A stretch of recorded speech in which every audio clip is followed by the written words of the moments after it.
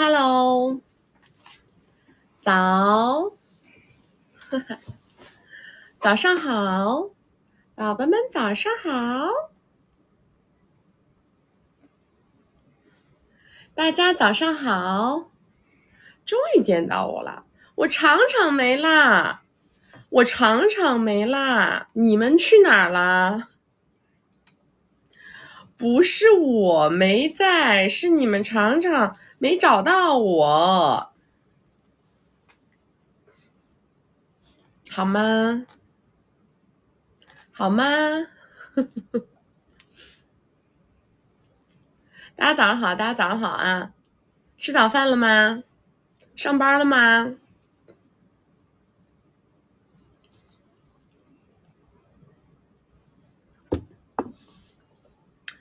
哦，是哦，今天这可能都是新号，是新号吗？名字都不一样了，好像都是我不认识的号。我是一个被安排的人啊，被安排我在哪个号上播，我就在哪个号上播，我没有什么自主权。对，每次新号都还要点点关注，对吧？要不然的话找不着啦。对，你们也知道嘛，跟我时间长了的宝宝懂的啊，懂的。我们是只为铁粉营造啊战场，不是铁粉的分分钟找不着咱，不是铁粉的分分钟就找不着啦。来，大家没有关注的宝宝左上点关注啊，没有加粉丝牌的加个粉丝牌，加了粉丝牌会收到我们的直播提醒。我们每周直播3场，周二、周六早上10点到下午2点，周四晚上6点到晚上10点。想要学习我们的金贵的关系，进金贵的社群，找我们1v1或者是约连麦，以及想要了解我们的新书《你就是光》的宝宝们，左上角头像点开到我们首页的粉丝群，找不到粉丝群的后台私我，我们下播以后回复你们。来，我们开始连麦啊！都买了书啦，我们开始连麦。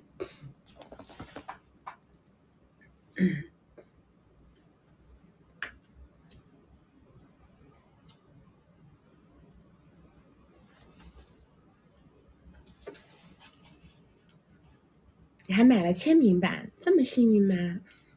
现在签名版都没有了。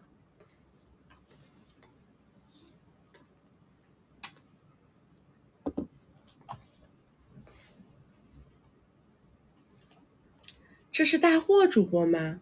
不是带货主播，你还挂了我的粉丝牌，还问我是不是带货主播？我带的最大的货就是我自个儿。首先，我是把个人商品化，我带头把个人商品化。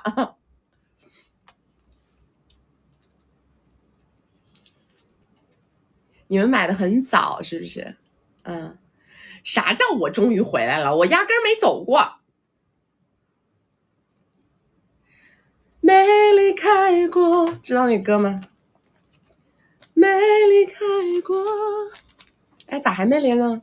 再不连我要开演唱会了。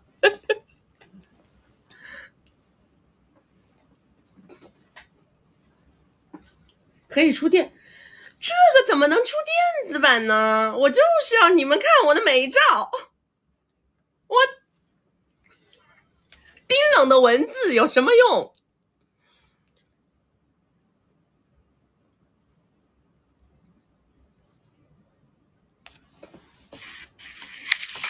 ？Hello， 你好。你好。很开心啊，有点小激动。那我这边主要是咨询一下一个和爹爹的一个婚恋问题。我先说一下基本盘：27岁，硕士毕业，然后工作2年，事业单位教师，年入15个 W， 颜值6到7，身材好，但是原生家庭没有助力。我的父亲在我18岁就不在了，然后家里有一个弟弟，然后我妈妈是农村务工啊，所以从小到大是小镇做题家类型，所以接触的人比较少。然后毕业也是从学校到学校，毕业之后是考进超一线城市的苹果内，然后后面因为男嘉宾从超一线回到了二线的一个农村的一个地方，所以目前工作比较的闲但是都是男嘉宾是男朋友还是老老公啊？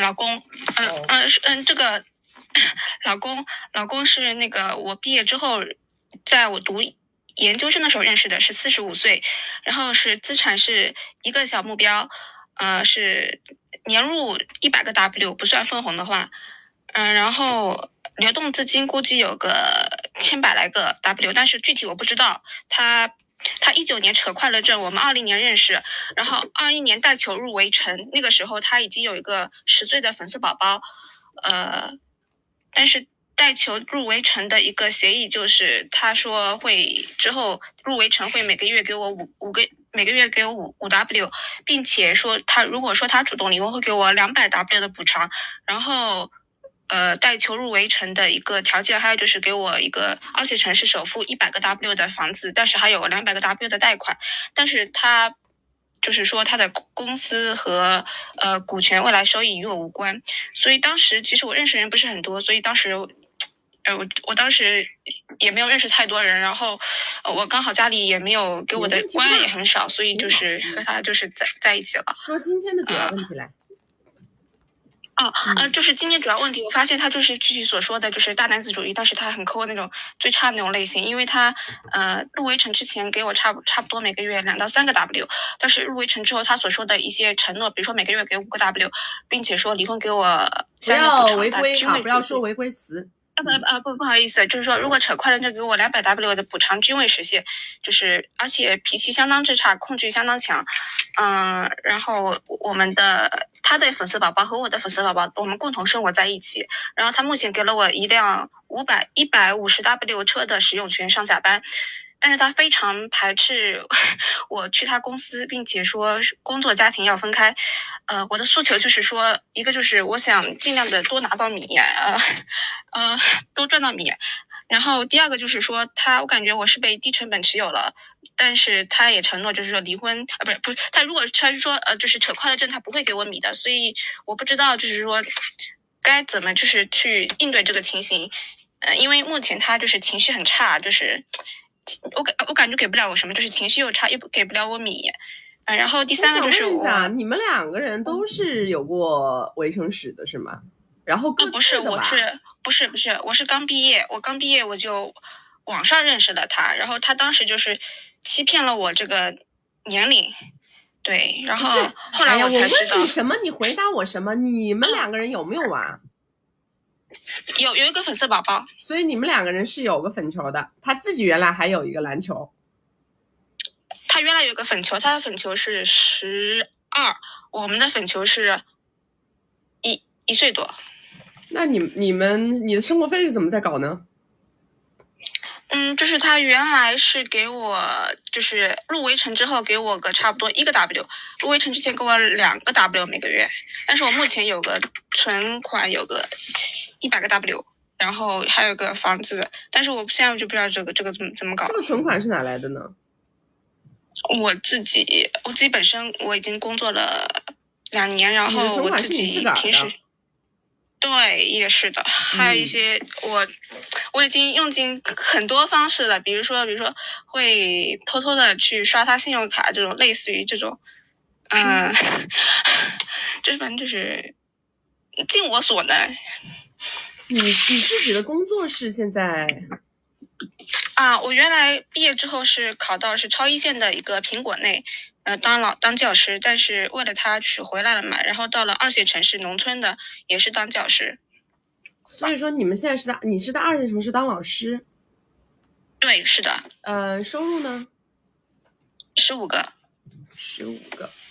你现在能找到收入更高的工作吗？对，我就是找不到，因为就是我目前就是算是苹果内就是你这个体制不是很重要啊，你你能不能去他那里工作呢？他很排斥，就是说我去他公司。他排斥可不归他排斥，他排斥他的呀。他排斥是好事啊，懂吗？因为你主要是什么？你是要主要是你要引发他的不舒适，知道吗？你要引发他的不舒适，你不就有谈条件的空间吗？你们两个人现在有点，他完全一人堂嘛，他一个人说了算。对，是的。你没有任何的动弹空间，对不对？你们平常的相处，你的情绪价值怎么样？我觉得我已经给足他情绪价值了，但是他就是感觉他就控制欲很强，但是我感觉他是想就是说，想用最小的一个投入获得最大的一个回报。你的10点半呢？10点半正常，都是正常的。情绪价值10点半都正常的情况下，我建议你不要让他那么爽。我建议你不要让他那么舒服。他不让你干的事儿，你都要干。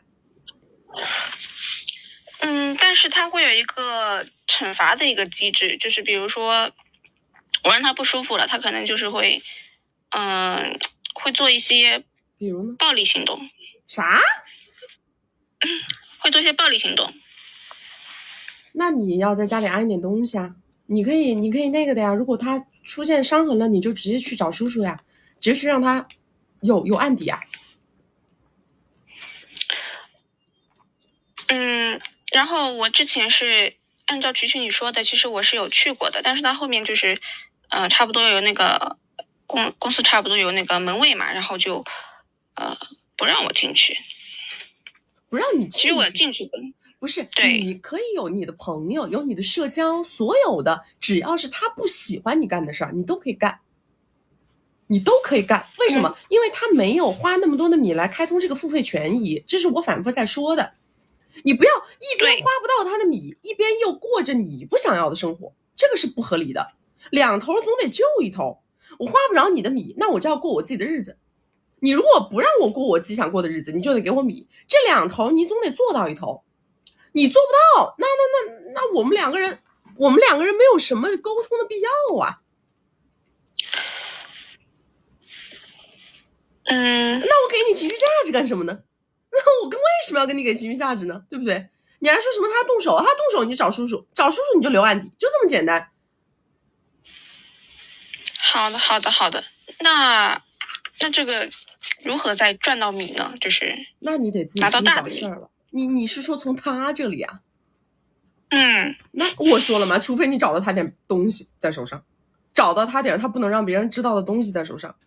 你有没有这个功夫？你把他身边的最好的几个知道他什么情况的能买通掉，那这个难度就大了嘞。但是他不让我进入他的这个工作的一个圈层。不让不要紧啊，他让不让不重要啊，他让与不让不重要啊。就是他身边的朋友你一个都不认识。认识，但是他不是让我太多见面，并且，但是我是知道他手机的所有的一些密码，就是他的手机我是可以掌握的。联系嘛，你没事你可以跟别人联系嘛，交个朋友嘛。他让与不让是他的事儿，你做与不做那是你的事儿啊。好的。你不要听他的，就是他说什么都不重要，懂吗？你做你自己的事儿，他不高兴不重要，他如果要动手，你就留证据，就是这么简单。你让他太舒服了，他1分钱不会多给。好的。好吧，就这样啊。那其他我想问一下，再想问一个问题，就是我觉得我的性格就是比较软弱，没有一个主见，并且呢还没有接触到很多人，没有社会化，就是这些应该怎么去解决？出门啊，有事没事出去交朋友啊。你不要2点一线过生活呀。你不要2点一线过生活。对，其实我平时就是因为我工作比较闲，所以平时的活动我基本上已经爆满了，健身啊，就是所有的一些社交活动都已经爆满了。那还存在什么？但是，那就不存在你说的这个问题了呀。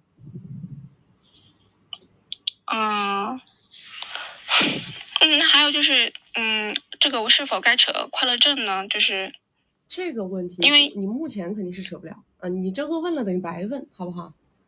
你可以下去1v1啊。如果你还有更复杂的问题的话，可以下去1v1。好的好的，谢谢曲曲。拜拜。嗯。快乐正是这样子的啊。我呢一直以来都是坚定不移的支持你们去脱离一段不幸福的关系的。我一直以来我都是坚定不移的支持你们去脱离一段不幸福的关系的。但是这个里面有一个很重要的点，就是你的经济情况。如果说现在这个男的就算跟你给的少，但是他跟你给的大于你在外面挣的，那么你还是要非常的慎重，对吧？我跟你说让你扯快乐证，这个是不负责任的，因为你一大半的收入都来源于这个男人，对不对？这个男的再不济，他现在一个月给你给2万，你自己再怎么好，你现在一年也就15万，对吧？你一年35万的收入里头，20万是一年那男的给你给24，你自己赚15，对吧？是这么个概念。就算他再不济，他还是比你自己的收入高。那么你一旦脱离这个关系之后，直接面临的就是你70%的收入没有了，直接面临的是这个问题。所以让你现阶段去做出这个选择，本身就是有点不切实际的。既然你们已经进入了这样的关系，你也是图着他的这个说白了图着他这个东西去的，现在没有弄下来怎么办？该哄哄，该舔舔，该闹闹，该跳跳，就是这样。你不是说光想着我今天什么这里多花一点，明天那里多花一点，那玩意花不出来什么东西的，你必须得捏到东西，捏到这个人怕的东西才行。像这种人，他为什么不让你去公司啊？不让你这不让你那呀？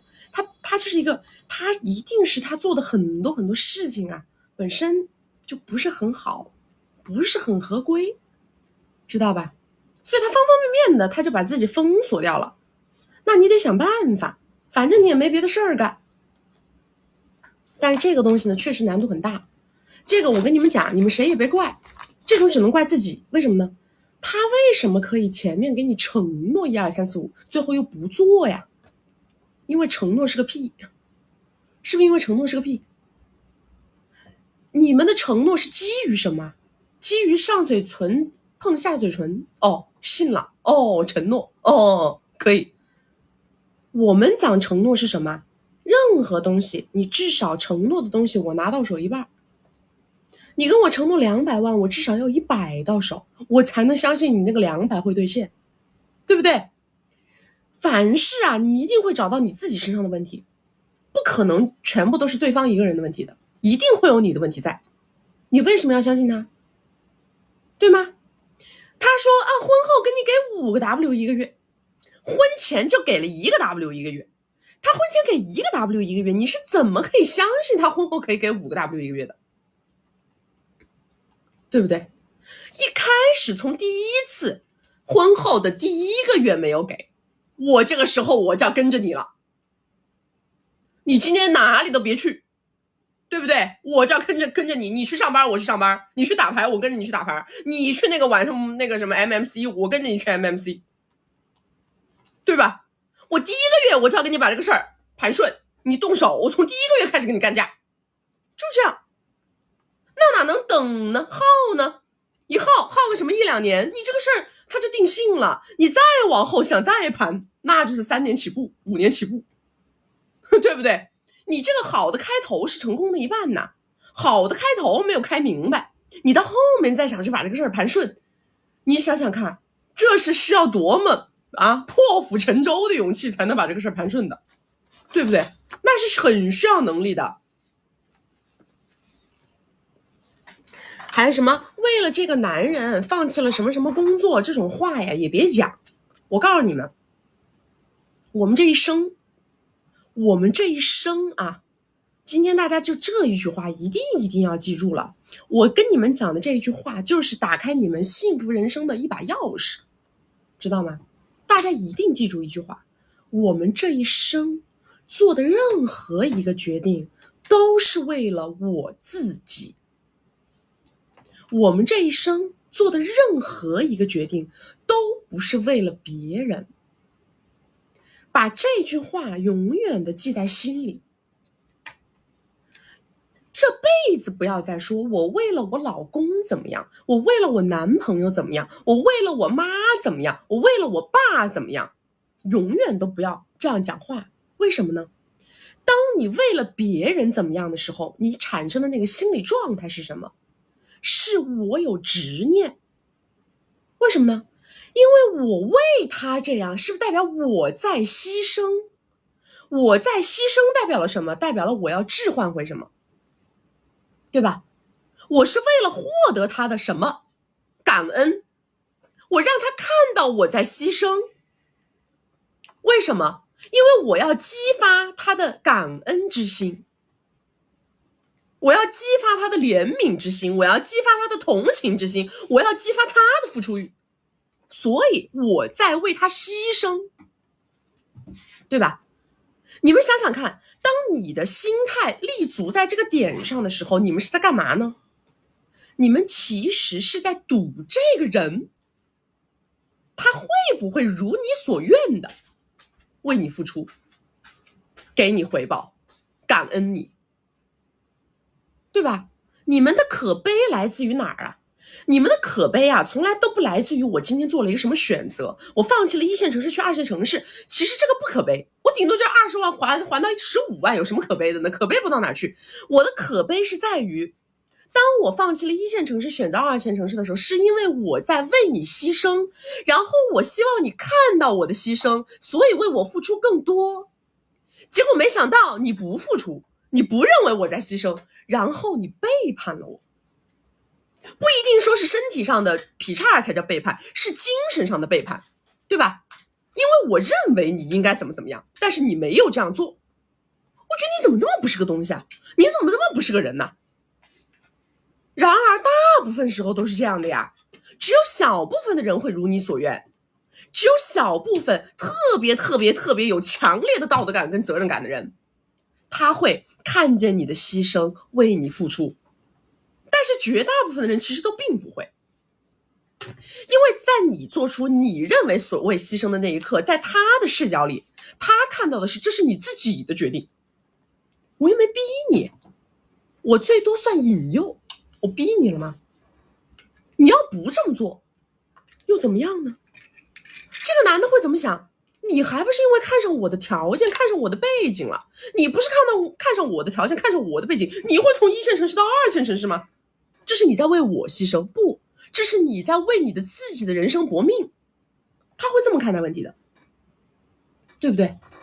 所以我们任何一个决定啊，没有对与错，任何一个决定都可以开启我的幸福人生。前提是什么？前提是我认为这个决定是我为我自己做的，跟你没关系。我做了这件事儿，我已经做好了最坏的心理准备，那就是我去了，你也不会给我什么，那我就能去，我就能干。你说我基于这样的一个心态，你给我的任何东西，我都会觉得叫做意外、礼物，对吧？而不是理所应当。你不给我任何东西，我反而觉得是应该的。在这种心态之下，你不可能觉得自己不幸，对不对？没有所谓的不幸啊。所以说，当你们在这种心态下啊，得到了一个不好的结果，不要怨。从这一刻开始，你就跟自己说，今天开始，所有的决定都是为我自己做的，我都是为了我自己。我想出去玩，我就要出去玩；我想出去社交，我就要出去社交。哎，我看你不顺眼，我跟你两个不对付，我要跟着你，我就跟着你。如果你要动手，我也想好了，我已经想好了，你要动手，我要怎么搞，对不对？所有的东西我自己负责，自己买单啊。来，大家没有关注的宝宝左要点关注啊！没有加粉丝牌的加个粉丝牌，加了粉丝牌会收到我们直播提醒。我们每周直播3场，周2、周6早上10点到下午2点，周4晚上6点到晚上10点。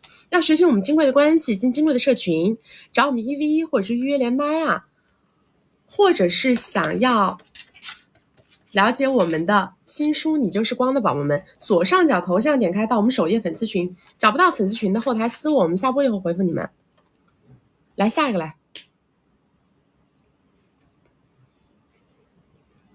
不是录播，是直播呀，肯定是直播呀。今天是2023年11月4号。来下一个来。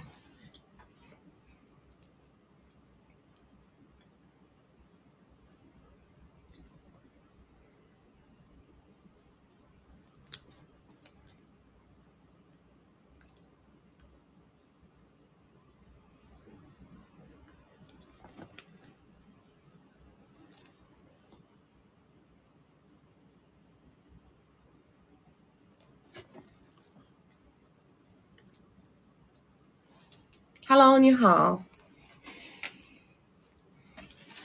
你好，1 2 3 4 5 6。1 2 3 4 5 6，说话。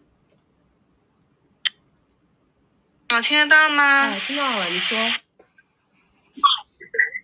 你说。哦，好开心啊！居然连到了曲。我听不到了，你不要退出哦。你不要退出哦。现在听到了吧？你说。现在听到了吧？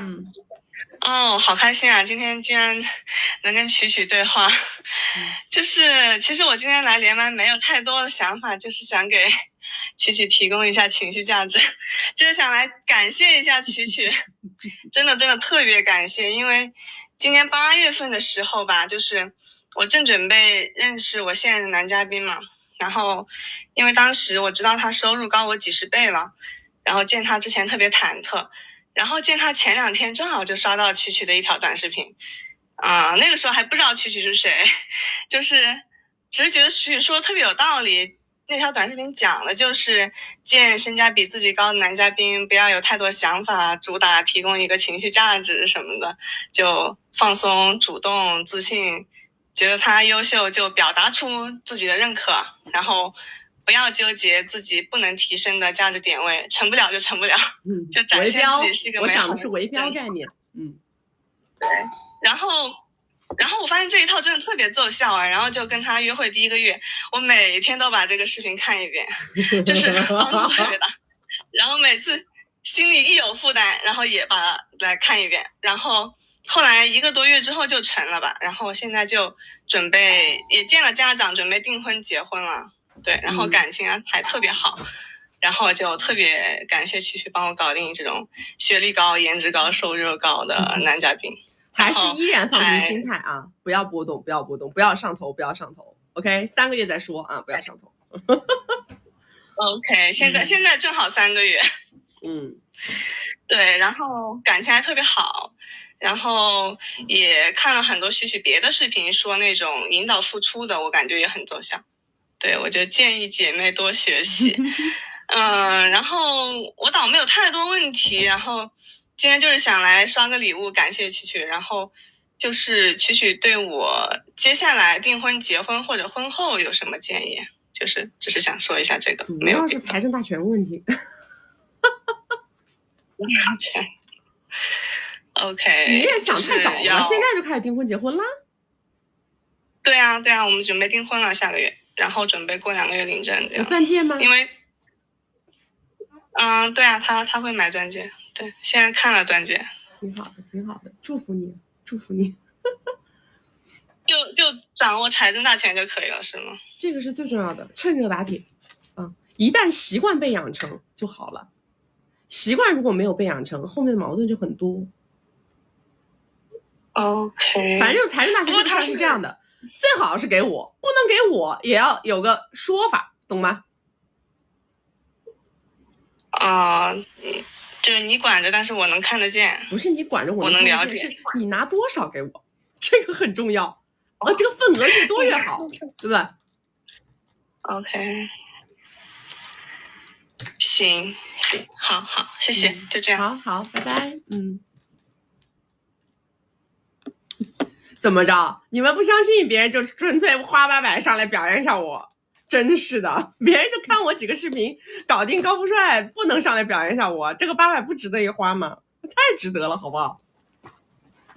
我们这次这个书是讲的我自己个人的从小到大的一些经历，跟我们的金棍儿一点关系都没有。金棍儿是方法论嘛，金棍儿是我出的教科书嘛，相当于是教科视频。但是这个是我个人的一个小自传，我也不愿意说自传，因为我的人生还没有过那么长。我如果真的要有自传，也应该是我60岁以后干的事儿。但是现在其实还算不上，因为这个只是我从小到大的一些经历而已。但是呢，里面也有很多关于我自己的这个感悟，然后很多做的各种各样的事儿，遇见各种各样的人，在这个里边的反思，踩过的坑，有过的教训也有一些啊。然后这一次的是这个书不厚，反正180多页，很容易读完。你们也不要在什么某宝啊、某东啊什么那些地方，因为我们没有给那些地方开渠道，他们现在都是盗版啊，而且价格还很高，所以大家就在我们这儿就好了啊。来，大家没有关注的宝宝左上点关注，没有加粉丝牌的加个粉丝牌，加了粉丝牌会收到我们直播提醒。我们每周直播3场，周二、周六早上10点到下午2点，周四晚上6点到晚上10点。要学习我们金贵的关系，进金贵的社群，找我们1v1或者是预约连麦啊，或者是这个想买书，但是呢现在目前看不到弹窗的宝宝们，左上角头像点开到我们首页粉丝群，找不到粉丝群的后台私我，我们下播以后回复你们。来下一个。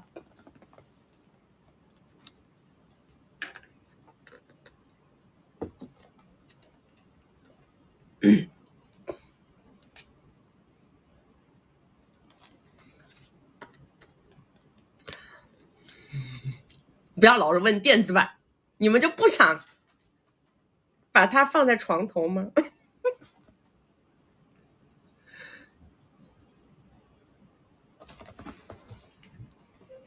？Hello， 你好。你好。Hello，芝芝你好。已经轮到我了是吧？再稍微你现在是连蓝牙了吗？你的稿子打开。你是连吗？你是连蓝牙了还是连耳机了？哦，我可能连了蓝牙耳机，你稍微等一下。对，把它关一下啊。好的。好了。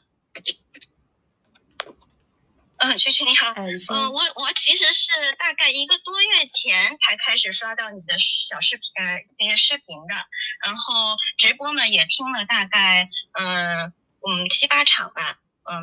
就是我觉得对我也挺有帮助。就是我今天就主要是有几件事情会比较困扰我，一个是人际关系，就是职场方面的，另外一个就是可能一个婚姻感情的问题。那我先介绍一下我自己的基本盘。我呢就是新一线城市的土著，身高呢是166，体重49公斤，颜值呢6到7分。然后我们这边因为其实是属于新一线城市下面的县级市嘛，就是收入的话并不是特别高。那我现在的年收入只有10W 加，年龄呢是37岁。然后我本人其实看起来是会比较显年轻的，大家都会对我有个12岁的那个男宝会感到有点吃惊的。然后我自己这边的一个资产，我自己的加上我父母这边的呢，大概都是以房产为主，因为我们是有拆迁房的嘛，大概是有400到500个 W。然后我老公这边的话情况是这样子的，我老公今年是39岁，然后人呢是比较胖，他口罩这几年的影响呢，导致了现在的收入呢还没有我高，每年大概10个 W 都不到。但是我跟我老公其实是没有自己的房子的，相当于只不过是我家的拆迁房是在我名下，然后我老公他父母那边的资产加起来可能也是500到600 W 左右的样子。那我们俩是对碰认识的，因为当初家里人呢都觉得男方的家庭条件比较好，他爸呢退休前呢是小苹果，他妈是事业单位的，虽然他人呢是比较胖，我对他其实也并不怎么喜欢，但综合考量各方面的条件呢，加上我正好是在上一段感情中受过伤害，所以还是毅然和他走进了围城。婚后呢有了一个12岁的篮球。那么下面讲一下我最近遇到的几个问题吧。是这样子的啊，2年前呢，我在我目前的公司呢调岗，做了我们公司的高管助理。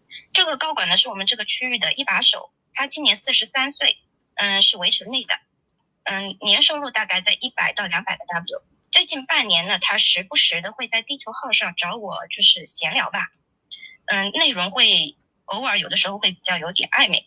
那期间呢，有几次想约我出去吃晚饭，都被我以没时间婉拒了，但是和他出去喝过一次咖啡，然后这个期间呢也发过几个几百到1K 的红包，都是以工作啊、请喝咖啡啊、喝奶茶为理由发的。那我反正当时也就因为是这些理由的话，我就收了嘛。那上个月呢，我们公司管理层团建，然后他喝了酒唱了 K 之后呢，就跟我说喜欢我，我当时就装傻嘛，就当没听懂。后来就回了公司之后呢，他又给我暗示说可以给我工作上的一些便利，并且开始给我发画饼了。然后周末呢，又在地球号上找我聊天，重新又提了那天酒后表白的事情。我当时告诉他说，我以为他是因为喝了酒嘛，开玩笑的，但是他说他是认真的。那么当时那个情况的话，其实我有点吓到了嘛，毕竟我们俩都是围城内的人，所以我当场就拒绝了他。我在那个地球号上就给他回，我就说目前的话我不适合搞暧昧，对吧？我想把重心呢放在工作和家庭上。后来他又试探过我一次，但是我没有再搭理他。再后面呢，他就对我就是比较的冷淡了，然后平时的工作上啊，还有就是比较的感觉一本正经的。然后微信上呢，也是除了工作以外的一些沟通呢，也不会再找我闲聊了。这是我想问一下曲曲，我后面应该怎么跟他相处？是否应该说一些软话来挽回一下？因为我感觉我跟他之间的相处回不到最初的一个模式了。因为最初这可能刚开始做也会偶尔的说说笑笑啊，对吧？然后可能也并没有想的怎么样的，但是现在就是说反正感觉那个氛围那个气氛还是有点压抑的。那我原本呢其实是在还没有突破这层窗户纸的时候，不是他能给你什么利好吗？因为他当时因为我当时是想着，就是说本来做他的助理，我是想着通过他的帮助能够在职业上能够上一个台阶的，知道吧？也想把他作为我的一个贵人。然后现在这个状况的话，我也不知道该怎么跟他提。你跟他做了多久的助理啊？2年吧。2年，这种暧昧的时长多长时间呢？半年左右。在这半年之前的相处一直都是很愉快的。对，一直都是很愉快的。那时候他也没有明确说什么，就是也没有提起过什么，反正就是我觉得是正常上下级之间的一个沟通交流吧。哎呀，这个都无所谓的事情，你不要把这个事儿当个事儿啊！你不要把这个事儿当个事儿。但是我觉得现在都就是有点氛围就是很压抑，再加上有一点就是，其实我觉得我感觉可能有一点对他上。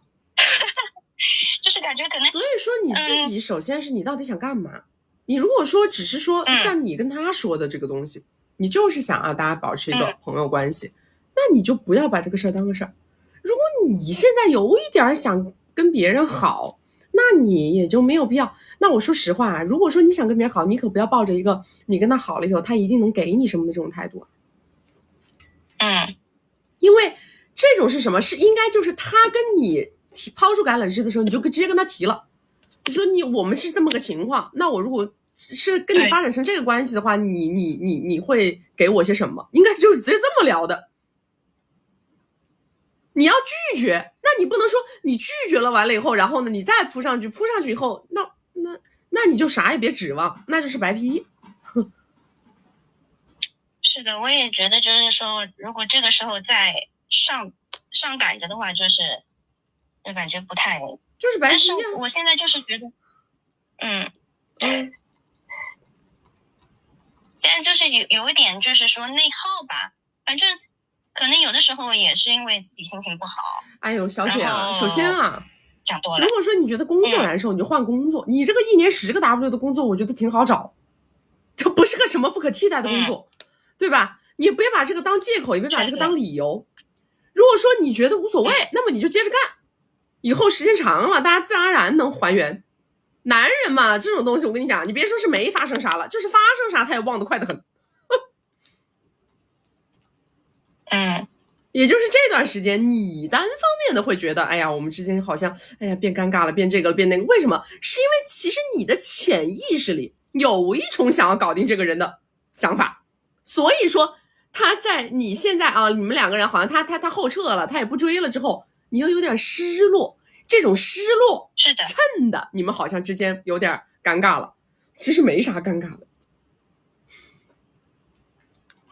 那我就放平心态嘛，对吧？对呀，该干嘛干嘛，该干啥干啥。对呀，你这个实在是干的不开心，换个工作也没事儿，换个工作你一样可以找的1年10万的工作。其实上个礼拜那有一天我心情特别低落的时候，也是想着说，实在我就是不开心，我就离开这边嘛，对吧？对啊，无所谓的呀，又不是什么不可替代的工作。是的，好的。那就是另外呢，还有一个我跟我老公之间的一个问题，就是其实我跟他的话，因为上面的基本情况也讲过了的嘛，其实我跟他的感情就是说，并没有，反正现在就是亲情关系嘛，相当于。那其实最近的好几年，我跟他都没有10点半，因为可能以前的话是因为我陪小孩陪了一段时间，分房了一段时间，然后呢，那现在又跟他就是一个房间的嘛，但是呢，很多时候我都是有点不想让他碰我不知道我现在该怎么克服这种心理。我跟你讲是这样的啊，只要是这样，我们的动作跟我们的结局是挂钩的，知道吧？你的动作如果是我们2个人我不想碰这个那个，那么你们的结局就是掰。如果那个结局是你想要的，那你现在做的就没问题。你想想你跟他之间的结局，你想要什么？我觉得没有什么大的问题的话，就维持现状嘛，不想掰的。对呀，如果不想掰，那么你就得履行责任义务，起码得有一定频次，要不然的话，他最终的结局就一定是掰呀。这个动作挂钩的结局一定是掰呀。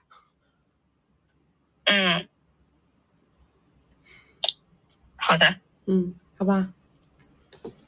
那我知道了。好，拜拜。好的，谢谢菊菊。好，拜拜。我跟你们说啊，围内的女生们啊，你们呢可能处在一段压抑、不快乐的这种婚姻关系里头。那基于你自己的所存在的这个生活环境呢，可能你也很难说真的就跳脱出这样的关系，你又要让自己沉沦在这样的关系里，这件事情呢我不评价。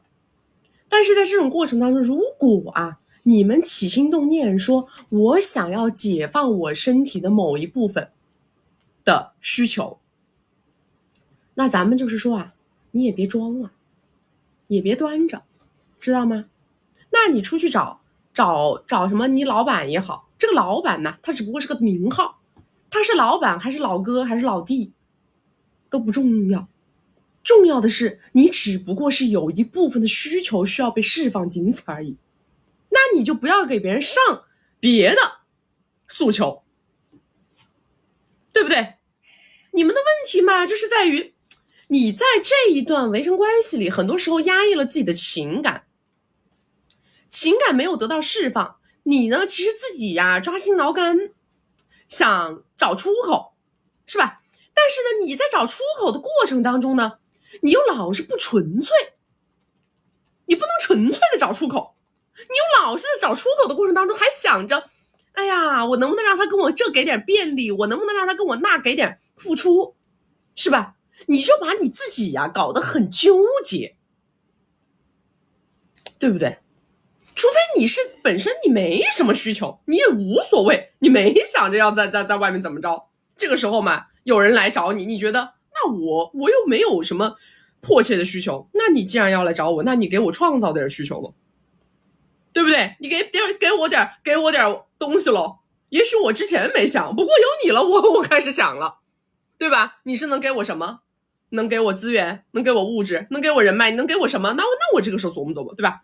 如果是你自己都起心动念了，你自己都觉得哎呀现在好难受好压抑好痛苦但是呢我现在这个关系我不能剥离我能不能找一个地方找出口如果你是这种想法，你也就甭管那个对象是你老板还是什么玩意儿了，他就是一个是不一样的身份而已，没有任何区别，对不对？你先管自己开心了再说了，是吧？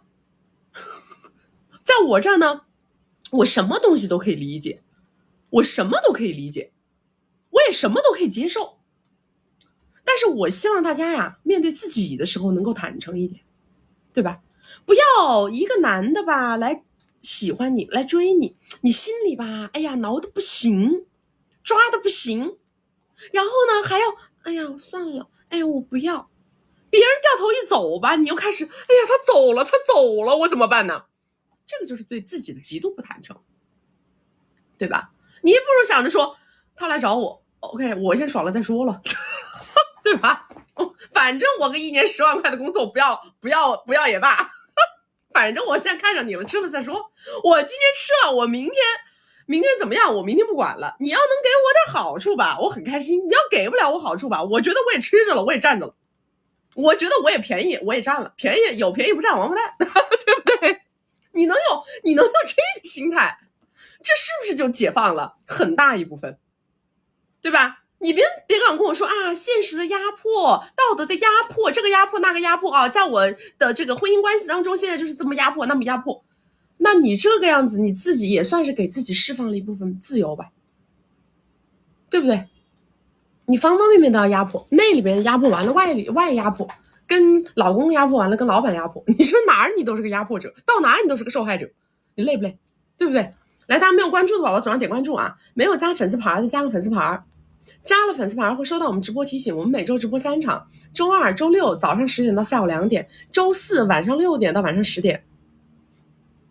要学习我们金贵的关系，进金贵的社群，找我们1v1或者是预约连麦啊，或者是现在看不到这个书的弹窗的宝宝们啊，可以左上角头像点开到我们首页粉丝群，找不到粉丝群的后台私我们下播以后回复你们。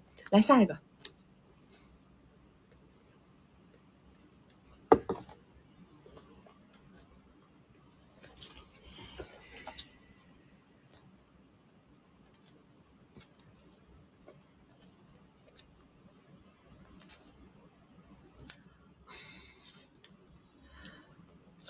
国外的宝宝也想买，我们这个你只能找你朋友买了，帮你寄过去啊。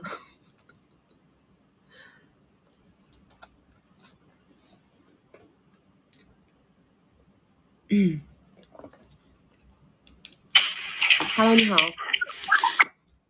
你好，曲曲。你说。很喜欢你。能听到。很高兴也很激动能够和你连麦。我今天的问题呢，就是是否可以和现在的男嘉宾进入围城。先介绍一下我的基本盘。我是来自于农村非常普通的家庭，年龄23岁，长相化完妆是属于中上等，还有一个弟弟。我的年收入之前的话是在20左右，今年的话会差一些，大概就是10个左右。我自己的话是开着一辆20多个 W 的车，手里现米是60多个。我的家里的话是对我来说是没有任何的帮助的。男嘉宾是通过对碰认识的，相处的有2个月的时间，也是23岁。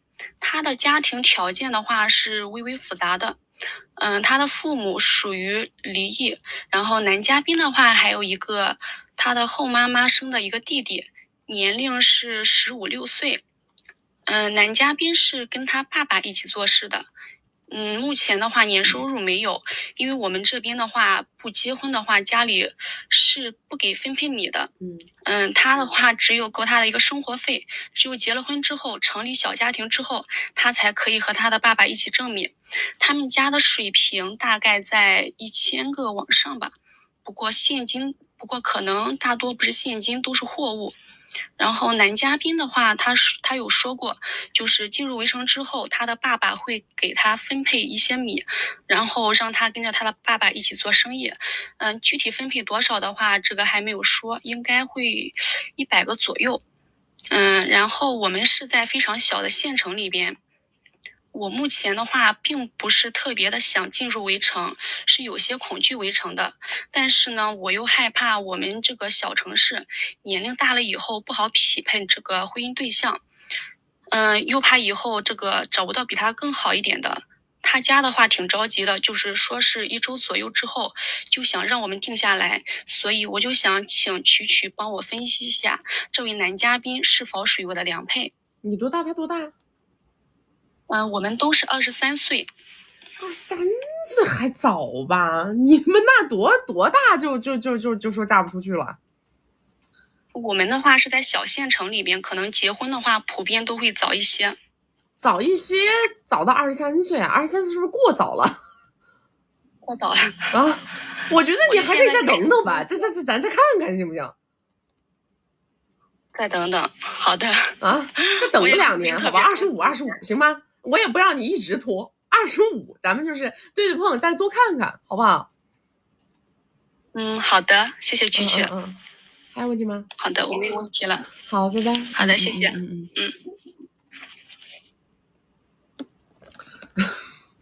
你们这个23是不是刚到法定结婚年龄？是不是啊？刚到法定结婚年龄吧？你们就开始这慌张了。是这样的，小城市的女生，如果你这一生没有特别大的奋斗理想，你也没有想过去大城市，那么呢，我是建议大家早结婚的。首先，我的立场告诉你们啊，因为我最害怕的是你们在小县城本身自己没有什么很大的野心跟欲望，也没有想要跳脱出小城市的那种环境的这种动力。那么这个时候你又不结婚，然后又在那晃，自己又没有什么多高的收入，是吧？你这样子的话呢，就会一无所获。我怕你们会一无所获。所以小城市的女孩，我说了几个前提条件：小城市没有很大的野心跟欲望，也不想到大城市去奋斗，这样的女生，那么我是强烈建议你们早结婚。不要晃，千万不要晃啊！不要晃到什么30岁还在那挑挑拣拣，没必要，没有太大必要，好不好？我们的人生啊，一个阶段总得达成一个成果，就说一个阶段，一个生命阶段总得达成一个成果。你要么能拿到事业成果，要么能拿到学历成果，要么能拿到情感成果。你不能什么成果都拿不到之后啊，一旦过了那个年龄，你还处在那个环境里，你会非常非常的焦虑。那个时候的焦虑会是你们现在焦虑的10倍，知道吗？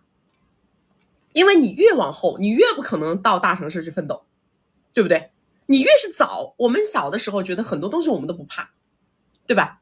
小的时候看到老鼠你也不怕，看到蟑螂你也不怕，长大了以后看到什么都怕。小的时候想着，哎，我想去蹦极，哎，我想去跳伞，越往长大了走啊，你越是什么都不敢搞，对不对？所以说，当你们20出头的时候，你们如果那个时候你的冲劲、拼劲，你的那种欲望、攀爬的那种强烈都没有支撑你啊，跑到大城市去闯，对吧？然后我一定要去攀高枝儿，我一定要去插针，你都没有这个状态。那么我告诉你，你们到了30岁更不会有这个状态，你只会更为畏惧，你会很害怕。然后那个时候，如果你又没有结婚，你看到别人又都结婚了，又都生娃了，那你那个时候就会觉得自己什么都没抓住，收入没搞上来，对吧？然后更大的世界也没见着，风险承担的这个能力也没有，然后娃也没有，婚姻也没有，你会非常非常焦虑。所以大家听我的，好不好？来，大家没有关注的宝宝左上点关注啊！没有加粉丝牌的加个粉丝牌，加了粉丝牌会收到我们直播提醒。我们每周直播3场，周2、周6早上10点到下午2点，周4晚上6点到晚上10点。要学习我们金贵的关系，进金贵的社群，找我们1v1或者是预约连麦啊，或者是现在看不到我们这个买书的弹窗的宝宝们，左上角头像点开到我们首页粉丝群，找不到粉丝群的后台私我，我们下播以后回复你们。来下一个。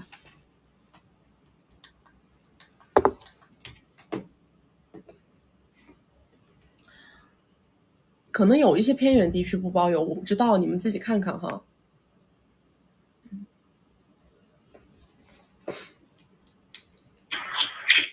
Hello， 你好。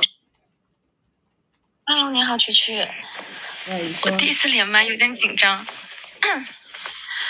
我介绍一下我的基本情况，就是我现在是在做那个娱乐主播，然后93年的，是在那个超一线城市长大和生活的，然后学习的是影表专业，就颜值和身材都还可以，但是恋爱经验不是特别丰富。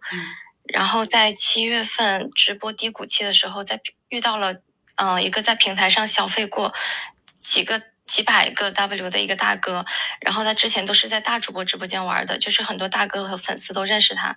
这个大哥就是到现在连面都没有见过，他也不加地球号，然后就连他哪里人什么的，我对他一无所知，然后他对我也没有任何的要求。然后就是也是我直播以来就是唯一一个让我心动的大哥。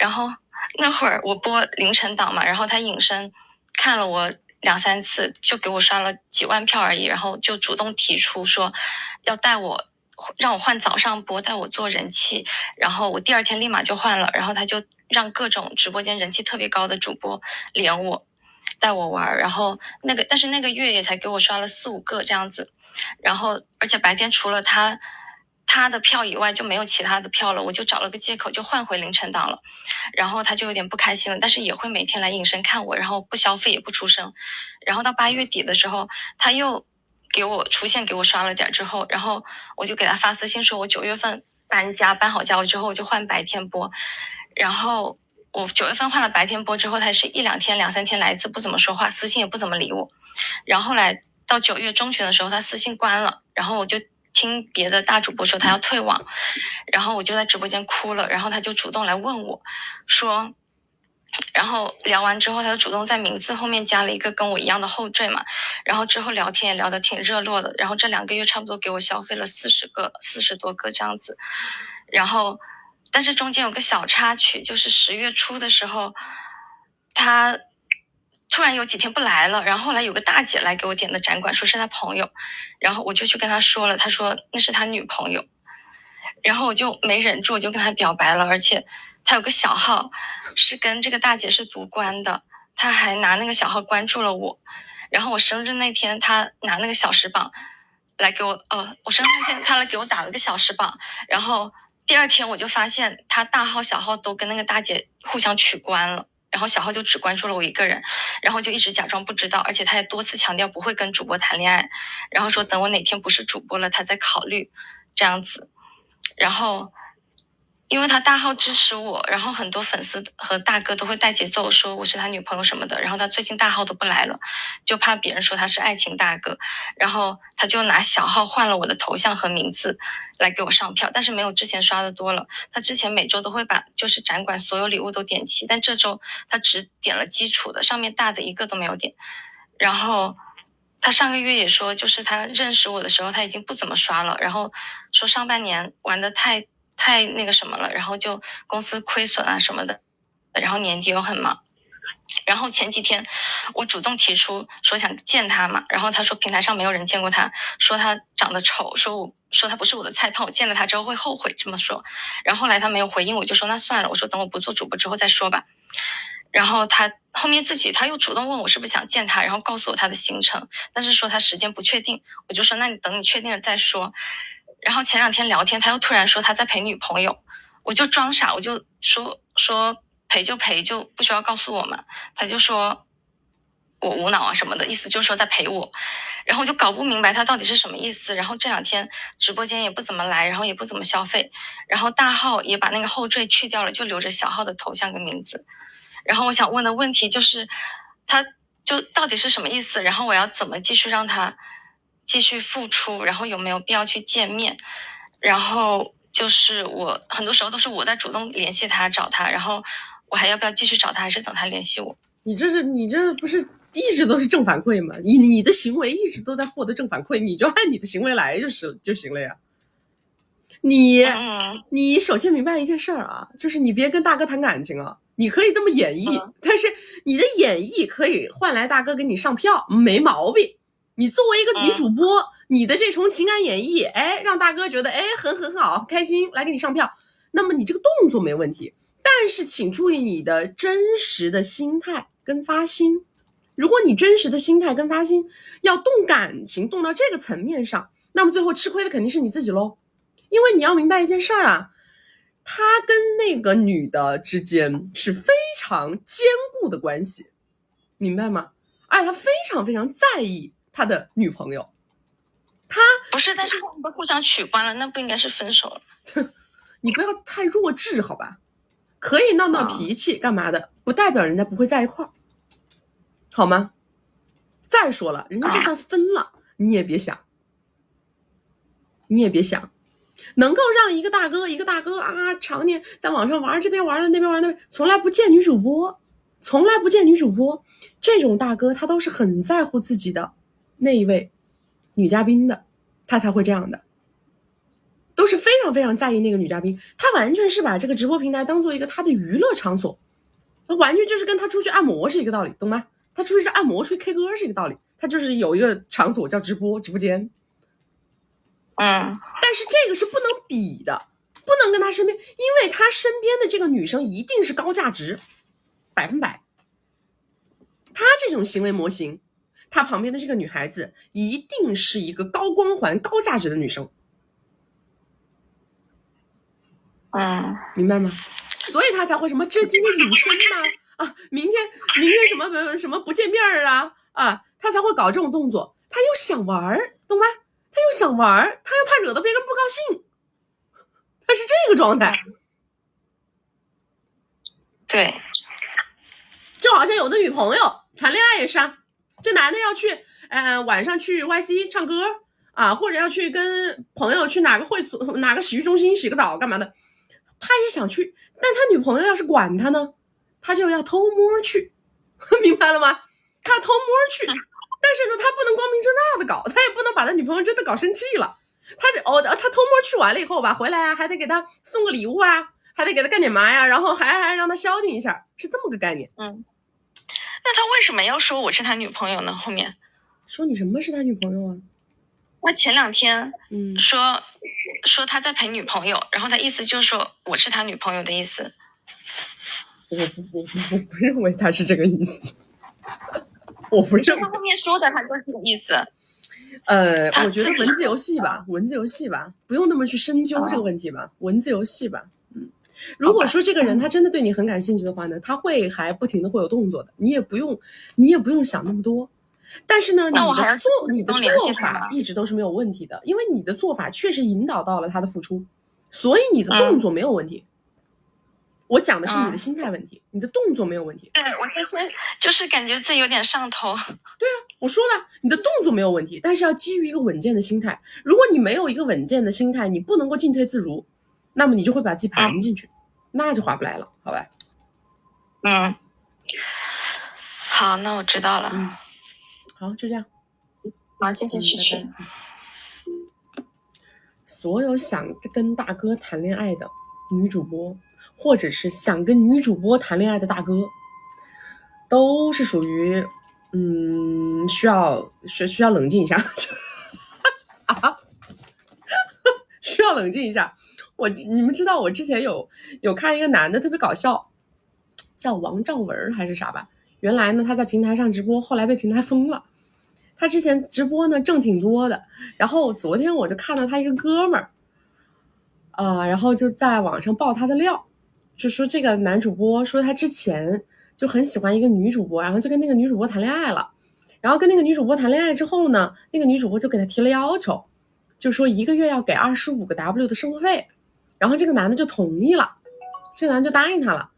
结果这个男的刚没跟他2个人在一起几个月，可能给了2个月吧，没想到他的号就被封了嘛。他的号被封了之后，他不就转平台吗？结果他转平台之后，他的整个收入就掉档，不知道掉哪里去了。结果他就不愿意给这个25了，然后他不愿意给这个25之后，然后那个女的就去找了一个打篮球的谈恋爱，就不跟他谈恋爱了。然后我就看见他那哥们儿就讲他这个八卦，你知道吧？他哥们儿是为他打抱不平，就说什么哎，什么大哥啊，都不要跟女主播谈恋爱，是不是？哎呀，我心想这大哥不说二哥，知道吧？跟女主播谈恋爱的大哥，跟大哥谈恋爱的女主播有什么区别呢？2个都是属于脑子蛮糊的，2个都脑子糊，没什么区别。就跟有的时候，你们知道那个去 YC 消费的男的非要跟那 YC 的女的结婚，不是一样的吗？好多。那你说，你找 YC 的女的结婚，那你就不要说这个女的不能陪你吃苦，对吧？她肯定是只能同甘不能共苦，这是一种必然。你好，她肯定就跟你好；你不好了，她肯定就不跟你好了。本质上，别人跟你在一块儿，就是因为你这个给的多，给的稳嘛。这个是本质啊，你给的多，给的稳嘛，人家就一直跟你在一块儿。你给不了了，人家就自然不能跟你在一块儿，对吧？然后反过来讲是一样的，你 YC 里面的女生，你去跟你的这个客户谈恋爱、结婚，那你就不能指望他忠诚啊，是不是这个道理？就双向有些东西不能指望啊，这双向这个东西，这就是一种默认的潜规则嘛，对吧？我找 YC 谈恋爱，那么我没钱了，他肯定不得跟我。我找 YC 里认识的大哥谈恋爱，那么我就不能指望他对我一个人忠诚，这是不是这个道理？你们认识的场合不就已经决定了你们的底色吗？认识的场合就决定了你的人性底色呀，对吧？你不能说你在这种场合认识完了以后，你却对别人有着不切实际的，你搞得跟图书馆认识的似的，对吧？你想找靠谱的，你想找那个忠诚的，你去图书馆认识呗，你跑那 YC 认识干啥呀？你看你们那个做直播是不是？他每天他是在这平台上，今天这个大哥，明天那个大哥，今天这个大哥全是给他呱呱呱呱呱上票，人家出来就是赚米来了的，你跟人家说你怎么我没米了，你不跟我好了，你这不是有病？你这不纯纯有病，对不对？哦，来，大家没有关注的宝宝左上点关注啊！没有加粉丝牌，加个粉丝牌，加了粉丝牌会收到我们直播提醒。我们每周直播3场，周二、周六早上10点到下午2点，周四晚上6点到晚上10点。要学习我们金贵的关系，进金贵的社群，找我们1v1或者是预约连麦啊，或者是看不到那个右下角弹窗的宝宝们，想要这本书的啊，左上角头像点开到我们首页粉丝群，找不到粉丝群的后台私我们下播以后回复你们。张凯毅啊，好，我待会儿试着聊一下，好吧？你们先跟我点到20万赞啊，我们再连个麦。来下一个。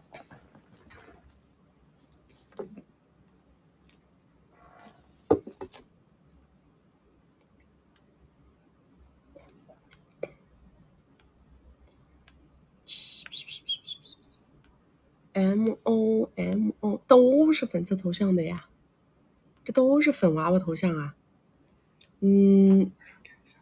你确定吗？我连一下看看吧，不知道是不是。因为这个让他们不要用这种统一的名字，连麦之前就要跟他们说清楚。Hello， 你好。喂，你好，曲曲，能听到我说话吗？你说，曲曲你好，那个我就直接叙述一下我的情况了。然后我的问题是，我的情况可以通过起跳得到补偿吗？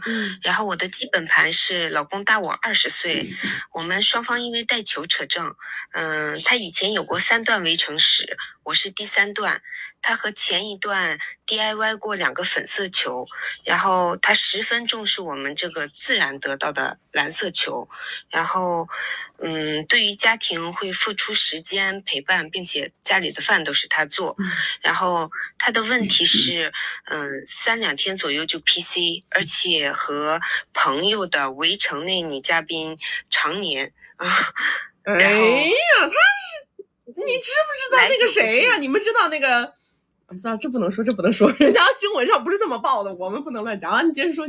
这是我进入围城后孕晚才发现的，然后之前我都不知道，他完全和他的手机里面不是一个人。然后我们10点半非常不和谐，我原本只是以为年龄的问题，后来才知道他是常年 PC， 而且频率极高，我们2个就10点半几乎很难成功。然后他有这个想法，但是可能是因为常年 PC 各种反正不成功就是了。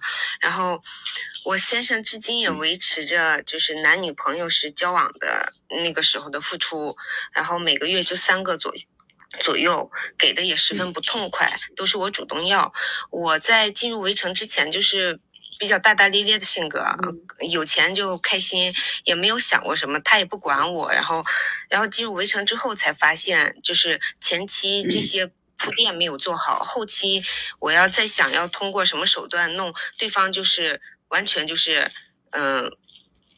就是不同意那种的。然后他会婚后但是给我了一张卡用于家庭消费，但是这个卡也不能乱用，他每个月是走他的那个信账户的。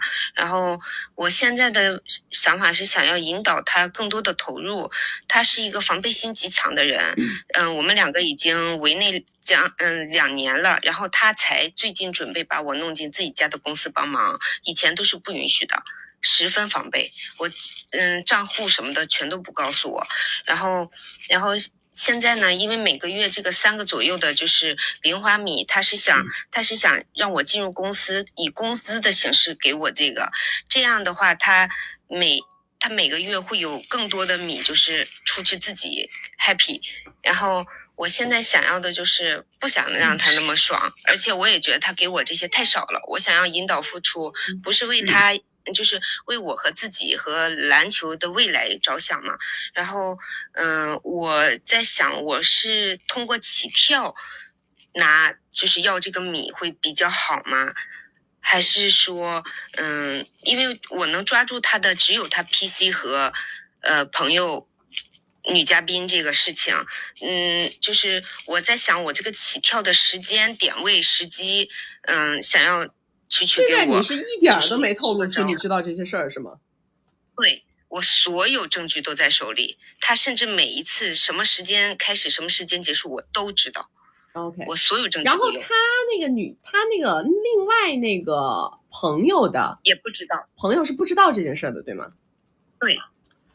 先等一等吧，你先进公司，因为这件事你已经好不容易你才能弄进去的，你先进公司。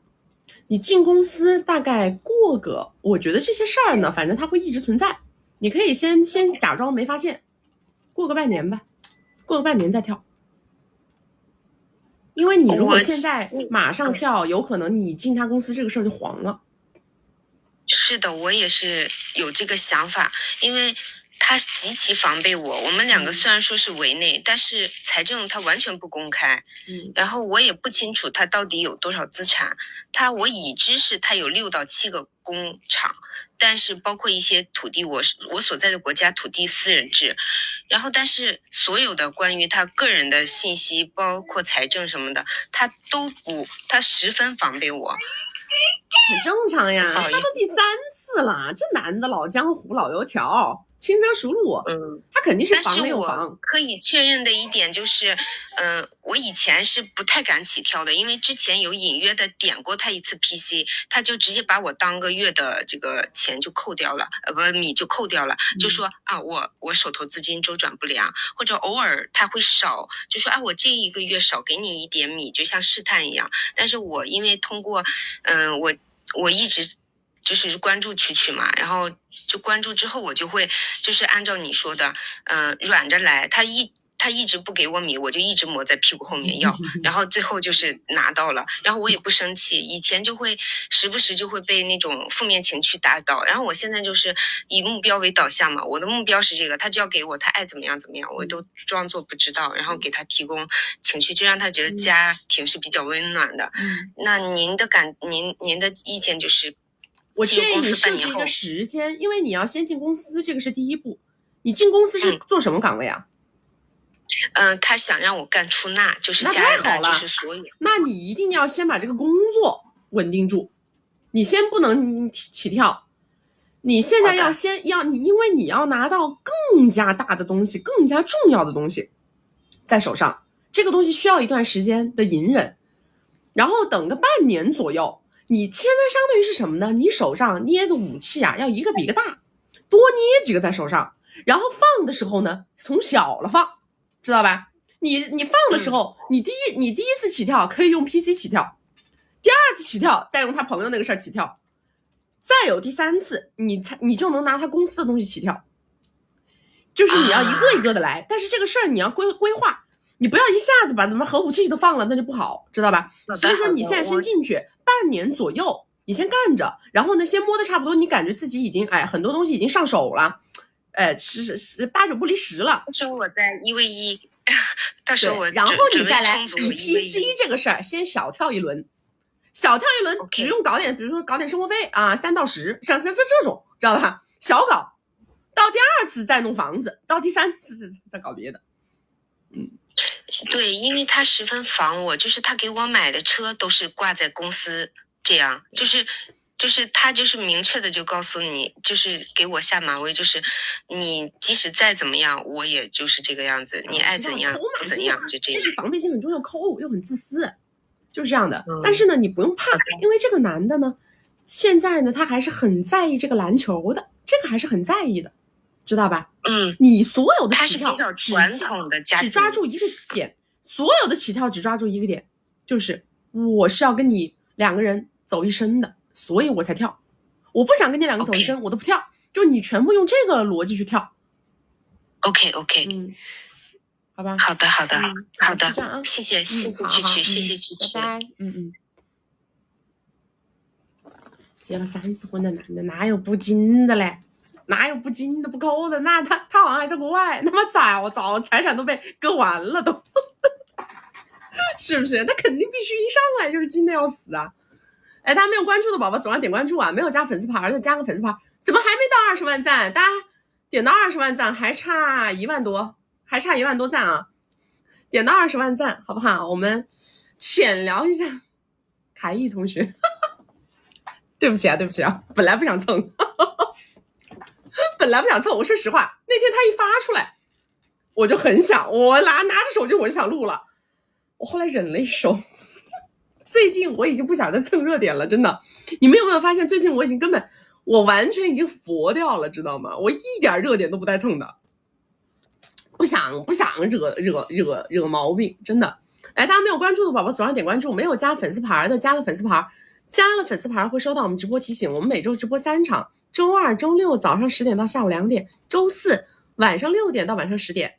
要学习我们金贵的关系，进金贵的社群，找我们1v1或者是约连麦啊，或者是不知道哪里可以买到这个你就是光的宝宝们，左上角头像点开到我们首页粉丝群，找不到粉丝群后台私我，我们下播以后回复你们。这个是讲的我自己的成长史，讲的我自己从小到大的一些故事经历，跟家人的跟朋友的跟客户的很多是在这个书里头啊，这个跟金贵的关系没关系。金贵是方法论没有，我就说我那天一看张凯毅，我就在想这个第2个皮柚你们知道吧？你们记不记得当年我说皮柚的时候，我说的该是准吧？我真的是该说的是准吧？我说皮柚的时候，我是什么时候说的？我是他跟那个男的打得正火热，那个男的就是在给他送那些不值钱的礼物的时候说的。我当时那个视频说的最后一句话就是，我说那个皮柚，我说这事儿要不是剧本，我说你该来找我报课了。我说你跟这男的要不是剧本，你就该来找我报课了，对吧？张凯毅他这种的话，其实他的问题也是出在什么地方了呢？他愿意给男的花钱，对吧？但是他默认了一个什么事儿呢？他默认了一个事儿，就是我给你花了，你就得忠诚。他默认了一个这个事儿。其实后来他自己在复盘的时候啊，他自己也讲了，就说他没有考虑对方的原生家庭的问题。其实我觉得他们统一都有的一个问题是什么？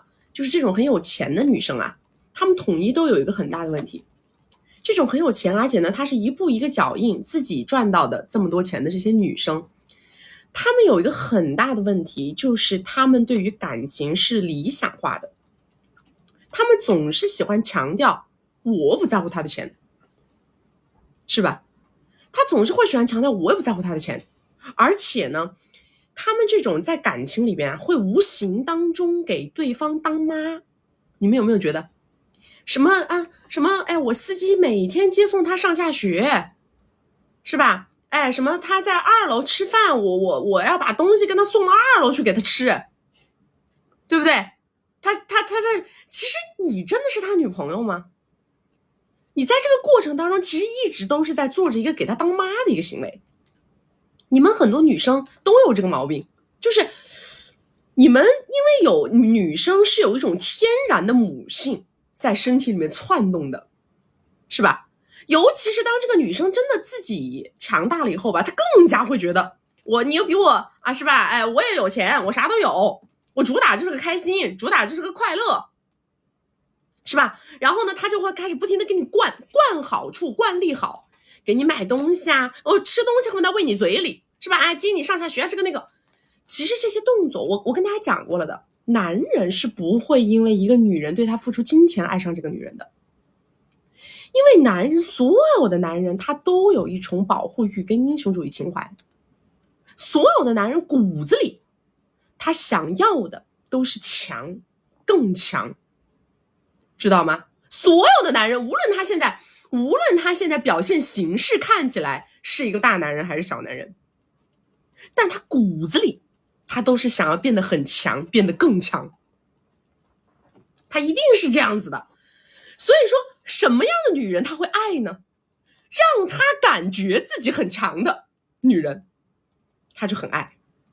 虽然说在社会的现实压迫之下啊，就说在现阶段的这种高消费，很多城市的高消费之下，高消费高房价，很多男生呢他在选对象的时候他会倾向于去选一个强强联合的组合，他会选择去选一个没有经济压力的女生，对吧？甚至于找一个经济条件比他更好的女生，但是这个不是他内心真实的所情所想，这个是基于现实的压迫。很多你们知不知道，很多找了条件比自己好很多的女生的这种男的，他们在围城之后特别喜欢在外面去找一些啥也不是的女的，然后给别人花米你们知道吗？他要补充他这种心态，他要让他这种心态平衡过来，因为他一定要找到地方去释放自己的英雄主义情怀，一定要有一个地方能让他做大男人，他是不可能真的心甘情愿的做一个小男人的。我再给你们举个例子啊，触类旁通，你们有没有发现啊？如果当女人在事业板块里，如果女人上面有男领导的时候，你们会不会发现一个女人其实她是很忠诚的？就是一个女性的高管，她可以为了一个男的真的叫做做牛做马两肋插刀，而她绝对不会有一个异心。但是任何一个在一个体系内的什么2把手3把手的男的，他哪怕每一天表现得像个奴才像个舔狗，但是他底色他的骨子里头他都想把老大干掉我告诉你们，这个就是男人跟女人他是有很大的区别的，知道吗？没有，几乎没有任何一个男人说我心甘情愿的我就排在你后面的，没有。他们所有的隐忍都是阶段性隐忍，所有的服从都是阶段性服从。你别让他找到机会，他是什么？他是一边服务于你，一边想干掉你。所有的男的都是这样你知道吗？所有的都是这样的所以说他放到感情里边其实他是一模一样的。那些倒插门的，对吧？那些愿意去这当上门女婿的男的，几乎没有一个是心甘情愿的啊！我就愿意女强男弱的。真正愿意女强男弱的男人，凤毛麟角，见不到的，很难很难很难，知道吗？对，你们看，软饭硬吃这个词是从哪儿来的？这个软饭硬吃这个词它是从男人身上来的。为什么叫软饭硬吃？因为他不是心甘情愿的吃软饭，懂吗？他是在这个过程当中吧，他始终还想让你知道我是个爷们儿，我是有东西的，我也是能有本事的，我不过就是缺了你那个爹，我不过就是缺了你那个机缘，我不过就是缺了你前面奋斗的那几年。他内心他始终叫做不服，他就是不服，他从来没服过。所以说他表面上可能短期他会对你对于你给他付出的物质付出的这些好他也会表达我好开心我好那个，但是你每一次做一个这个行为，同时又会激发他内心的那种不服。他一边欣然接受着你对他的这种好，但是一边他的内心世界里又有一重声音，我他妈这辈子就这样了。所以为什么我跟你们讲，我说无论我们爱不爱钱，无论我们想不想图一个男人身上的钱，但是我们一定要让一个男人为我们把物质付出出来。因为当他的物质付出出来的时候，他的情感才会上升，他会觉得自己作为一个男人的尊严，作为一个男人的胸怀得到了体现。这个不在乎于他比你有还是比你没有，不在乎于他穷还是富，明白吗？你可以跟他相应的，你也可以去付出，你甚至于你也可以比他付出的多一点，但是你千万不能让他觉得你在养活他。我们直播间里有没有好多白富美，其实有点在养活男人的性质的。你跟男生之间的经济比例支出恨不得28:19的，你占8你占9的，有没有？自己把头抻出来把头抻出来好多人说我们直播间是教什么的，我告诉你们，我们直播间最应该教的就是你们这波女生。你们有多少人？来看有多少？有多少？你们觉得啊，我付出好快乐，付出确实是快乐的。当你有能力付出的时候，付出会让你感觉到什么？让你感觉到掌控感，知道吗？其实你们在付出的过程当中，是你们感受到了你们在这段关系当中占有的主动性地位和掌控感，对不对？这种东西其实是男人最需要的。你们在这个过程当中，你们一定会发现，真的，你们回想一下，真的有哪个男人是因为你这样对他付出而爱你的吗？往往像这样付出物质的女生，都是因为自己啥都不缺，觉得自己就缺爱，啥都不缺，就缺陪伴，就缺爱，就缺情绪价值，对不对？但是你们再回想一下，在你们的这种行为路径当中，你有没有真的得到过那个男人的爱？他可能能表演啊，表演的不错，但是你心里是不是多多少少觉得差点意思？哪里差点意思呢？说不出来对不对？我感觉他每天也对我挺热情，是吧？他看到我也挺开心，哎，他也抱我，他也牵我，但是我就是觉得好像差点意思，对吧？其实就是这样的，因为他是什么？他是一边在迎合你，一边在压抑自己，一边在舔你，一边想干掉你，他是这种心态，你说这怎么爱得起来？所以我们永远的，我跟你们讲啊，我们永远都在自己身上找调整方案，我们从来都不要求对方，因为别人是你控制不了的，我只在我自己身上找调整方案，对不对？你们不要想着那个男的真不是个东西，我当时那么对他好，我给他那么多米，他还在劈叉，他居然还有2、3、4、5、6，是吧？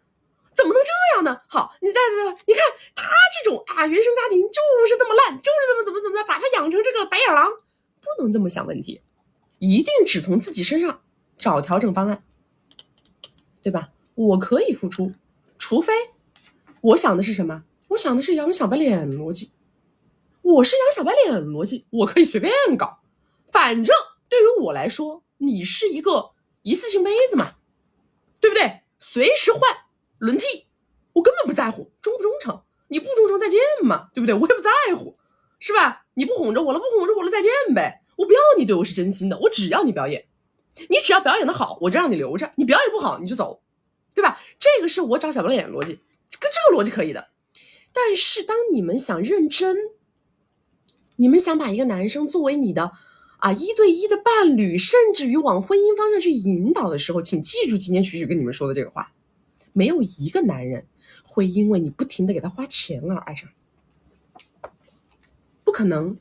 你不要在不停的给男人花钱的过程当中试图让这个男人真心爱你，也许他还能把你当他一个贵人知道吧，当个伯乐，等他起来了那就不好意思，他一定会想尽一切办法坐到你头上去，这个就是他们作为一个男性的本能，好不好？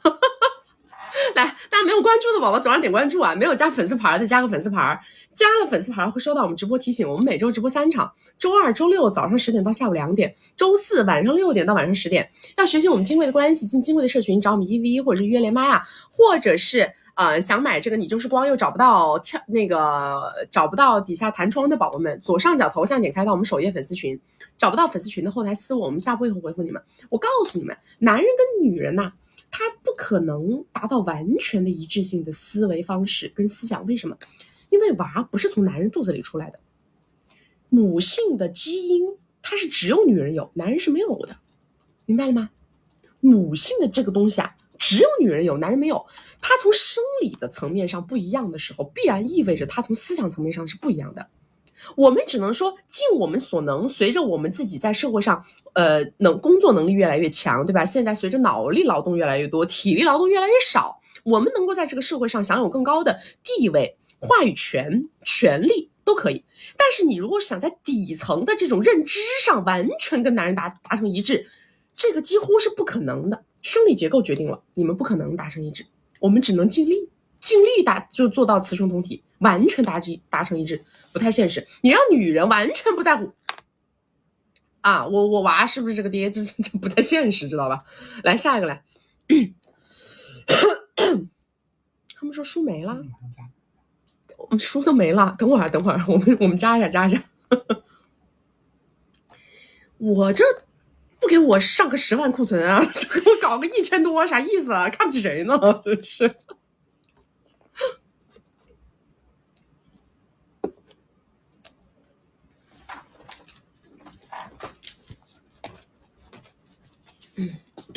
稍等一下啊，大家。地瓜，妈呀！Hello， 你好，你好啊，你好，曲曲，可以听到吗？可以，你说。那很高兴今天连到曲曲，曲曲感觉今天这个妆容超级好看。那我也是关注曲曲有一段时间了。那我先介绍一下我的基本情况吧。我是98年海归，家里关系安排超一线上市公司工作，颜值的话是6到7分，很稳定清闲。工作刚半年，应届生月入1个 W。原生家庭21年开始有下坡路，有外债，要不回来，现在就是不太好，给不到我太大的帮助。对外都以为我家境很好，但其实现在就是外强中干。然后男嘉宾是新一线城市的创一代，颜值普通，原生家庭不差，但是父亲做生意赔过，应该是赔过不少。他比较大男子主义，年龄大我3岁，但是已经打拼6年，阅历比较丰富。资产我具体不清楚，但是他前几年是赚过大米的。他说没有把握住，是曾过挥金如土的那种生活的。他现在工作压力很大很忙，在一起1个月不算出去玩，付出6个 W， 但仅仅是我去他的城市找他，或者是见面在一起时才花米，异地的时候基本不花。我咨询的点位是，第一点是他经常会说一些特别直接的话，比如说我们不是一个世界的人，他可能会觉得我是富二代，他是自己打拼的创一代。我曾经问过说你为什么要和我在一起啊？他就直接实话实说，说不知道我有什么价值，说他现在谈恋爱的感觉不知道我存在的意义，他总把我当小孩，说我是一张白纸，就我觉得他很不尊重我，很爱怼我，有的时候。我认为这个问题的本质是他觉得我无法给他事业上困难解决问题吧。他曾经还说过，他说我想要什么样的找不到啊 ，YC 里多的是想跟我走的，说喜欢我是觉得我漂亮、可爱、活泼、有意思，总是能让他开心，说我跟那些网红都不一样，长得有辨识度，什么高级之类的。就我听到这些很直接的话，我就很生气，挂电话。但是他又会穷追不舍的，就是哄我说他宁愿陪我成长。然后就是第二个问题是，他是个特别爱给予承诺，但是兑现比较拖沓。他除了就是现场买单的时候都会拖着很磨叽。他之前就说过给我换更好的租更好的房子，说什么分开前会给我米，报销我的信用卡，还说过让我去他的城市不上班也行，给我换更好的工作，支持我创业投资。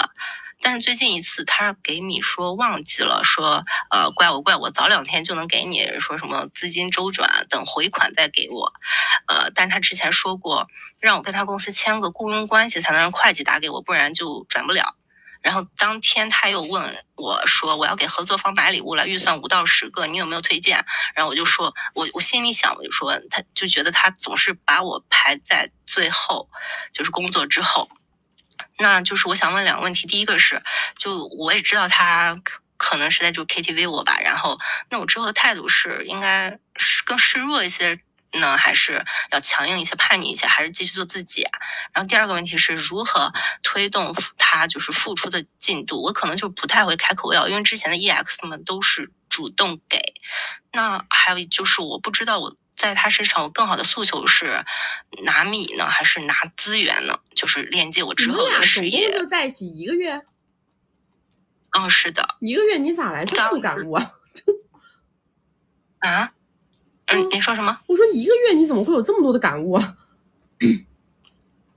但是就是因为认识了有2个多月了，就认识2个多月在一起1个月嘛，1个月里边都很多东西都没有形成周期呀，你怎么就能下结论了呢？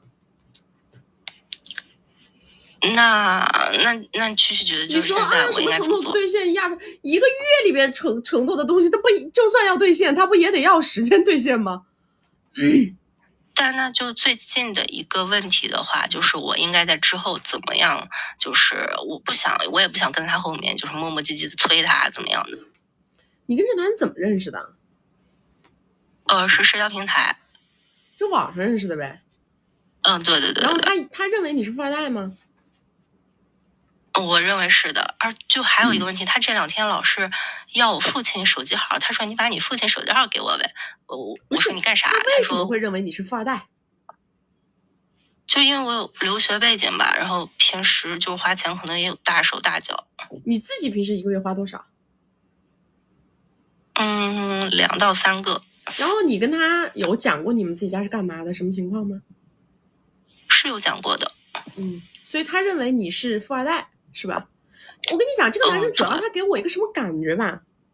他给我的有一种感觉啊，他有点打肿脸充胖子。他1年收入多少？他是做什么的？这些东西你都清楚吗？我去过他公司，他是做直播，就是在新一线，就是他有自己的品牌，电商品牌。他们公司有多少人？你公司有多少年？公司有多少人？最多的时候是500个，但是他最近裁员到200。他自己一个人吗？还是他有几个老板一块啊？3个合伙人。3个。所以我觉得他就是总是说对公的话，那不就是用公司的钱？那有什么样3个人的钱？这个无所谓啊。他按对什么对什么，这个无所谓啊。他是个人的还是公司的，他只要愿意给你就完了呗。这个不重要啊。我觉得你还可以再观察观察，时间没到呢，1个月看不出来个什么。你现在目前的状态就是你前面是怎么跟他相处的，你后面就还怎么跟他相处。这个男生是这样，大男子主义是这样，你平常呢还是稍微的显得自己就是乖巧听话懂事儿一点，但是你的问题是，你看啊，他每次说了什么东西你什么挂电话，就这个是这样的，我们要不然呢就是一直隐忍，你说什么我都好，我知道了，那么就轻描淡写过，这是一种方案。要不然就是我一定会告诉你这个问题在哪儿，我一定会告诉你。我有直说，对，我有跟他说过，你不能这样说话，你这样让我很不舒服。不是不能这样，不是，你看啊，说服一个人，你是不是想要说服他，让他不要这样说话，对吗？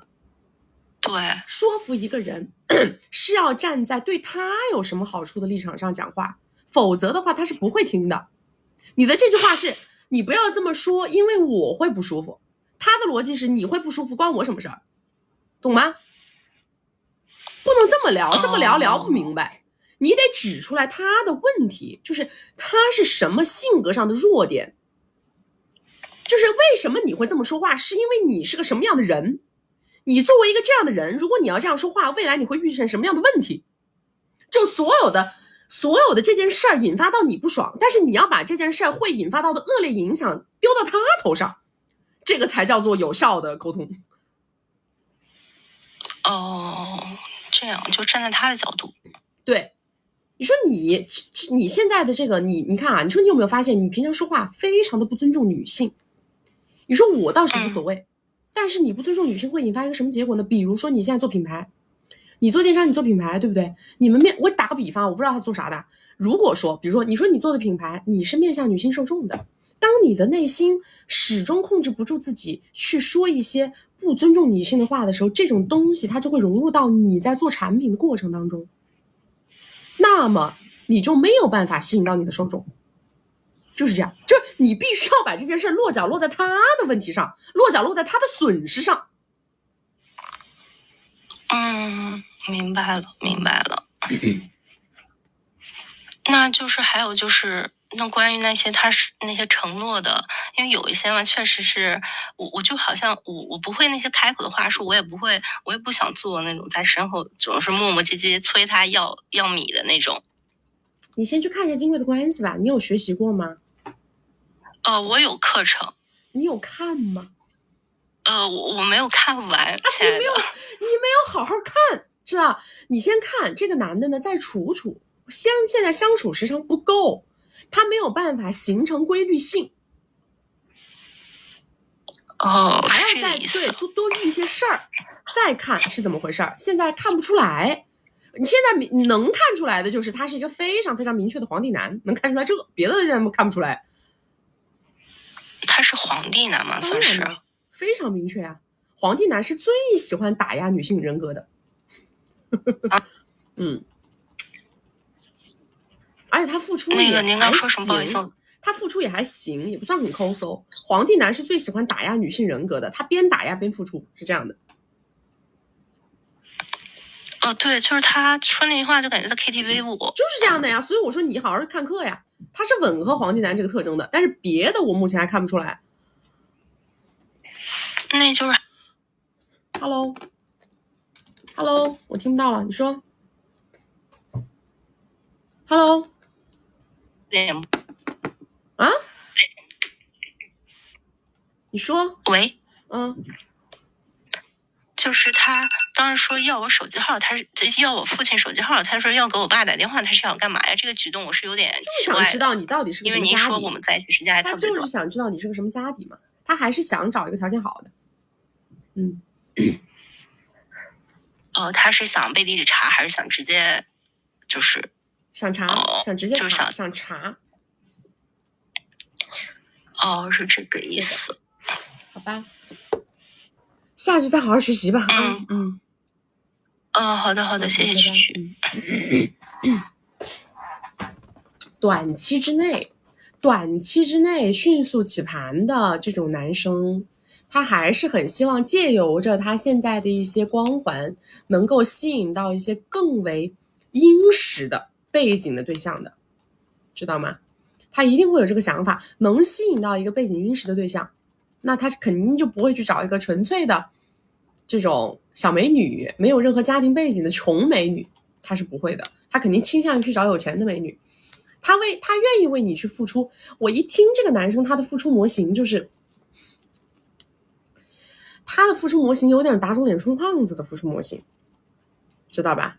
他的付出模型不是属于那种付出的非常非常爽快随性的那种感受，他的付出模型是有一点在撑着搞的这种感觉。这种有点在撑着搞的呢，往往他都是希望他前端的这些付出能撬动一个更大的东西，他才会这么撑着搞的。所以说他想要了解你的家庭背景是很正常的。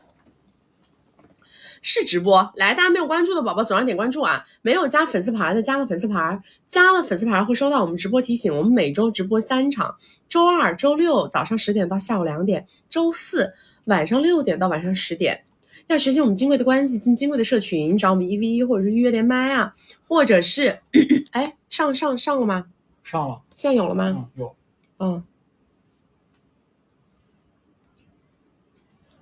或者是想要这个你就是光，但是还没有找到我们的这个链接的宝宝们啊，左上角头像点开到我们首页粉丝群，找不到粉丝群的后台私我们下播以后回复你们。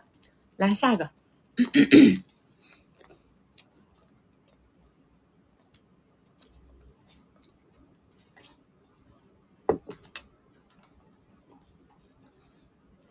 许许怎么这么好看？那是因为你有一双发现美的眼睛，你的心美，所以你看见我就觉得我美。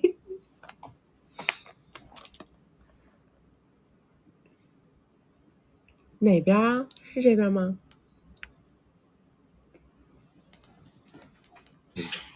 ？Hello， 你好。旭旭，我超级喜欢你。我几乎每天晚上都是听你的课睡觉的，就是听着睡着的那种。然后今天很高兴能跟你对上话。我的基本盘是我是97年的，然后1.72米，身材比较好，长相比较普通人，年收入7个，目前在国企从事文职类工作，不属于正式工的那种。然后我的学历是大专，我家背景比较普通，而且有的时候还需要我补贴他们。我的资产目前有一套18线小城市的一套房，还有一个60万左右的车，一辆25左右的电车。电车是比我大22岁的爹爹帮我买的。我正准备说打电车还特意要算一下资产，你这后来一听懂了啊，接着说。然后他就是跟我在认识2个月的时候帮我买了这个电车，然后这2个月时间给我付出了大概50多个。我们约定好每个月是5个 W 的现米付出，不包括额外的房租啊、车贷啊以及信用卡之类的。我跟他认识了应该有3个月左右，然后实际相处2个多月。他人非常好，就是特别啰嗦，然后经常打压我。就是说我跟别的男生他说他跟别的男生不一样。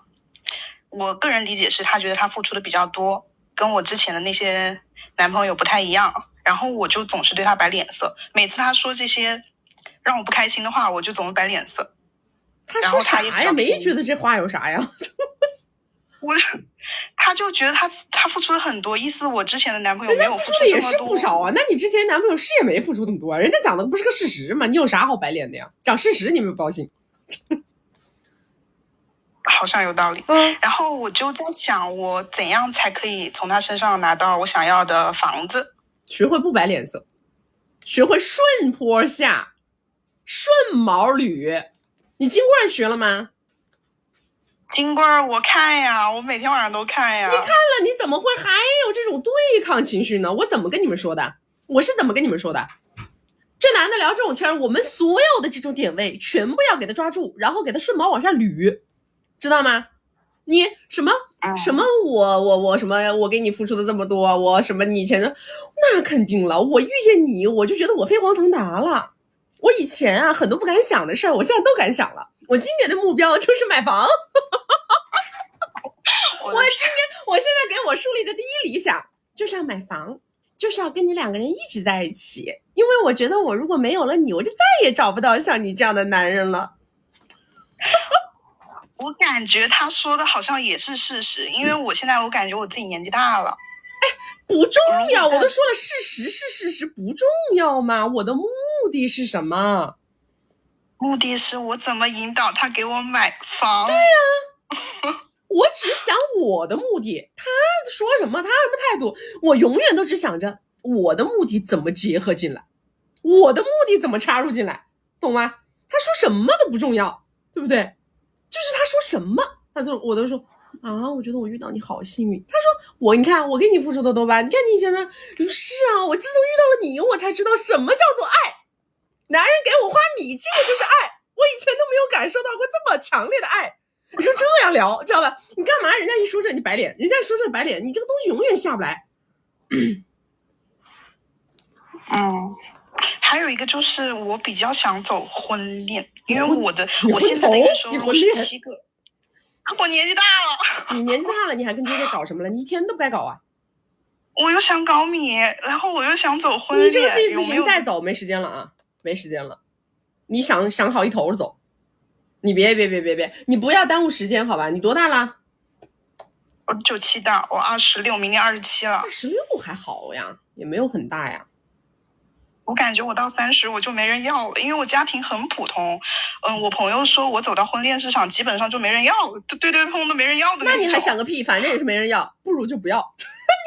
你现在这个样子，你走上去，别人都说你没人要，那你顶多也就找个月入2万的，是这意思吧？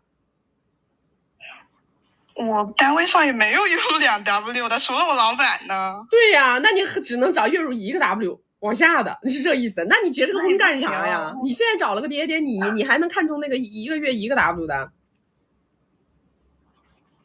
好像是看不上了，那不就结了吗？因为我自己的消费现在也很高，那不就结了吗？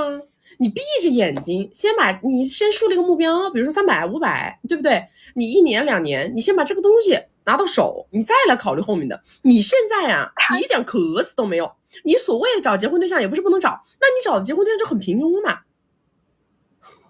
对，我家庭太普通了。对啊，你找那么平庸的结婚对象的目的是什么？我想生个球，我想。那你别跟我聊了，我跟你聊不下去。那我怎么跟你我能说什么呢？那你想要找婚恋对象，你就把爹爹气掉。他是皇帝男吗？现在看不出来皇不皇帝，还好吧。1个月5W 都是限米，是这样的。不是，关键然后如果搞1年的话，1年也就80左右。但是我现在的年收入是7个 W， 工作上。哎呦，我跟你聊不下去，知道吗？你们太 low 了，真的，你的思维层级太低了，你的思维层级跟个乡下的没区别，真的。就是你们是那种永远就是抓到了什么东西，然后还很摇摆自己该不该抓的那种人。就这样的人是属于什么？你的目标感非常差，目标感很弱，你不知道自己未来行进的方向，然后会受到周遭大环境的这种强烈影响。那我跟你2个人去说我要你干嘛干嘛，其实很无聊，知道吧？因为我今天挂了个电话，你回头一出去又听这个听那个听那个听这个的，你就慌了。你这个基本盘完全是个松散的。可能是学历的问题。你跟一个人，你想好这个时间怎么安排，对吧？2年，我2年之内搞多少，搞了多少，我再怎么着，我下一步我要找什么样的对象，找不到什么样的对象，我就干雄竞，就是你得有这个状态。要不然的话，你说实话，你把这个爹爹让出来给别个算了，别耽误功夫，累不累呢？不是说就是说你赚多少他给多少的问题，不是这个问题。我们不从这一个单一维度去评判你该不该跟这个人在一块，明白吗？因为每一个人想要的东西不一样，也许你7个 W 你也能过得挺好，要不然你摇摆啥呢？那我们7个 W 过不了，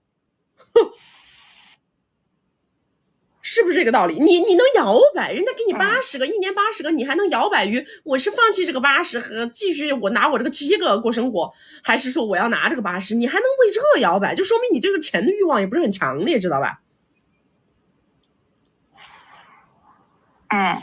你不强烈，那你我跟你说什么东西不强烈你都做不到，就这样的。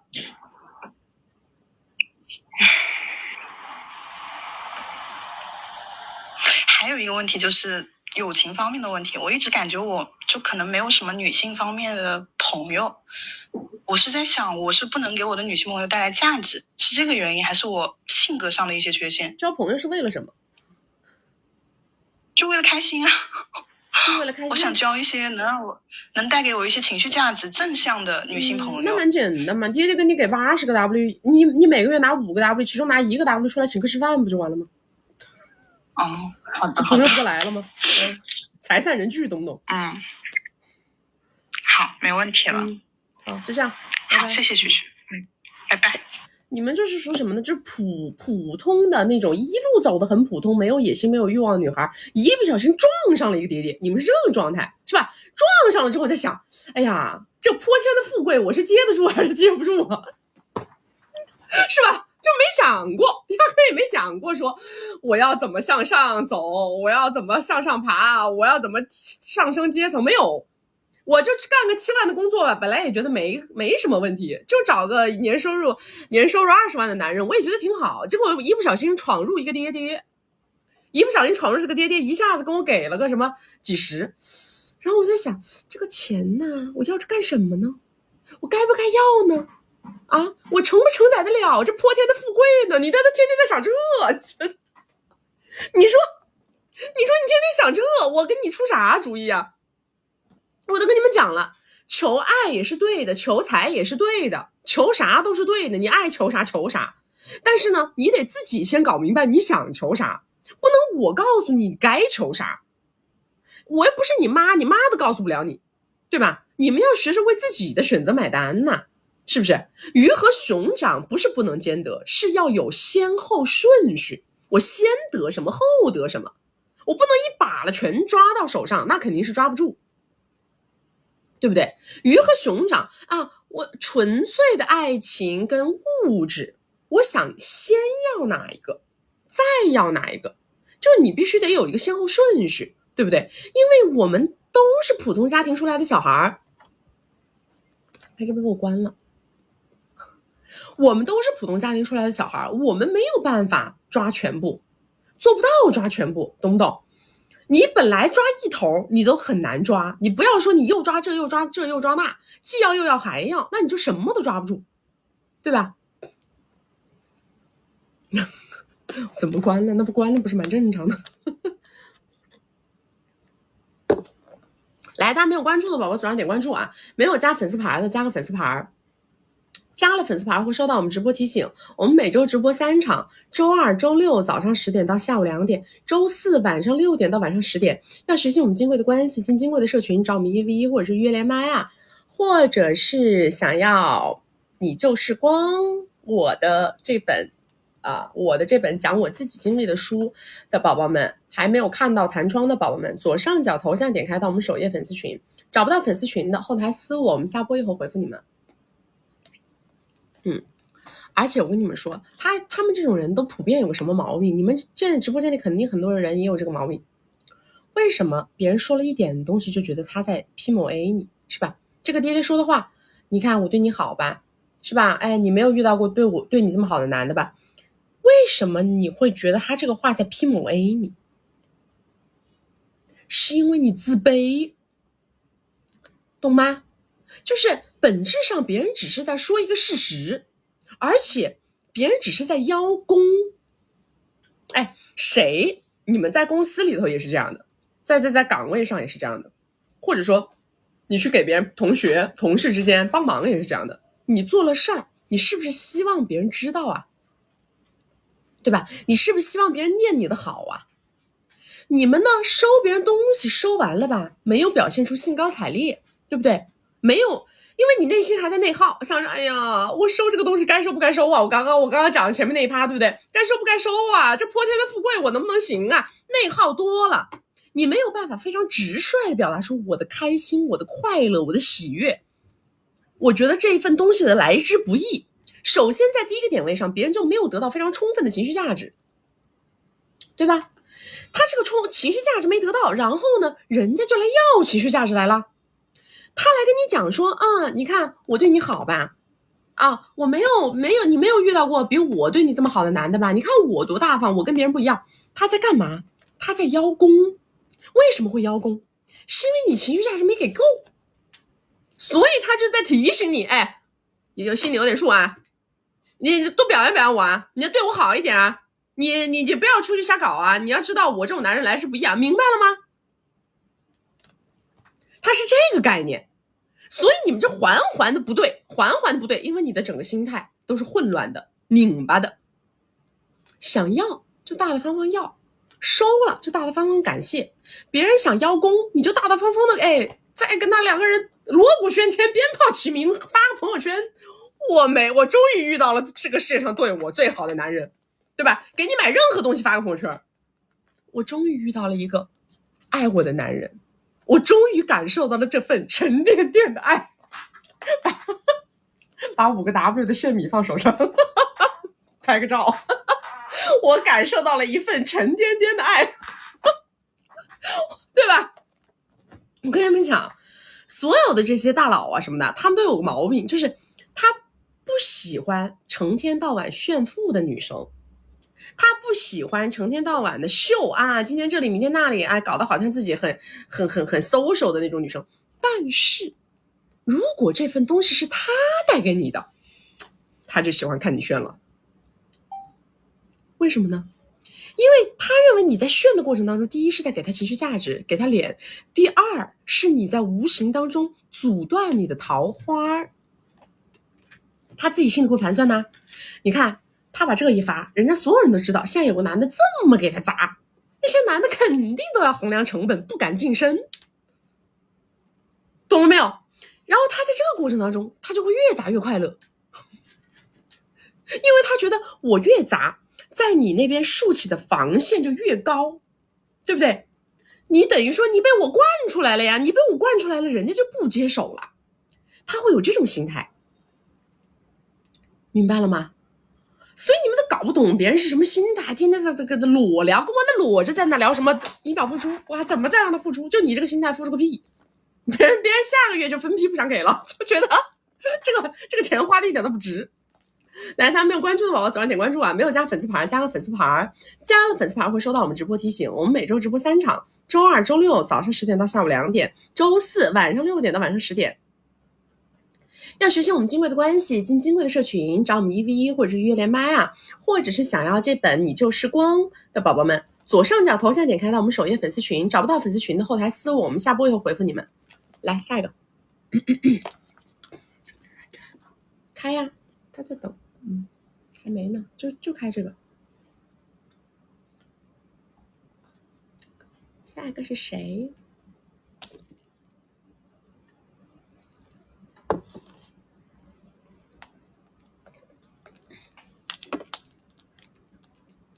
你的爱沉甸甸，我再帮你写首歌，每天在他耳朵边上唱。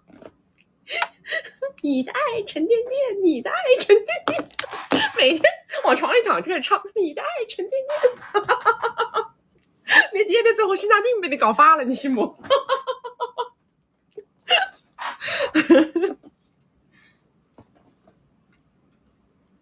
哪里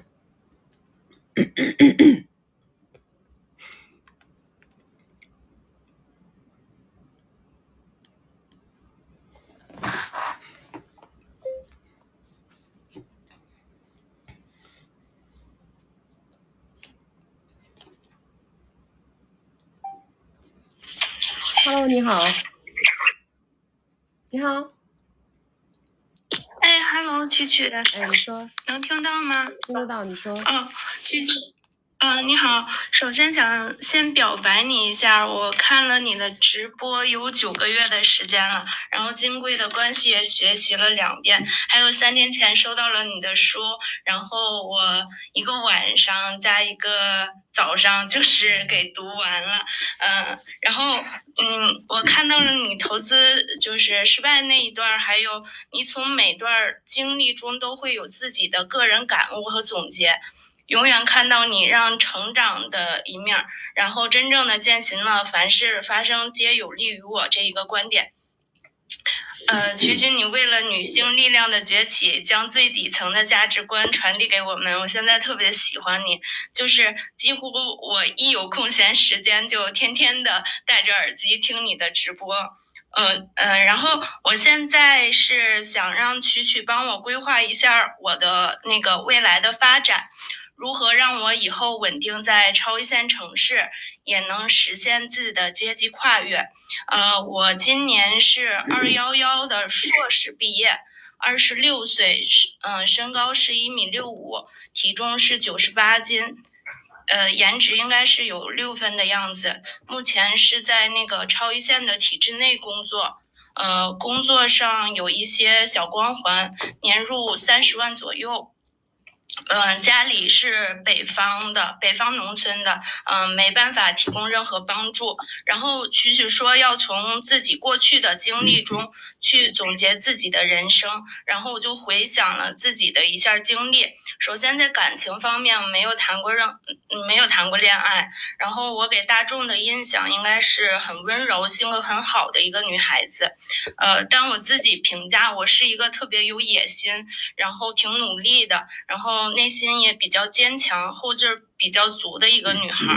然后其次在工作方面，我有过很多段实习的经历，然后发现就是无论是在哪个地方工作和实习，一开始都不是特别起眼的人，但是工作一段时间能取得一个不错的工作成绩，也会得到领导和其他人的认可。然后前段时间我也是从那个对对碰软件上认识了3个男嘉宾，他们基本上都是大厂或是经济行业的，然后和我都是同龄，年入50到70W 左右。见了面之后，几个人都说想跟我深入了解下去，但是我不知道自己是怎么回事，就是我可能跟每个男嘉宾接触1个月之后，我就不想了解下去了。我跟所有男生几乎都是没有特别有感觉的。就是到26岁了，我好像也没有特别喜欢过某一个人，然后我就不想深入了解下去了，我就想把时间都花在个人成长上面，然后想在就是自己能自己努力之后靠自己取得一定的成就。我现在让曲帮我规划一下，基于我现在的基本盘，应该怎样规划自己的人生，然后以实现我在超一线站稳脚跟，实现自己阶级跨越这一个目标。你又要阶级跨越，你跟人对对碰都不想深入了解，那你咋跨越呀？你所谓的阶级跨越要达到一个什么样的经济水准？你跟我说一下。我觉得就是在500个 W 左右。500个 W 是什么总资产吗？对，我就是想在那个超一线买个房，然后自己有自己的小生活这种。哎呀，这种东西你这个靠婚恋也可以实现呐，不需要非要自己一个人搞，自己搞归自己搞，你也不冲突啊。我觉得你下次再遇到男嘉宾的时候啊，你这3个男嘉宾握手上一起去1v1是比较划算的，比较合适的，知道吧？但是我现在我跟他们基本上聊了1个多月之后，我都不想再深入了解下去了。你们聊1个月见不见面呢？见，每周见。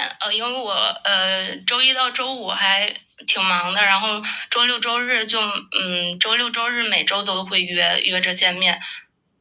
你们聊，因为你这样的没有情感经历的女生呢，因为你聊的东西也非常死板，那对方可能相对的他也会变得比较死板，然后这样一来一回的聊天呢，本来他就没有办法去激发你的任何波动，你就会觉得没意思。对，觉得没意思。对，你就会觉得没意思。但实际上有些东西是这样的，你如果不突破出去啊，你永远都觉得没意思。所以还是该突破得突破。因为人还是很需要亲密关系的，就是说在我看来啊，经营亲密关系这件事情一点儿都不比做事业要不重要，就我认为这2件事都很重要，因为它这个会决定很大程度上的决定我们这一生过得是不是幸福。幸福不是来源于，我跟你讲，很多时候啊，挣多少钱你都不一定觉得幸福，因为物质的快乐是有边界的，你知道吗？所以有些东西不要觉得啊，我不会搞不了就不搞了就不，但是越往后走，你就会越发现追求物质，追求会让你慢慢的觉得有点空洞。他这2件事他还是要2条腿走路，该经营亲密关系经营亲密关系，但是永远把自我成长放第一位，这个是没有问题的。明白。但是我觉得有的时候就是你的精力可能就没办法2条腿同时往前走，可能就是对我这样人，我可能就是只能专注某一个目标之后，然后比如说这个目标达成之后，然后我可能才会顾下一个这样。那么如果是这样的话，你给你自己设定一个比如说收入的这个线，比如说我现在30，对吧？我达到年入50，我去搞亲密关系，或者我达到年入100也行，你自己，但是你这个目标必须得是可预见的、可预期的，要不就是时间目标，要不就是数字目标。时间目标你可以给自己比如说1年的时间，数字目标你比如可以给自己50或者70、80、100都可以。但是你不能说因为一件事儿，我觉得我好累啊，好麻烦的，干嘛的，我就完全不深入去搞。但是这一板块它很重要，不可忽略。确实，我现在有点逃避的那种心理，我不太想去接触这一方面。你现在做的这个事儿，它会有很大的业务上的这种收入提高吗？不会的，因为我是在体制内当老师。那你就太扯了，知道吗？如果你现在干的这个活压根儿就不可能在1-2年之内有飞速的这种飞跃，那你怎么能够不搞亲密关系，想靠工作实现阶级跨越呢？它达不成啊，你的目标达不成啊。是的，我现在就是在工作上怎么努力，可能工资可能只能每年提高10万最多了，然后所以说你这个路径不对，你不能，因为很多人说啊，我要怎么样，我要怎么样，我独立女性这个那个，但问题是他没有想过他所在的赛道的边界性，他所在的赛道的这个天花板就低。那你除非不做这个工作了，你去搞业务，你去搞什么，对吧？那对于你来说，你做不做得到？听下来好像也有点难。对，现在我觉得这个老师对我来说还是一个加分项，就是他在外界人看来是非常有光环的。来，听我说，不要拧巴。你知道你哪拧巴了吗？所谓的老师这份工作给我带来光环，是带来什么光环？这个光环的意义跟价值作用是什么？在别人看来，他是一个比较别人是谁？就是男生。你看，你这不是你为了你这个光环，就是展示给你的潜在婚恋对象看的，明白吗？这就不能拧巴了，对不对？如果为了赚米，你明知道这个工作赚不到那么多，那我这个工作是为了什么？不就是为了展现我的择偶价值？我展现择偶价值，我不择偶，那我在干嘛？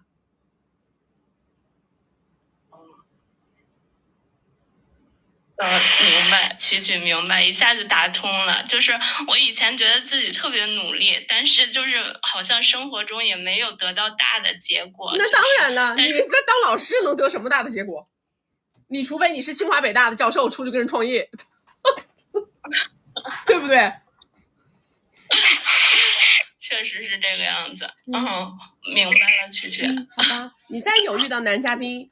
反正你也不是没有米，遇到男嘉宾再多抓几个在手上，你可以来1v1，好不好？好的，明白。好，就这样。谢谢好，拜拜。你们的事业光环要结合你们的年龄，它才能够在择偶市场上价值最大化，对吧？你的事业光环，它无非就只能给你带来可能10几20到30-50的收入，突破不了了。突破不了了的时候，你的年龄必须要有优势，它才能达到你的生命的价值高位，对吧？否则的话，你以他的同等条件，年收入30，如果他现在30岁，他完全价值就在这个择偶圈的价值就不一样了。所以你们要这样用自己的目标去倒推，对吧？你们有的时候，我要执着于自己的事，你自己的事是啥？你自己的事儿。你自己的事儿，1年挣30，10年可能挣到50，你的自己的事儿，它能达到你那个目标吗？你的目标锁得很死，500万，我怎么能有500万？这个就是我的目标。我靠我年入30的工作能搞到500万吗？不能。我这个年入30的工作，我要作为择偶的长板去打，才能撬动500万，对不对？它是这个概念呐。千万不要稀里糊涂，好多姑娘就是这个稀里糊涂，明明干着一份收入没有办法很快提高的工作，还天天自诩说我要跨越阶级，我要什么自己努力，我不要想男人这些七了八的，我要怎么？你怎么做到？你怎么做到？你这个事儿10年以后，你都想明白了，10年以后你都看到结果了，对吧？所以千万不要自己把自己活拧巴了啊！来，大家没有关注的宝宝，左上点关注；没有加粉丝牌的，加个粉丝牌。加了粉丝牌会收到我们直播提醒。我们每周直播3场，周2、周6早上10点到下午2点，周4晚上6点到晚上10点。要学习我们金贵的关系，进金贵的社群，找我们1v1。哎，怎么看不到我的书了呢？找我们1v1或者是预约连麦啊！耶，什么情况？出了一下，稍等。怎么回事啊？怎么带不了了？哎，怎么又给我关了？关15天。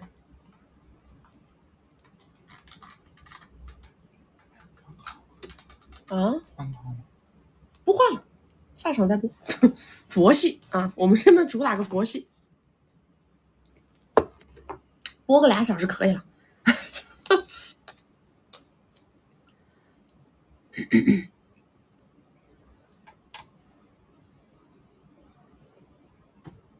27977728，没有这个人呢，没有这个人。我们现在直播就是主打佛系，能播就播，不能播就换地儿播，换地儿播不了就不播了。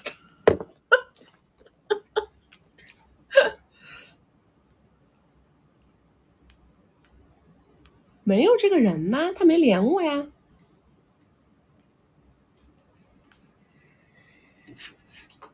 哦，看到了。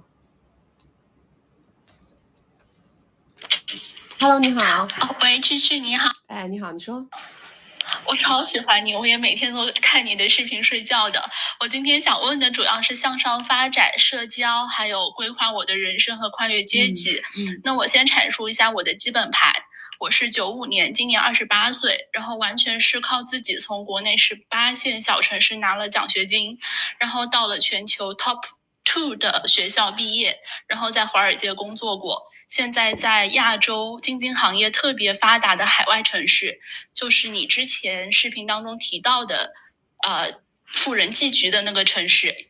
那我在一个非常有光环的行业，基金行业的公司，然后服务的客户都是上百 Y 和这样等级的出海企业。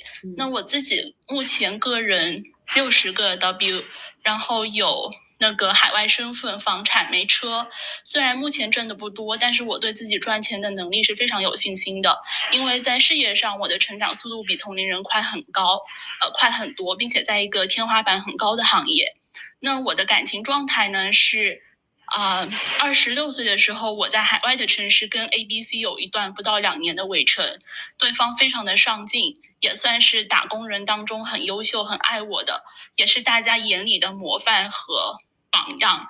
但是分开的原因是我不愿意将就，也不愿意吃亏，我接受不了 AA 制的围城。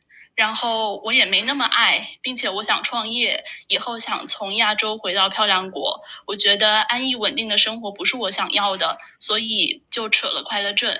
那目前我28岁，比较事业脑，虽然渴望长期的关系，但是对婚姻没有执念了。那我一共有2个部分的问题，事业和婚恋。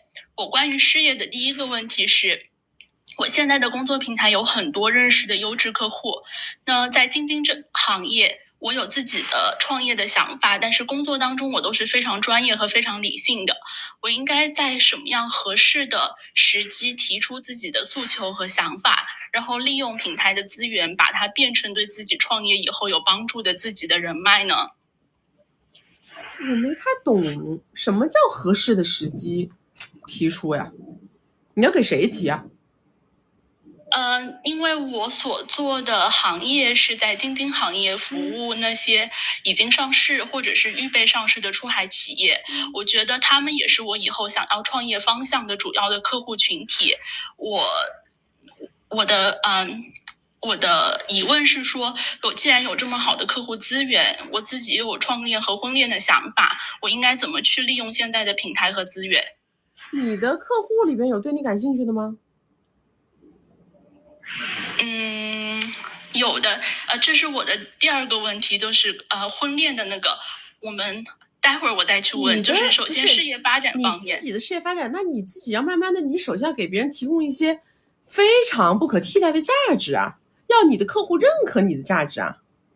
而你首先你自己要明白到底什么是自己的能力，到底什么是平台给你的。了解。你自己要把这个分清楚啊！你要平台的东西被弱化了，自己的东西被强化了，强化到一定程度了，你才有可能去说脱离平台。清楚。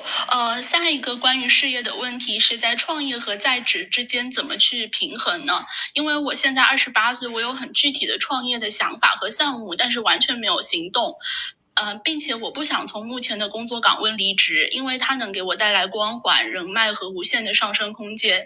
但是在职的状态又真的非常难投入去创业，没钱、没时间也没精力，所以我特别想找一个合伙人。我不太愿意投入金钱，但是我非常愿意就把所有创业的利润都分给合伙人，因为对于我来讲，创业不仅是为了物质，而是探索自己各种可能性。你这个创业需要投米吗？不太需要。不需要投米。对。那你所谓的这个创业，你一定能成功吗？我觉得成不成功都不是我首要考量的因素。不是你首要考量的因素，是你想找的合伙人首要考量的因素啊。只要愿意投入时间和精力，它是一定有市场，并且有空间去做的。你的意思是说，你只有一个想法，你也不出钱，对，你也不出时间，你也不出精力，那别人跟你玩啥呀？就因为你有个想法，那别人做起来了也会把你干掉的呀。对，我觉得不能空想吧，创业不是空想啊，就是说你至少得自己做出一个最小模型吧，然后你才有所谓的什么拉合伙人吧。你自己连一个最小模型都没干出来，你说我有一个想法，你有一个想法，每一天你知道每个人脑子里有10000个想法呀。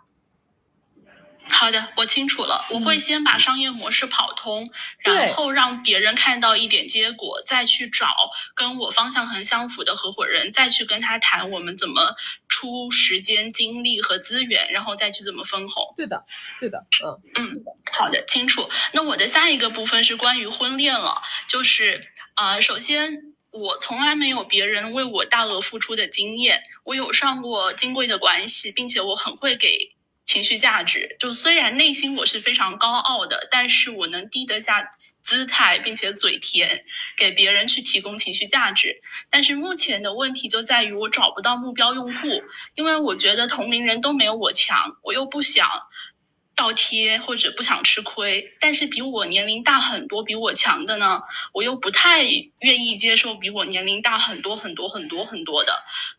我现在的状态属于非常渴望稳定的情感关系，但是又不愿意主动，也没有我能看得上的人，并且做我们这行很多的女孩到了30-40岁都是单身的。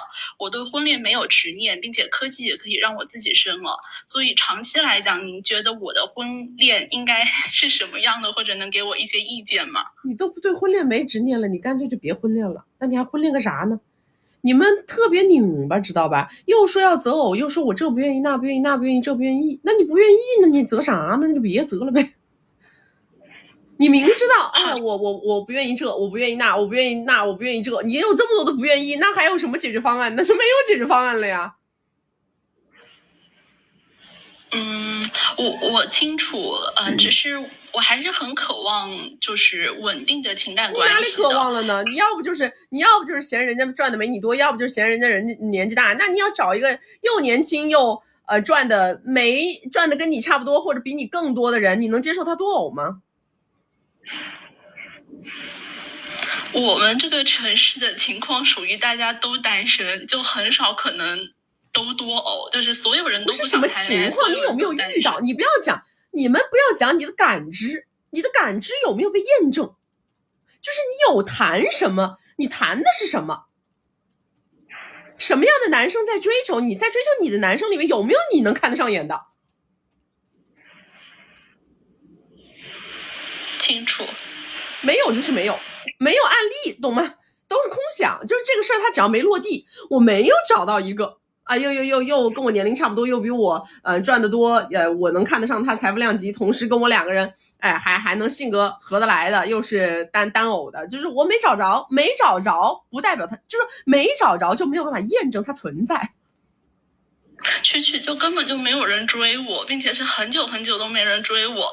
可能不是因为我条件怎么样，就是我自己把那个磁场关掉了，我让所有人都感知得到我就是不感兴趣。就是你们拧巴呀，我都说了，你想择偶，你就让别人知道你想择偶，不要你要来问我择偶问题，问的过程当中要说我不愿意这，我不愿意那，我不愿意那，我不愿意这，那你咋择呢？择不了了，那就别择了呗。OK， 好的。我的下一个问题是，因为我现在28岁，有海外的身份，有车，然后工作、学历都 OK。我现在还在准备给父母在国内买房，都是靠自己的努力赚到的米。但我所在的城市车特别特别的贵，我不应该把我每个月收入的1/5拿出来买车，来包装自己的白富美身份？你重点不是这个，你还没找到重点。你最大的短板压根就不是白不白富美，你最大的短板是因为自己现在没有自洽，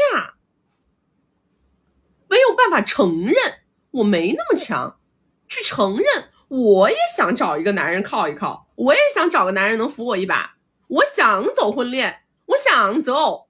你能不能承认这件事儿？你跟所有的男生如果从这个发心上去出发，你散发出来的能量都不一样。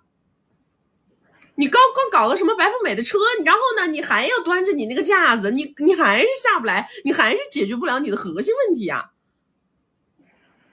清楚了。曲曲，就是我虽然在事业上我觉得我很有自信，但是如果我真的想走婚恋，在跟男性接触的过程当中，你觉得我应该做真实的自己，就把女强人的一面表现出来，还是应该收着一点，就是用你教的那一套去捧他们，给情绪价值吧？当然得用我教的了，用你那套能有男的？你那套能有男的，你不早有了？好的，好，拜拜。好的，谢谢曲曲，我清楚了，拜拜。还要问是用我这套还是用你那套啊？我是谁呀？情感麦肯锡。哎呀，你说你们拧不拧吧？拧不拧吧？听着都拧吧，是不是？上一场有个一模一样的，有个姑娘也是说我现在年入多少多少，我预计在几年之内我能年入多少多少，然后我现在身边的男的，我就主打就是看不上，主打就是个看不上，你看不上就别看了呗，不要强行看，对吧？你现在能看得到的人里头选，才能找到所谓的对象吗？你说你看得到的人你都看不上，那你还找个毛的对象啊？那别找了呗，你找那耽误时间，耽误功夫。就是一边又说自己要找对象，一边又给别人传递的都是我看不上，我这看不上那看不上，你这怎么找呢？你别找对吧？我跟你们讲啊，从小到大不缺男人的女生，她们散发出来的都是我好想找对象，我要谈恋爱，那就是一天没男人我活不起了，你懂吗？她不一定真的是这样的人，但是她会给人表达，她会散发。我告诉你们了的，我身边有个闺蜜，从小到大她没有空窗期，她没有空窗期，而且她谈的每一个男的条件都还不错。当然可能在你们眼里，刚刚这种姑娘眼里就主打都是看不上的要不就是家里条件好啊，可能自己能力一般的，要不就是自己能力强，但是呢可能有点小多偶的，要不就是也很有米，也单偶，但是呢年龄有点大的。总而言之，他总肯定有一个小短板，对吧？完全完美的那种又高富帅的这一类呢，他也谈过，但是呢这一类呢，最后就是人家妈妈不同意人家的妈妈不同意呀，所以你们懂吗？就是他一定会有一个小缺口，这才叫正常的男人，正常的婚恋择偶范畴。因为你不是完美的，你找不到那种完美的。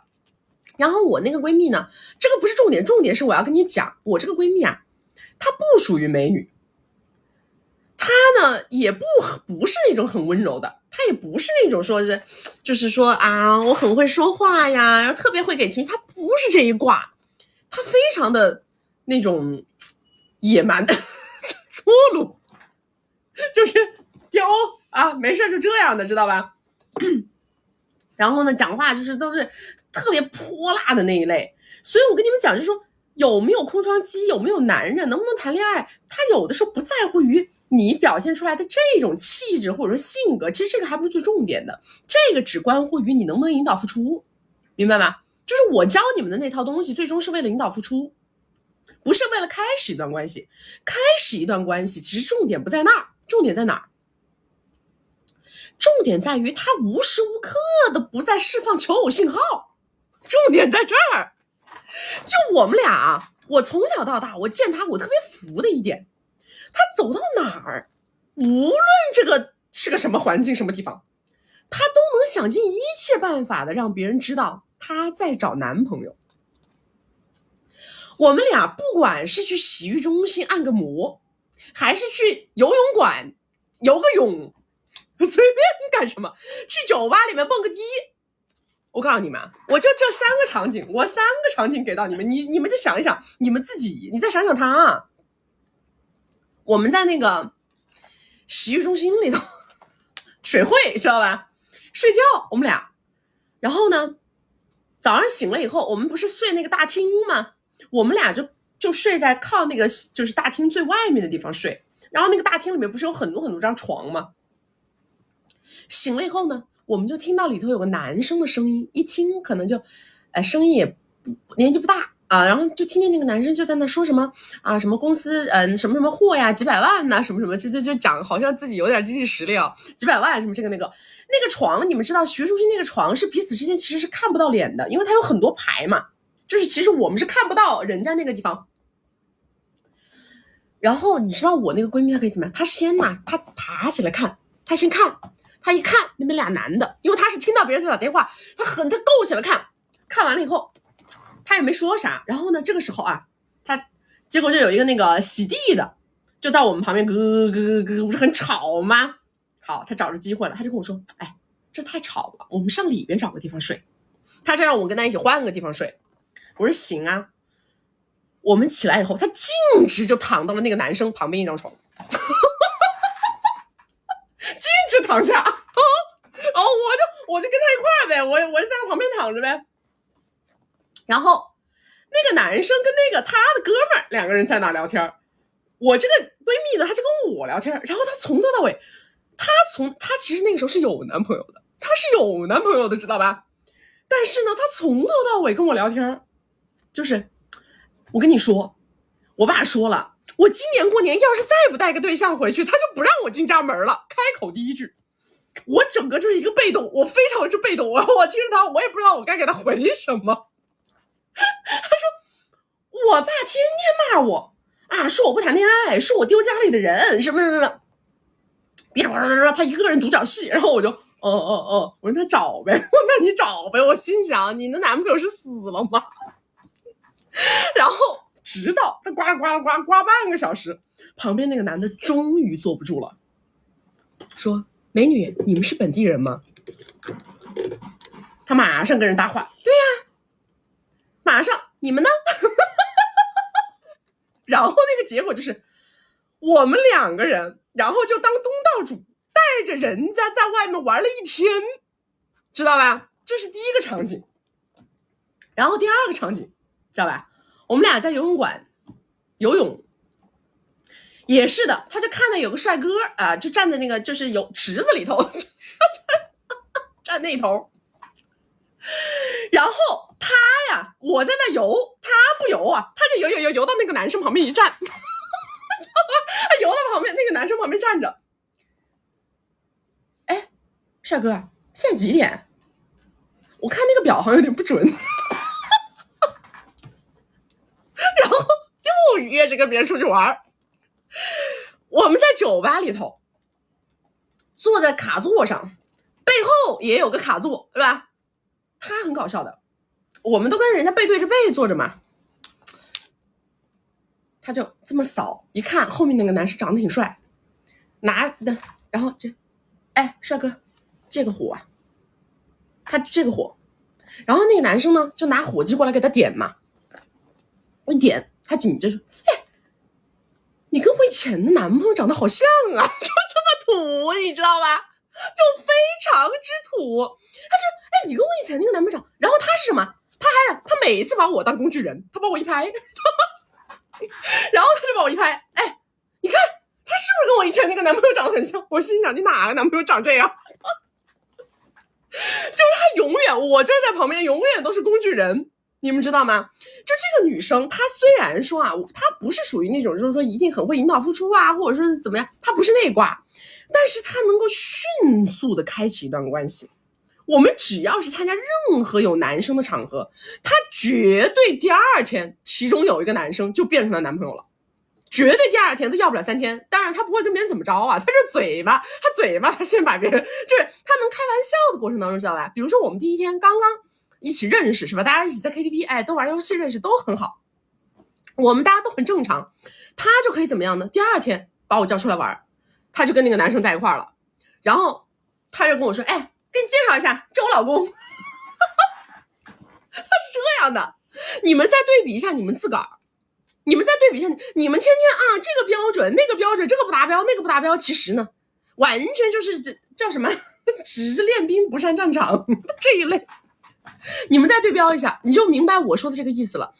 要想找男朋友，重点不在于你是个什么样的人，重点在于你要释放自己的求偶信号，就跟动物一样的，明白了吗？你这个求偶信号释放出来了，自然的那些男的就都围过来了，一点都不费吹灰之力，好吧？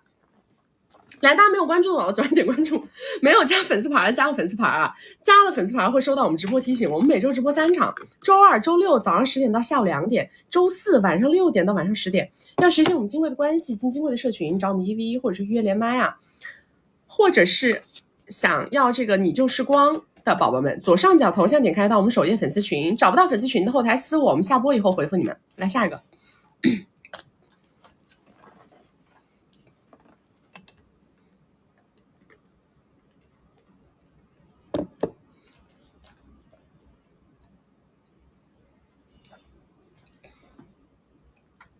但我那闺蜜情绪不稳定，情绪非常不稳定。她男朋友，她每一次都是多好的男生都被她快作死过去，作残，作死作残。我们后面还有2个。啊 ，Hello， 你好。你好，菊菊老师。你是我的女生，就是一直看你很久了。我想有个问题，就是我是一名主播，然后我这边就是有个男嘉宾，他刷了有付出90个，然后他现在的状况就是要经常叫我出去吃饭什么的，我从来没有见过，就是没有见过大哥，然后会让我觉得非常的有压力，然后他想要跟他的女嘉宾分手，跟我在一起，然后我的问题就是我是应该继续呢，还是应该放弃？因为我的条件不是很好。傻呀，你怎么非黑即白呢？啥叫继续？啥叫放弃啊？啥叫继续？啥叫放弃啊？不要非黑即白，好不好？就是他会让我觉得非常的有压力，是因为他要跟他的女嘉宾扯快乐证。No， 我告诉你啊，乖，你多大？而且，但是我就是如果没有这个男嘉宾，我自己的话，靠自己的能力也就1年10到20之间。你听我说，你呀，你一定要摆正一个心态。我告诉你啊，对，这个男的如果要跟他的女嘉宾扯快乐证，跟你没关系，懂吗？跟你1毛钱关系都没有。你不要觉得他要为你扯快乐证。第一，如果他们的围城关系没有裂痕，那么他一定不会为了一个女主播要扯快乐证。如果他们的围城关系有裂痕，那么他们本来就要扯快乐证，跟你也没关系。听懂了吗？但是他会拿这个跟我说不重要啊！哎呀，这不就是聊个天儿吗？这不就是聊个天儿吗？明白吗？他让我出去吃饭。吃呗，你吃你的饭呗，可以吃饭呢。我要继续去，然后不要把我内心的想法说出来，是吧？啥内心想法呀？你有啥内心想法？我内心想法就是就也不太想继续这种关系。啥关系？你跟人没关系，你面都没见过，你跟他有什么关系？见过，就是因为见过之后，他才说了这些要扯证啊，什么要跟我在一起这样子。你们见了几次啊？没见面之前是没有说这些。你们见了几次啊？4次。见了4次了。4次。你们有对没见面之前有实质性关系吗？30。没有实质性关系。但是他想。对。那我对你的建议是这样的，回归到大哥跟主播的位置上，刷客跟主播的位置上。如果说你一要回归，他不高兴了，撤离了，那么就让他撤。对，但是就是那我就是还是不要讲，就是见面之后有一些动作是越来越过分，所以让我感觉到后续有点困难。那就不去啊，不去了。对的，不去了。就是说我现在没有想好跟你两个人是这种关系，你说我是把你当做我最好的大哥来看待的说你是我最大的支持者，也是我最大的大哥，我不想介入到你们的关系里，我没有想过要做这样的一个事情，这个是违背我的初心的。就如果你愿意来，我也很高兴，如果因为这样的话你就不来了，或者你就让我不舒适了，你说那这样的话我们的关系也不持久，强留也没有用。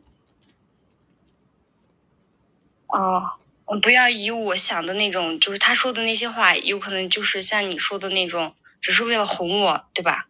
就是他现在告诉我，就是我想要跟你在一起，你看我因为给我刷礼物导致他要扯什么什么证，然后他要跟我在一起。不要听这些知道吗？跟你没关系。然后他现在就说因为有那个女嘉宾的原因，然后他不能继续给我刷礼物，那就不要了呀，那就不要了。我跟你说，你再继续下去，说不定他还要你还他礼物呢。别，没必要，好吧？对，那这个你帮我再分析一下，就是这个见面跟这个刷礼物，他没见面之前俩付出有30个，然后见完面之后持续这样子，一共就是不到5个月时间刷了90。还是不见面的比较好的，对吧？不是不见面比较好，只是说你没有必要，就是正常来讲的话，你可能要让他刷到了100再见，知道吗？对，没有必要见那么早。没有人跟我刷过那么多，所以见了就见了，也无所谓，这个东西没有什么好纠结的，好吧？行，那就是随心随自己心，不想去就不去了。对的。好呢，是我跟你讲啊，乖，每一个大哥他都是一个客户，再喜欢吃的餐馆，他吃着这个餐馆换厨子了，这个餐馆哪个装修变了，这个餐馆哪个菜不好吃了，他可能就不来了，就不来了，你总得开门去迎接下一个客人，懂吗？对，是因为我现在害怕，就是因为他说了那么多的那些拿那些事情来压我，然后还有就是每次动作会越来越过分，比如说这次牵你的小手搭个肩，下次就要看你的油。不要重复，我已经说了，不舒服不想去就不去。好的，好吧，就这样。好的，拜拜，谢谢。真的是女主播，如果说你们不能把自己的位置摆正啊，你们会觉得做这份工作做得很内耗的，明白吗？你们老是觉得做女主播就是一定要不停的去讨好别人，不是这样的，并不是这样的，我们只是在做服务，你们能把这个点摆正吗？我不是在讨好谁，我是在做服务，我是在完成我的演出，完成我的表演。我的直播间是我的舞台，对不对？我在这个舞台上表演，有很多的客户欢呼声、呐喊声，有人献花，对吧？确实有的客户他是大赞助商，他赞助了我这场活动，他赞助到一定程度，他让我跟他去吃个饭，我能不能去？我可以去，因为这个是我的礼貌，是我对客户的一种尊重，对吧？你是大客户嘛，那我应该尊重你。但是涉及到了转变身份，对吧？转变，我们本来是客户跟这个赞助商的身份，对吧？这个表演者跟赞助商的身份，对吧？或者说是演员跟客户的身份，本来是这个身份，现在你要把它转成男女朋友身份，转成夫妻身份，这个事情是要双方共同认可的，明白吗？如果我不想，我就不要做，不要按头消费，我顶多就是换个赞助商，赞助商是不好拉，没毛病，大赞助商尤其不好拉。但是越是不好拉，我越是要想一想，我怎么去把我的业务做得更好，我怎么让我这个节目收视率更高，对吧？我让我的表演受到更多人的喜欢，打动更多人，给别人更多人带来价值，带来快乐，那么我就不愁赞助商，是这么一个概念。你们不能老是去拽着一个赞助商，然后因为这个赞助商说怕他跑了，然后他要跟你怎么让，他要这个你，他要那个你就顺着他往下搞。你顺着这个事儿往下搞，一旦你们的身份发生转变，可能他就不赞助了，因为没有必要了，甚至于他还要控制你，不让你再上台表演了，对不对？这是你想要的吗？把握好自己的战场啊，把握好自己的舞台，把自己的技术多精进，这个就是永恒的啊。来，大家没有关注的宝宝左上点关注，没有加粉丝牌的加个粉丝牌，加了粉丝牌会收到我们直播提醒。我们每周直播3场，周二、周六早上10点到下午2点，周四晚上6点到晚上10点。要学习我们金贵的关系，进金贵的社群，找我们1v1或者是月连麦啊，或者是想要买这本你就是光，现在找不到右下角弹窗的宝宝，左上角头像点开到我们首页粉丝群，找不到粉丝群的后台私我们下播以后回复你们。来，下一个。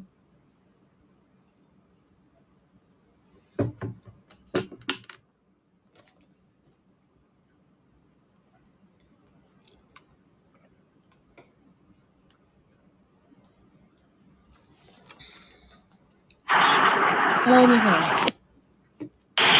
你好。喂。你好。蛐蛐你好，你现在能听到我的声音吗？可以，你说。就蛐蛐你好，就是首先我想表达一下对你的感激，就是之前呢我一直在听你的直播，也是给我注入了满满的正能量。之前我也跟你连过麦的，就是关于围内的婚姻关系问题。我现在呢也越来越关注自己，然后看到了自己的变化。首先我的基本盘跟你说一下，我是33虚岁。然后7年前呢，我都进入了围城关系，对方呢是京津行业，年收入15W，到手是10W，除了还房贷以外，他每年只会给我5W。我属于父母从小是做生意的开厂，固定资产是1000到2000W，产值是每年收益是100W，但是我有个哥哥呢，就是比我大10岁，他是属于做生意不稳定，经常会亏损，然后会以各种理由会回来问父母要求借钱，然后后来呢，因为某些原因就觉得他是做生意不稳定，然后就把资产转移到了我的名下。我属于是长相7、8分，身高167，平时打扮以后呢，就是也比较有回头率的。之前是播音主持专业毕业的，然后结婚后呢，我在结婚的时候呢，我就是属于父母比较从小比较宠爱，就是在感情认知也不高。在开始进入围城关系时呢，对方把所有的积蓄呢，就是交给他父母买房，导致身上就是并连买婚戒的钱都没有。我这个比较有点下沉，然后呢，对方父母呢也不愿意给。当时我就有点不开心，男方资产在2线城市，也就2个全款房，在300W 左右。生了一个男宝，然后他的父母也并不愿意带娃，也不愿意出钱，还说过我们家是，有2个，意思就是说以他们家可以接受不生为理由，拒绝出钱，然后在这个请阿姨，包括我这个各方面生活开销，就是当时并没有细算过，就是都是由我父母出的。在他家看来，就是觉得我们家都是应该的，男的对我曾经也说过，就是觉得我脾气不好，像公主，有公主病，甚至于应该倒贴，除了我，没有别人可以接受我的脾气。我自己也并不是很有太多上进心，毕业之后一直带娃，然后比较封闭自我。在这个过程中呢，男方父母也不带娃，还多以说我没有工作为由来拖累他家。在这几年过程中，我也一直比较内耗，怀疑自我。在此期间，男方也曾经在这个2年之内一直对我进行冷暴力，对我就是表示就是不愿意，就是开始不愿意，有的时候以各种理由就是不太愿意出生活费。但是在进入围城关系的之前，是我父母给了我60W，但是我现在就是以现在为的话，我现在其实我是带着负债的。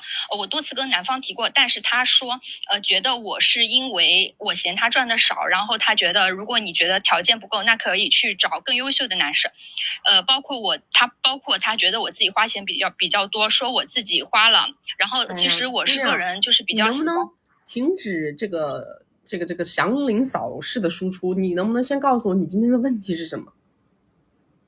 我现在的问题就是说，在听了你的直播之后，就是我，就是想把这个，就是当时就是这个，男方他就是做出了一个，就是对他有一点就是有点想撤退了嘛。然后男方他就是以愿意在这个房产上加我名为由，但是我现在内心深处呢，就是还是就是一直就是觉得有点过不去这道坎儿。问题就是，现在我就是想，我想问一下，就是我后期应该做一个怎样的规划，让自己变得越来越好，寻求自我追求，然后让我在这段关系里面，我现在是比较迷茫，然后就是关于这个男宝是怎么处理，然后他经常会因为我们之间闹矛盾而感到就是比较不开心吧。然后男方他就是我没有很复杂的，你这个事儿我的建议就是现在立刻马上扯快乐证，这是我的建议，我没有别的，我没有什么第二个建议给到你。你这一件事儿不把它搞完，你这个负能量剔除不了，你说的那些东西几乎是完成不了的。就是男方就是说如果结束这个关系的话，就是不让我看孩子。为什么孩子不能给你呢？他们又不带。因为我觉得我这么多年没有工作了，就是我自己就是觉得我可能就是没有这个能力去承担。你家里有条件吗？就是因为我哥哥就是做生意吧，就是有一点经常会属于亏损的状态，然后父母可能就是把资产转移到我名下了，但是他就是希望可能最后还是希望我再转给他吧，就是或者是转给他不就完了吗？就是不转给他了是吗？你就搞你自己的，把你自己生活先过明白呗。以后有实力了转，没实力了嘛，你就先这么过嘛。你总不是要出去工作。如果就是就是自己带是吗？对啊，请人带啊。那这个，但是在我们这边2线城市的话，可能请一个人带娃也得有6K。6K 怎么了呢？那他本来他们家也不支撑你这个东西啊，他们也不帮你带呀。他就是如果就是不扯的话，他可能就是每年会给我10K 吧。就是什么叫10K 啊？10W。这个10个 W 对于你来说很重要吗？你不得出去找工作吗？你为了10个 W 一年在这隐忍，你觉得划算吗？我就是跟他多次讲过，就是希望他父母能够带娃，然后我出去工作。你讲的东西是不是已经被否决了无数次了？对，已经被否决了。你还要讲什么呢？你也否决了100次，还想再提出101次，能改变结果吗？那我就是希望男方就是能够继续给我这个每年10W， 但是他拒绝了。那肯定不得给呀，这不废话。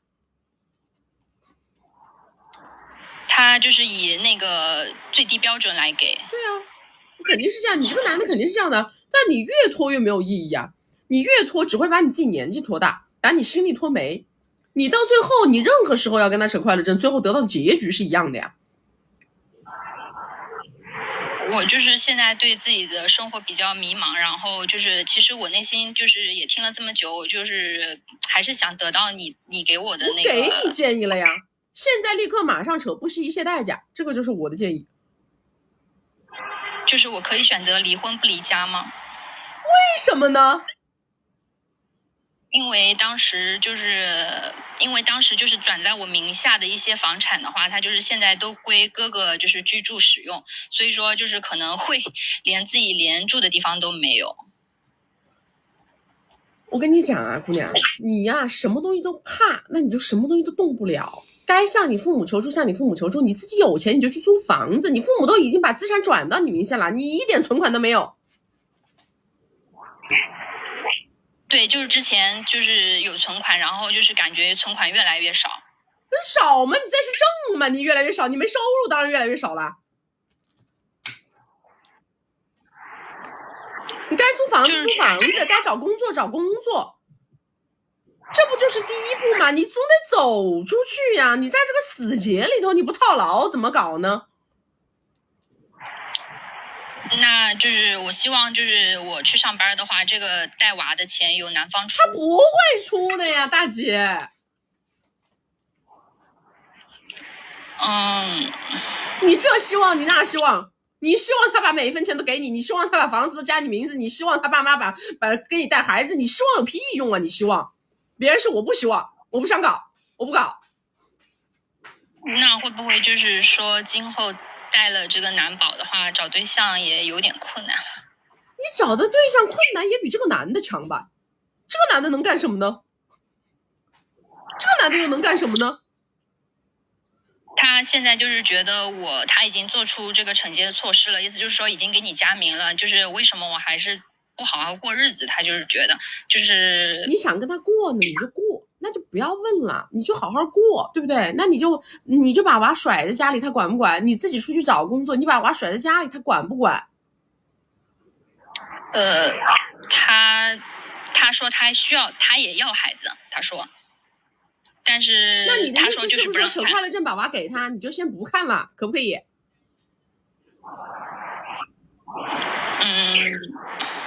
我说共同抚养。我目前做不到。拿不起的选项不叫选项，拿不起的选项不叫选项，好吗？你要不然就跟他扯快了证，把娃带走，自己多辛苦都自己去面对。你要不然就继续在这过，你就啥也别想了。你要不然就没路可走了，好吗？好的，好，谢谢曲曲。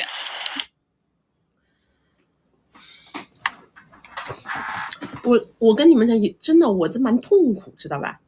我并不认为你们的生活有那么糟糕，这个就是我跟你两个人感觉到很痛苦的点。你已经觉得你的生活已经，哎呀，无望了，一滩死水了，要死了。但是在我看来，我不认为你的生活有那么糟糕。我认为无非就是一些断舍离的问题，你也没饿死，你又没有人上门找你要债，你又有手有脚，他能糟到哪里去呢？无非就是以后吃点苦嘛，工作起来嘛，找工作嘛，对不对？找工作嘛，找男的嘛，你又没有负债，有那么差吗？就没了这个男的，就再跟这个男的在一起已经差成这样了，你这未来的生活还能差成哪样呢？你都已经差无可差了，都抄底都快抄家了都。舒适圈，那还得舒适才叫舒适圈呢，那不舒适也叫舒适圈。这就是我非常痛苦，我跟你交流这个点我非常痛苦，知道吗？我觉得你有手有脚，脑子也能转，能够出去工作，家里也没有什么很大的负债，父母还能帮衬着点儿，资产也在你名下，你手上还有点存款，没有差到那个份上让你上街要饭了。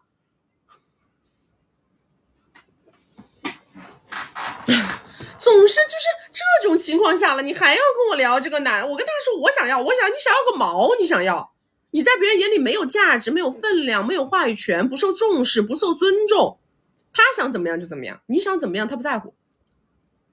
你还要跟我就我想这我想那，我还跟他妈说这我跟他妈说那，你说了他妈10年了他也不听，还是说你也不嫌累得慌。你有这个精气神儿，你出去找几份工作，你多说服几个老板，说不定本来你以为自己只能出去拿5000，结果忽悠到个老板拿1万的。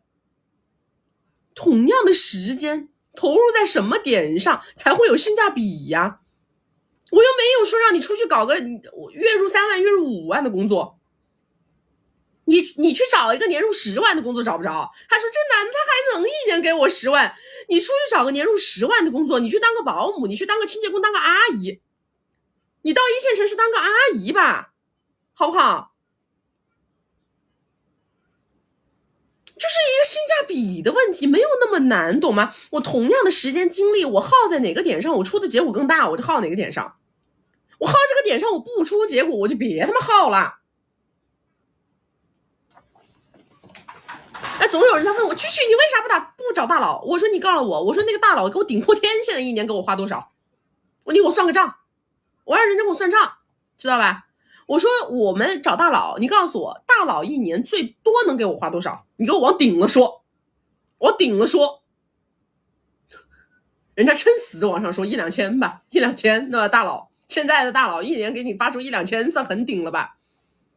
我说这就是问题，为什么呢？我说因为我现在一个脑子动得对，一年多挣不止1-2千，这就是我的级别，我的段位就在这儿。我说那你告诉我，我同等的时间我投入在哪个点上？我说我找大佬我搞1-2千，我是不是还得给他情绪价值啊？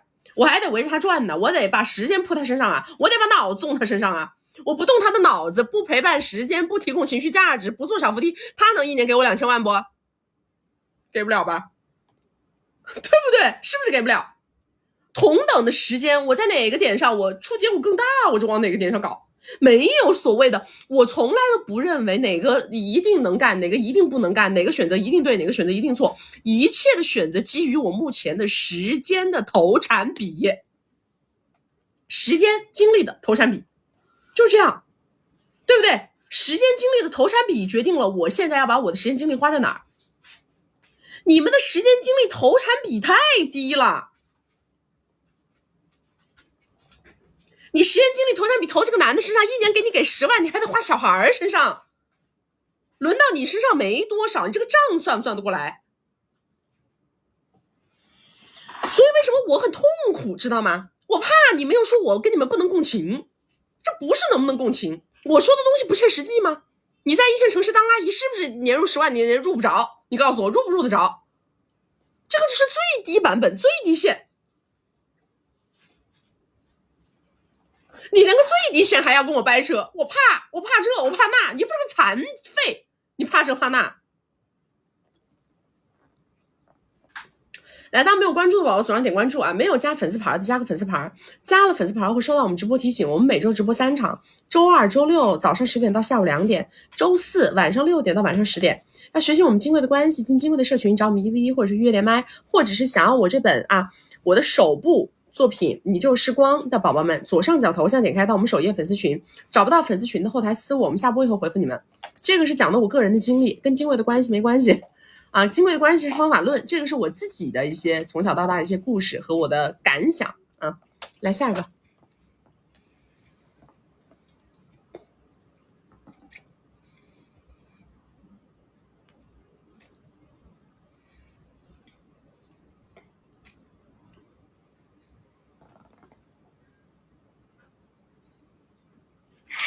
Hello，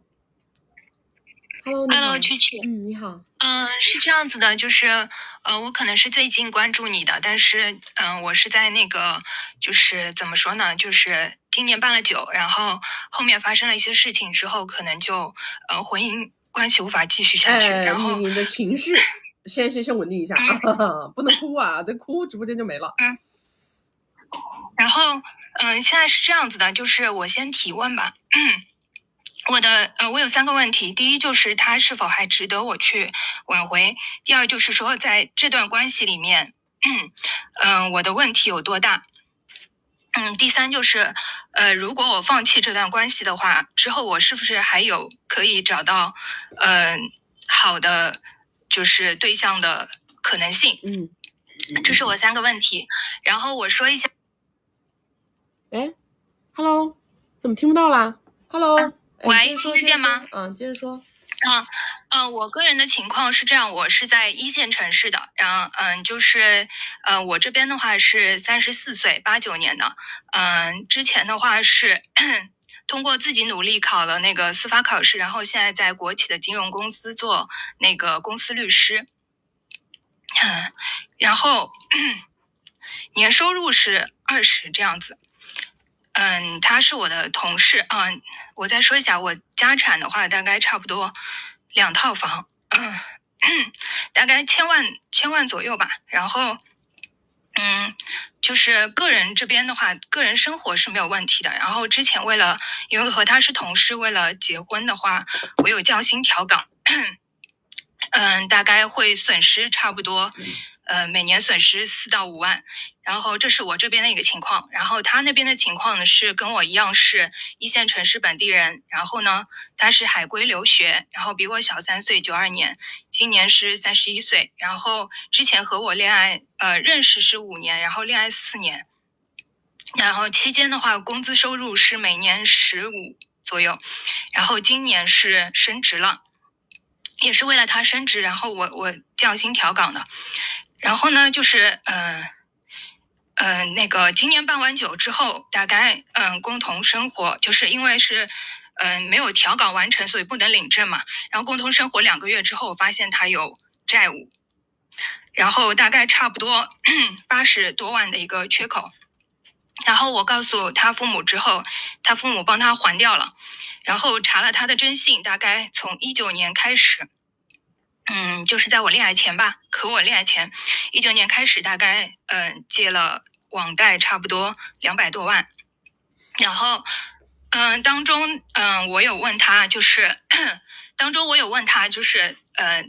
给我说清楚到底用在哪里，然后一直就是推脱，然后不肯就很难，不是非常配合。然后到双方父母就是见面去聊的时候，他才把这个就是等于说是有一个就是银行的流水给我，然后当中当然有一些来来回回的一些口头的一个确认，然后我也不觉得特别的可信。然后说起来就是说这些是用途是用在，一是他之前有一个20几万的健身，为了减肥，然后还有借了20几万给朋友，然后后面的话还有一些钱是用在游戏充值里面，还有是大概差不多60万是在我和我的4年的恋爱开销和那个办酒，然后那个期间的话，再加上他的工资呀啥的，其实基本上他的这个4、5年期间都是有300多万，300万左右吧，就是这样算起来的话，300万左右的开销。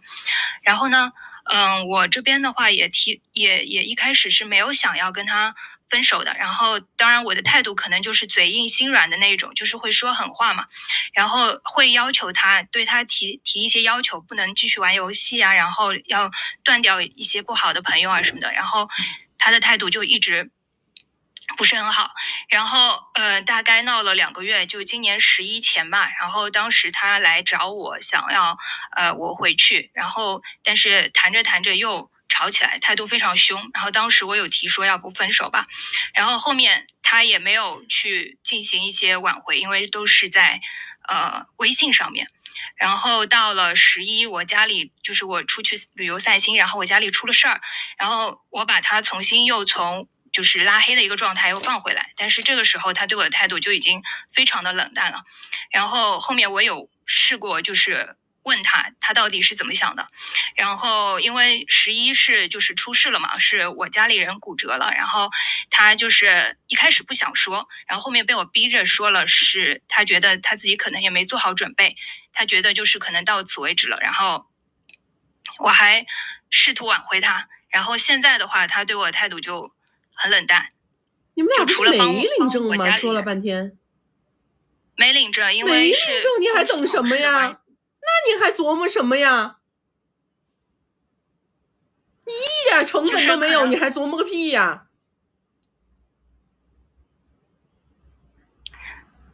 因为就我可能还是恋爱脑吧。他有什么价值呢？没有价值啦，正好证也没领，就这还哭，你哭啥呀？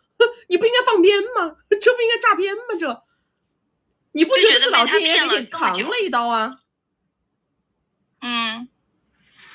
被他骗了这么久，他最后还说感情变质了，说我有什么好说的？可怜之人必有可恨之处。我说的是你啊。什么叫被他骗了这么久？人家你已经公开化了，你知道了，而且你们俩也没领证，你这不很好吗？皆大欢喜。要是这你还要跟这个人硬着头皮往下走，你才是脑子有坑吧？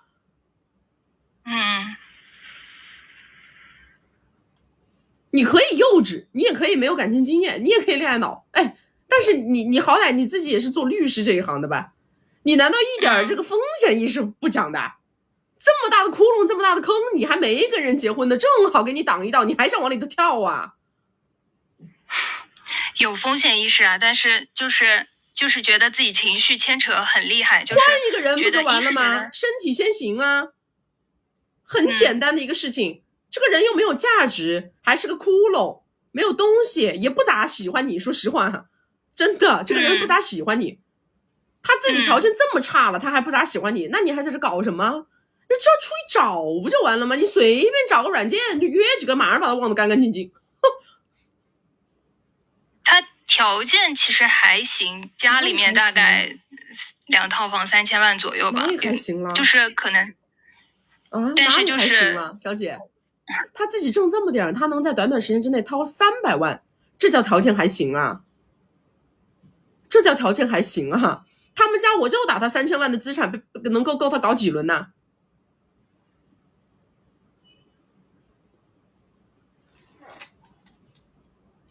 明白。啥叫条件还行啊？你们咋评估的呀？还有就是他今年就是升职了，是不是也是一个他态度变化的一个点？哎，不是小姐，你是不是脑子有毛病？你纠结的这些东西，他们都不是重要的点。他升不升职跟你有啥关系啊？他能掏那么大个漏洞，这个人他有恶习在身上啊，只是你现在没看到。他哪来的这么大漏洞？我问你，他哪来这么大漏洞？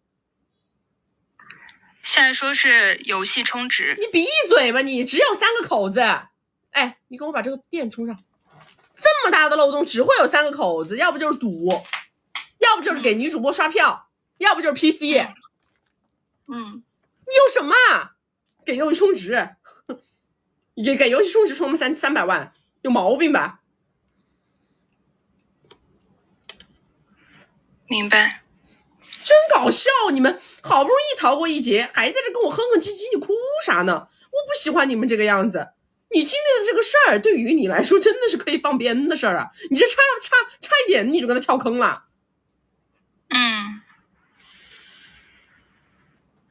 就是我脑子不清楚，被他骗了4年呗。事实上，他也别扯淡了，你赶紧找人吧，赶紧找人。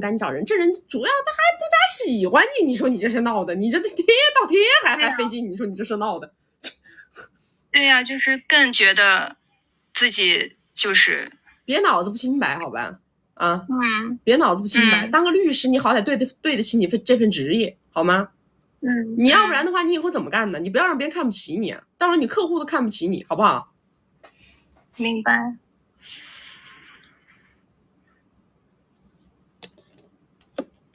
就这样吧。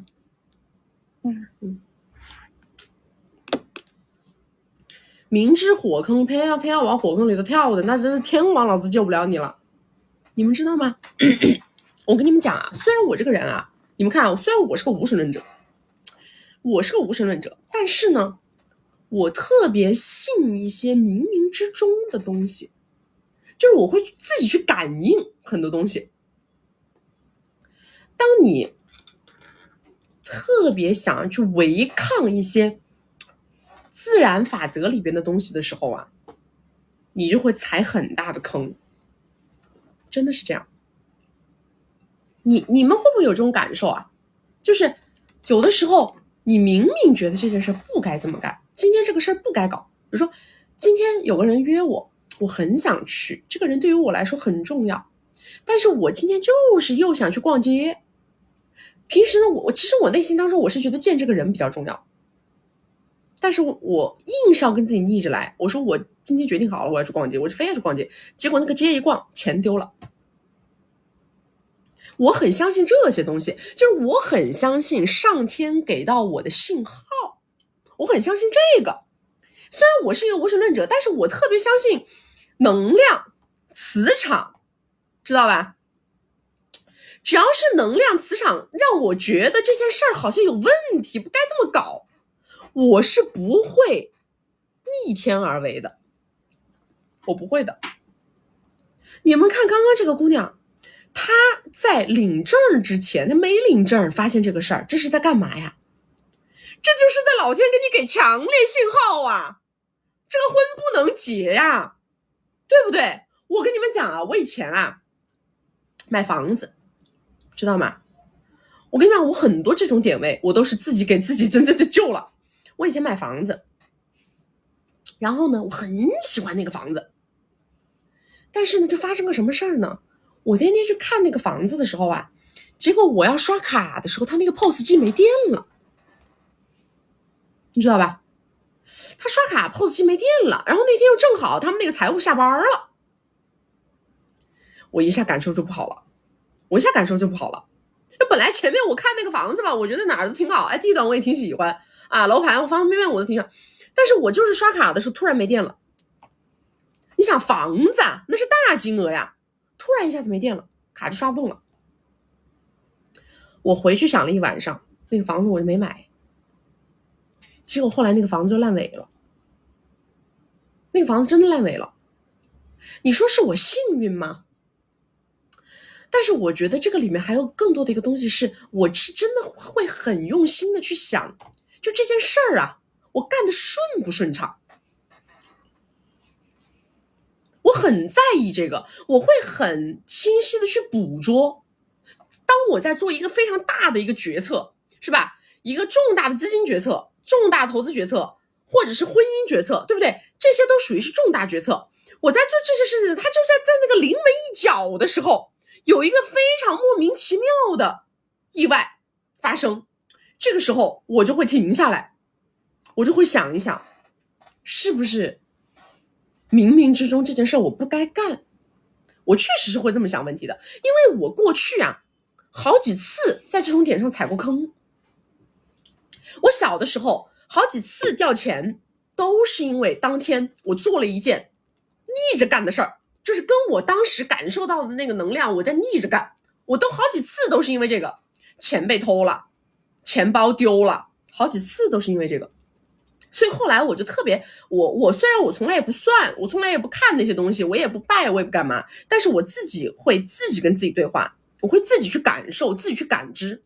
所以我也经常跟你们说，我说什么是我们的命？我说要在我们过去的人生当中找经验，在你过去的人生当中呈现出来的规律性，很有可能就是很适合你的发展的点位。你要在那一个点上打穿打透，知道吗？你说这种姑娘你也转念呐，4年怎么了？4年不刹车那就是40年。以你的性格，你今天一旦要是跟他领了这个证，你就跟那上面那个女生一样的，以后遇到再大的坑你都得跟他一起填，你都想着哎呀我不能又从这个围城里头出来，你步步都在给自己设阻，步步的都在想自己这个沉没成本，是吧？重大决策的时候不要过度的去思考你的沉没成本，一定要多思考你的现在和未来能不能更好，这个是最重要的。来，大家没有关注的宝宝左上点关注啊，没有加粉丝牌的加了粉丝牌，加了粉丝牌会收到我们直播提醒。我们每周直播3场，周2、周6早上10点到下午2点，周4晚上6点到晚上10点。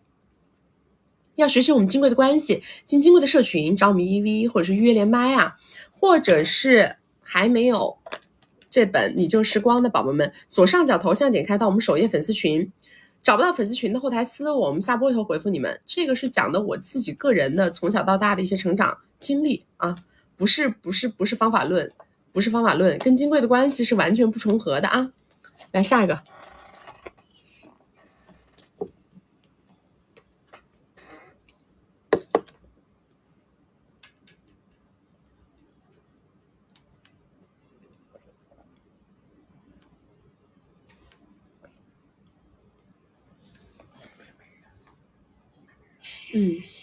喂，哎 ，Hello， 你好。哎，你好，曲曲，很喜欢你。然后，我说一下我的情况。我是92年的，32岁。然后长相身材是7分左右，168，然后106斤。然后是今年9月份，也是经历了各种内耗，扯了快乐症，然后有一个蓝宝。然后现在呢，对那个事业有追求，然后对。婚姻是没有追求的。然后我的收入呢，主业是2个 W， 然后副业呢是主播，是1到2个 W， 因为这个是扯快乐症之后才干的。然后我今天提问的问题就是，对男人，现在有2个男嘉宾，1号男嘉宾，就是我现在不喜欢男人，我只想从男人身上搞那个啥，然后1号男嘉宾比我矮，不好看，朋友介绍的，说他很大方，我对外报的年龄是26岁，然后之前给过3个 W， 但是手还没牵。第一个 W 是因为他第一次带我去吃饭，找了一个很破的餐馆，然后我就想到你的视频，我就扭头就走了，然后他就给了一个 W。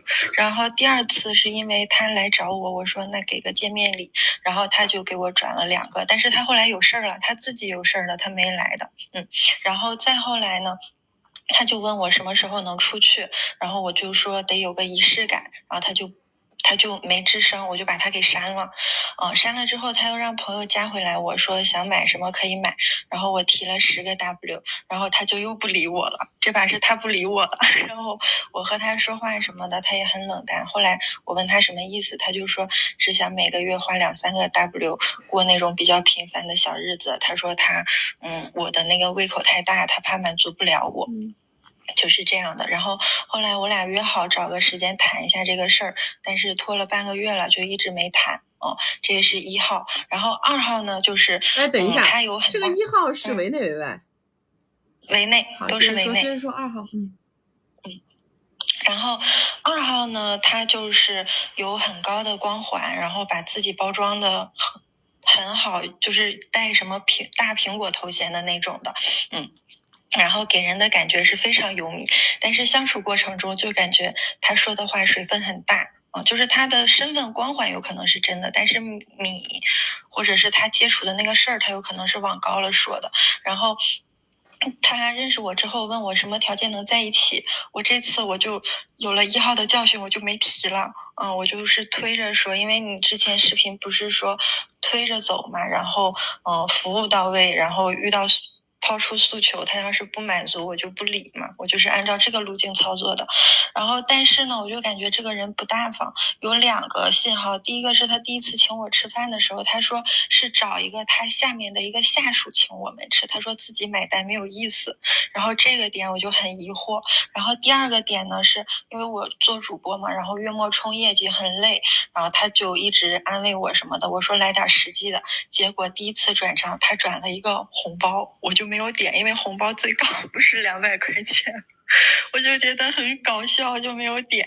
然后现在我就感觉这个人不大方，但是他之前承诺过我，就是能把我现在的公司上升到一个更高的平台，用他的那个资源。我不知道他说的这个话水分多大，或者说他能走到哪一步，但是这个现在比起米，也就是这个是我对他更大的一个期待点。所以我想问一下曲曲，这2个男嘉宾有没有必要再继续接触下去，还是我应该怎么做？当个朋友吧，当个普通朋友，你心态换一换，不要想着从这俩男的身上弄什么。1号不用说了，1号已经都明说了，1个月2到3，这个就是他的标准。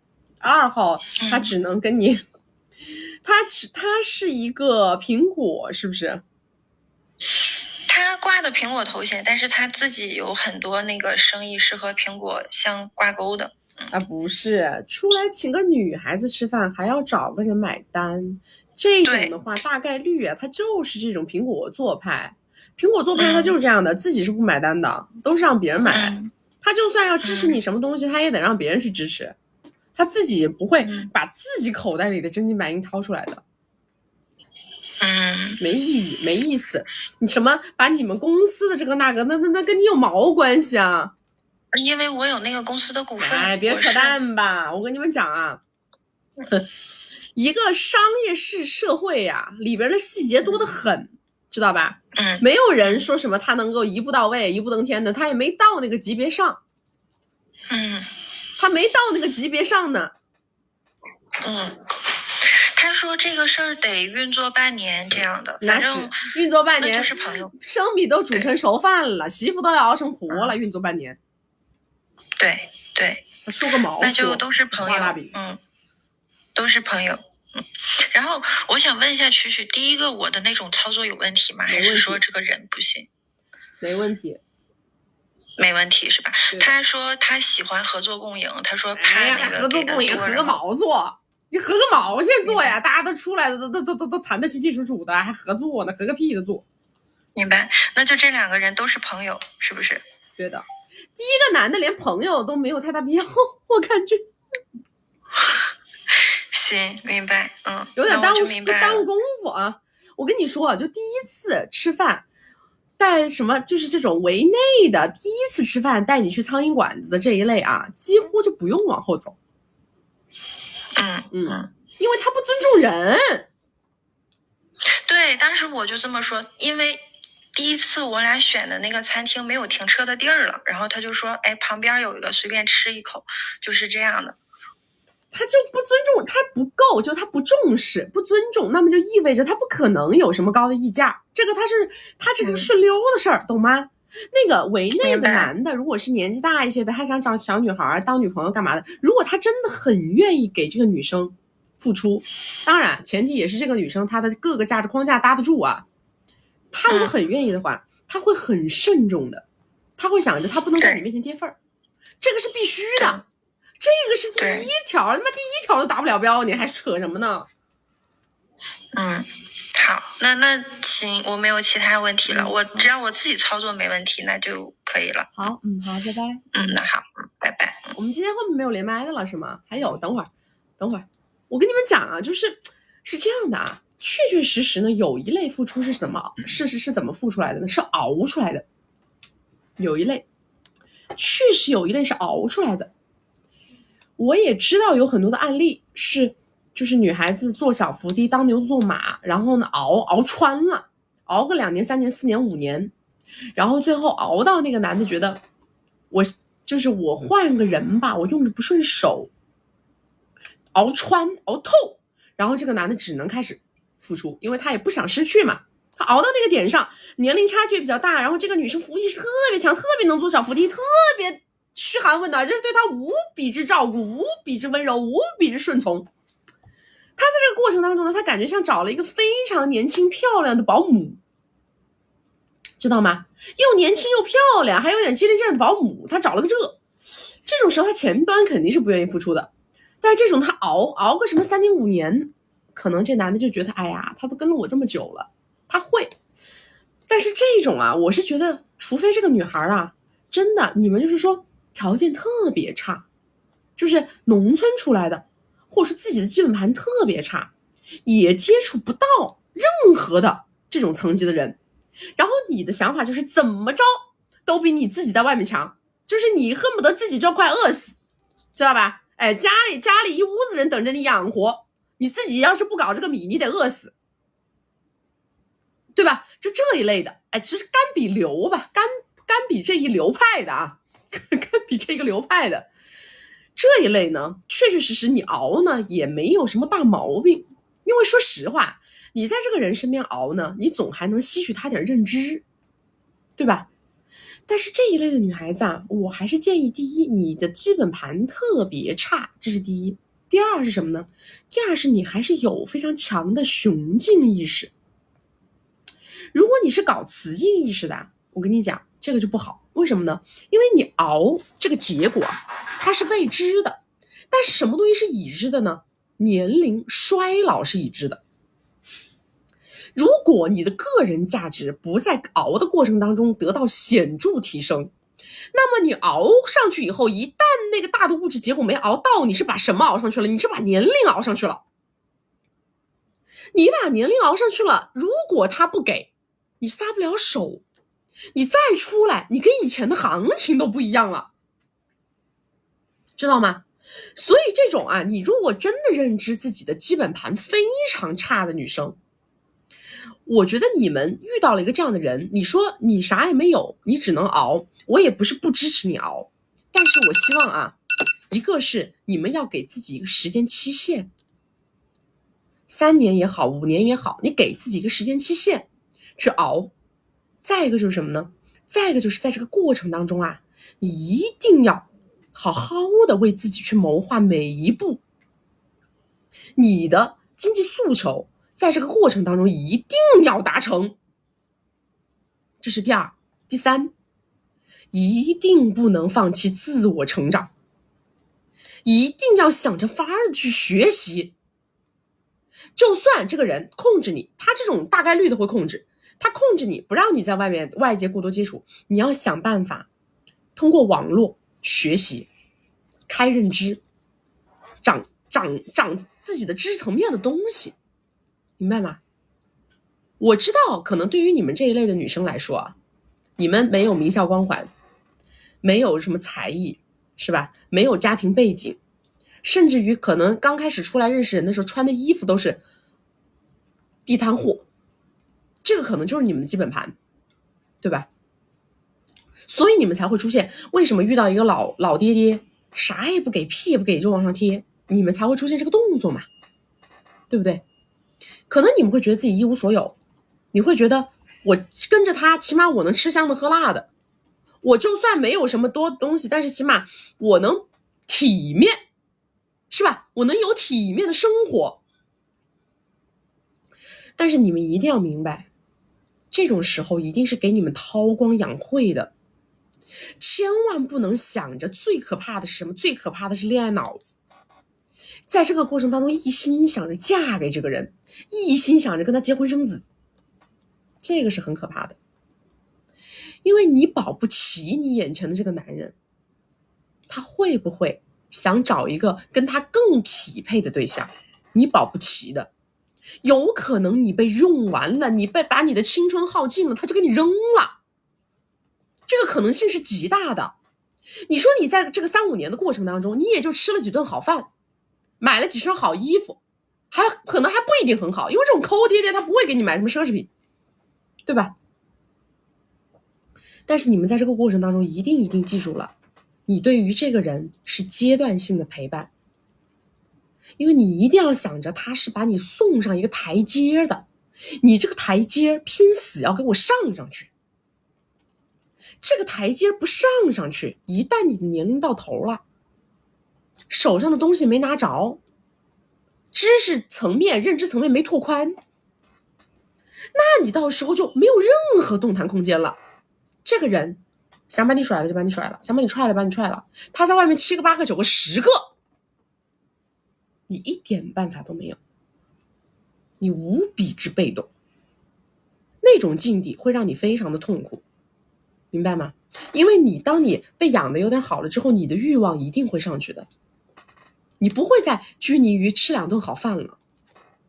今天买了一件3000块的衣服，你就会去跟买3000块的衣服的人结交，你还去够着那个买6000块衣服的人结交，够着那个买1万块衣服的人结交，你一定会想着为什么我不能买1万块的衣服，他也跟爹爹我也跟爹爹，为什么他那个爹爹可以给他5克拉的钻戒，为什么这个爹爹屁也不给我，还在家里做小伏地当奴才，对不对？你会有对比的，你会觉得自己不值。但是你要知道，你面对的目标对象他就是个抠搜鬼啊，人家面对的那个目标对象他本质就是个大方人呐，他本质上这2个人的人性底色他都不一样啊，对吧？所以永远的记住了，我只是来上台阶的，这个真的是我给一些可能从很差的条件里面爬出第一步的姑娘我给你们的建议。也许你们正在经历这样的人生，可能你旁边的就是这么一个人，你听了我很多东西的时候，可能你会觉得曲曲你就站着说话不腰疼，大多少岁花多少个 W 这件事儿，它可能只能存在于那些有一定光环的女生身上，至少她得有个2本学历，对吧？或者她的身材长相达到了小明星标准，她到 YC 里面去一站绝对上得了班，她能达到这个标准。可是很多姑娘是什么？她可能学历不够，家庭条件没有，身材长相只能到6分，对不对？我说对了吗？这一类姑娘，可能你们以前听我很多东西，我没有针对于你们这波人去说过什么，因为其实从我的骨子里来讲，我是不希望女孩子走这条路的。我骨子里，我不希望你们去觉得自己因为自己一无所有，所以要忍气吞声一辈子。我是不希望大家走这条路的。但是如果你们已经走上这条路了，那么你们一定要记住我今天跟你们讲的话，脑子里的弦呐，一定要绷紧，知道吗？一定要知道，我这3年也好，5年也好，我都是在韬光养晦，我是在做准备，我把我自己拔上去，直到我自己有力量了，有拐杖了，有话语权了，有积蓄了，有资产了，我再来跟你干。一定要有这个概念，始终有一天要想办法让自己掌握主动权。这件事情任何时候从现在这一刻开始做，开始琢磨，开始构思，开始想，发心立住了，你未来的每一个动作都会往你的发心上面靠。你这个发心永远不出来，你的发心永远是，哎呀，我能找到这样的一个人，我已经谢天谢地了。你的发心永远在这儿，我告诉你，结局是什么？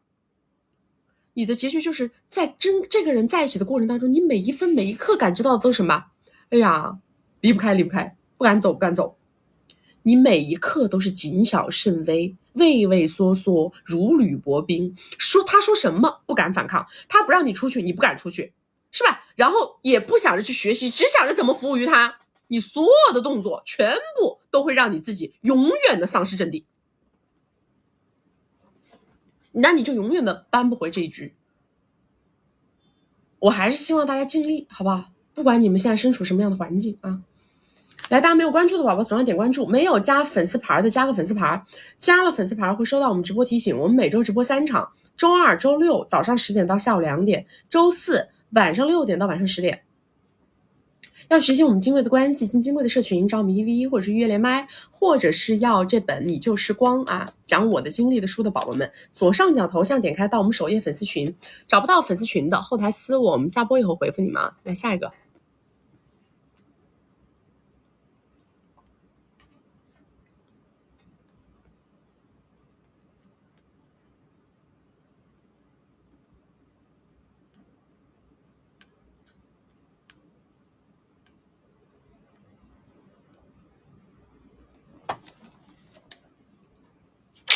Hello， 你好。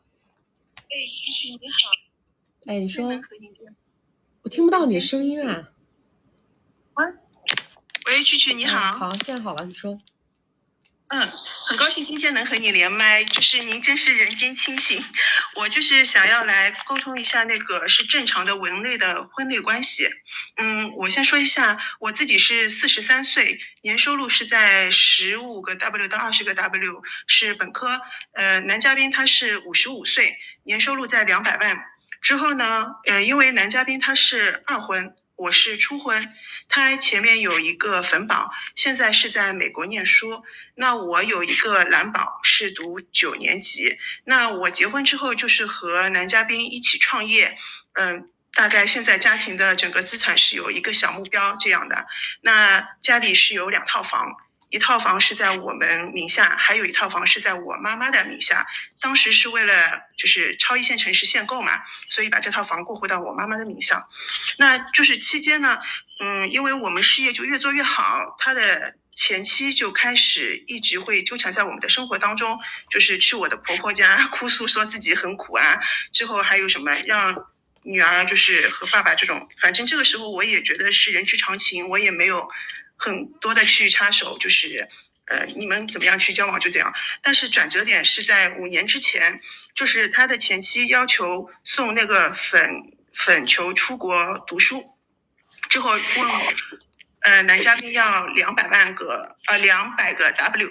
那当时我们其实做生意的时候是没有这么多现金的，那我就和男嘉宾商量说，我们要不就是分期付款，或者是从企业的经营贷里面给他去融一部分钱给他。那这个事后来他就再没跟我提过。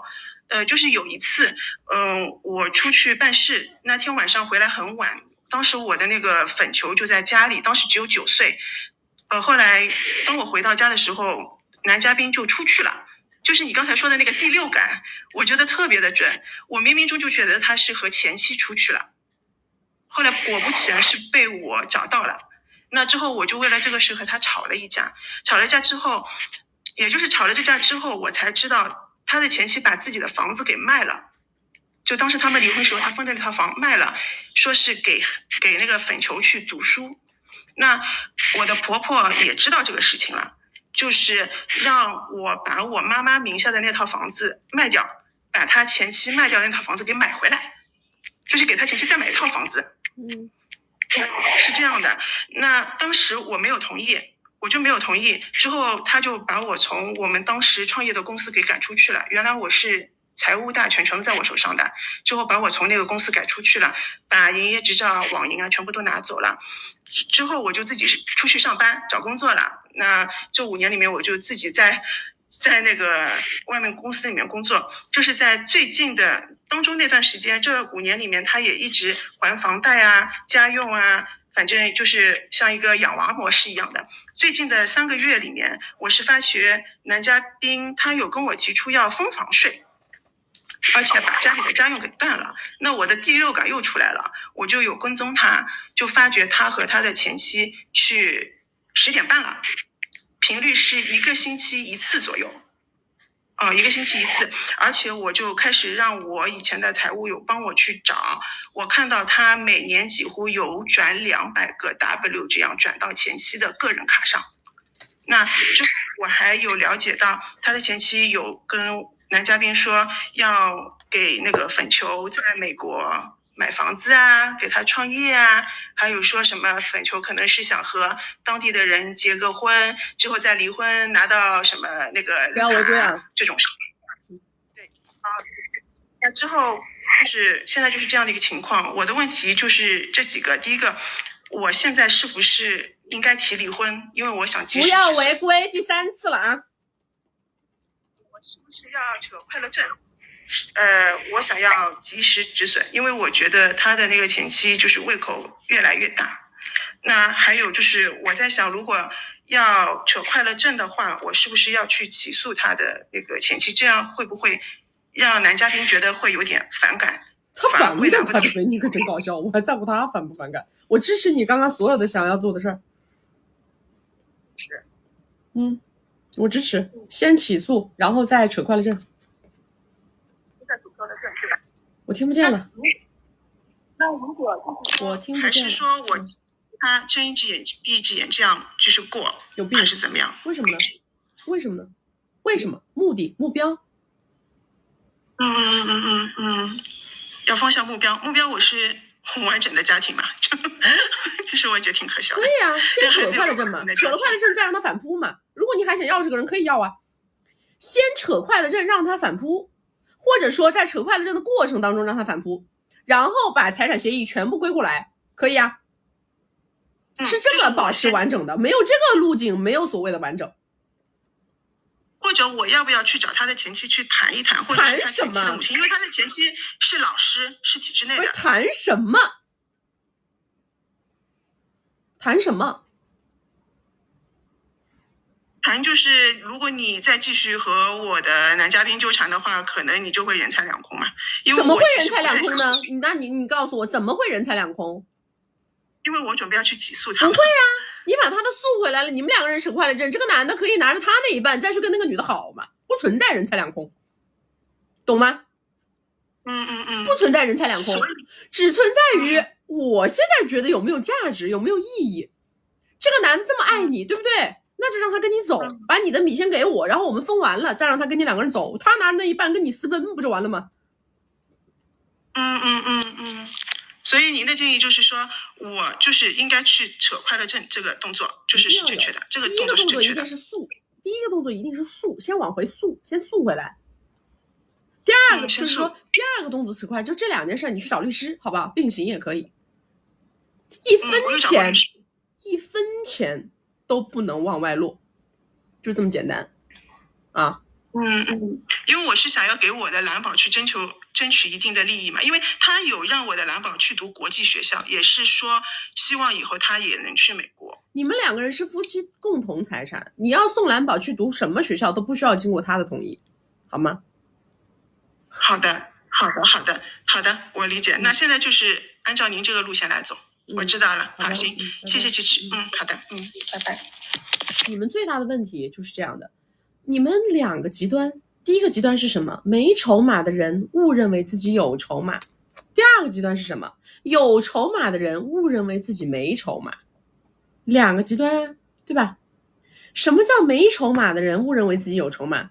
就是在这段关系当中，你完全是一个被供养的状态，被圈养的状态，对吧？所有的物质开支都是由男方来承担的。在这个过程当中，你认为他爱你大大的大于你爱他，因为他付出多嘛，所以你认为在感情当中你占高位，于是你就开始所求无度，又作又闹，甚至于用起跳后撤的方式试图让这个男生在情绪上对你产生一种折服状态，这个都是叫没筹码，以为自己有筹码。什么叫筹码？经济大权就是筹码，谁在这个关系里是所谓的经济支撑，谁就是有筹码。没有经济支撑，这个就叫没有筹码。你们把自己送上假象高位，然后在假象高位上做出了一系列不吻合你的位置的动作，后撤、起跳、又作又闹，对吧？这个就叫没筹码，以为自己有筹码。什么叫有筹码，以为自己没筹码？很多女生她们跟老公是共同创业，甚至于她自己还在这个公司当中牵扯到了很深的业务关系，对吧？但是她却因为男尊女卑的这种传统意识，或者对于婚姻完整的执念，让自己在这段关系里面不停的做让步，每一次涉及到了自己的利益点位的时候不做争取。为什么？因为他怕激怒对方，怕搞得关系不好，所以每一次涉及到重大利益点位他都在退，不停的让着，最后把自己的阵地全部让完了。这个就叫有筹码却觉得自己没筹码，对不对？你明明就有筹码，你明明可以让他滚，为什么你要在这里面做小伏低呢？你觉得你这个是在为了你们家庭的完整做的妥协，为什么一定要你妥协，他不能妥协呢？对不对？他最大的一个失误在哪儿？最大的一个失误就是当时在那边说什么要200个 W， 什么给他去上学，这个时候态度就没拿出来。你是让人家觉得你就是个慈母，对不对？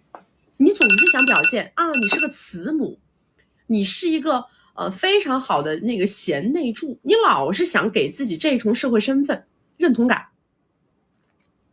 在对方这已经200个 W， 这不踩线了？他们该分的没有分给他吗？该给的没有给吗？为什么会有一个200个 W 的诉求？然后来跟你聊的时候，你还在聊什么？我们要不要给公司做经营贷？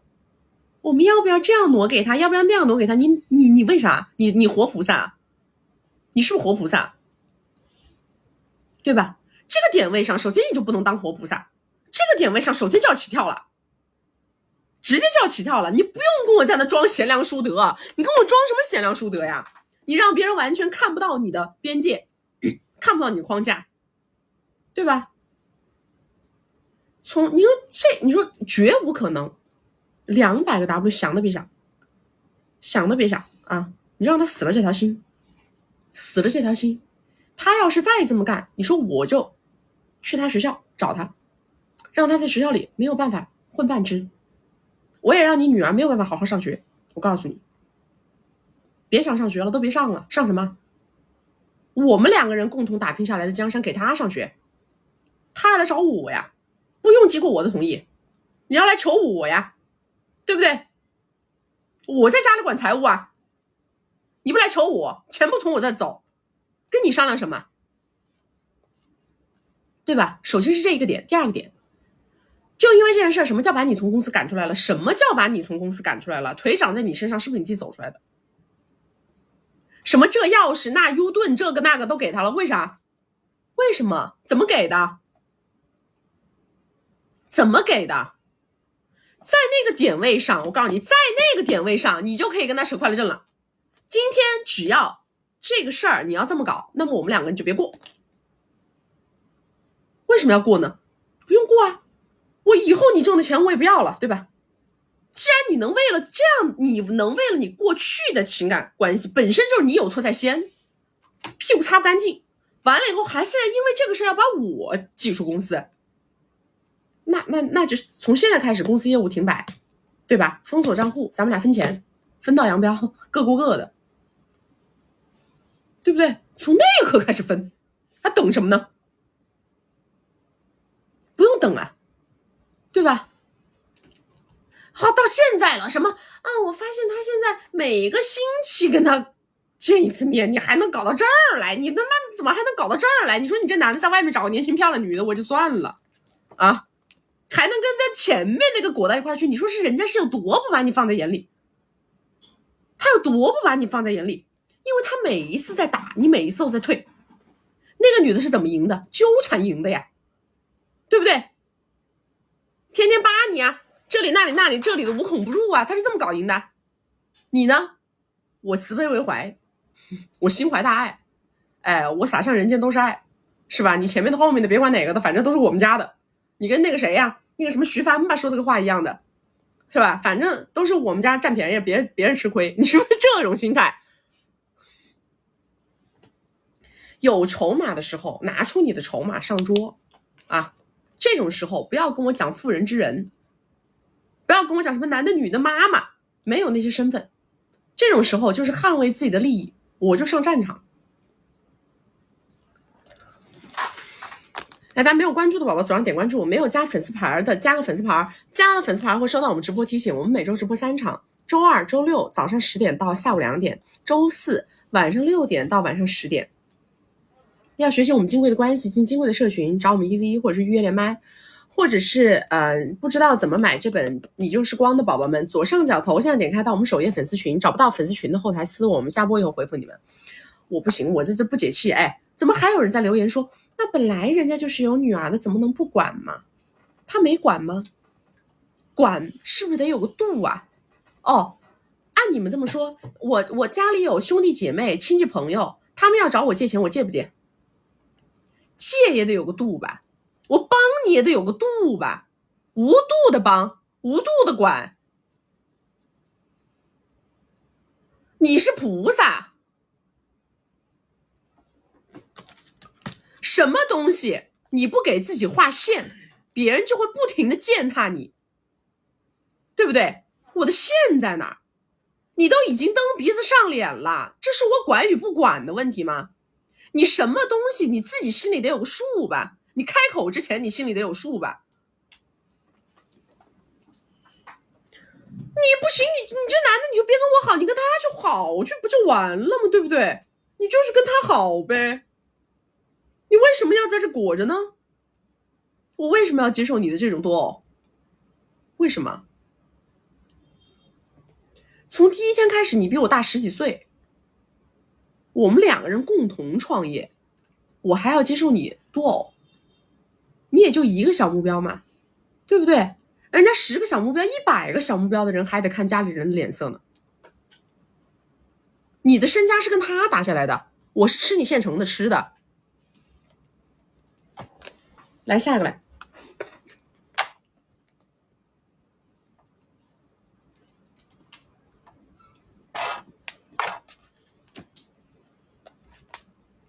Hello， 你好。你好。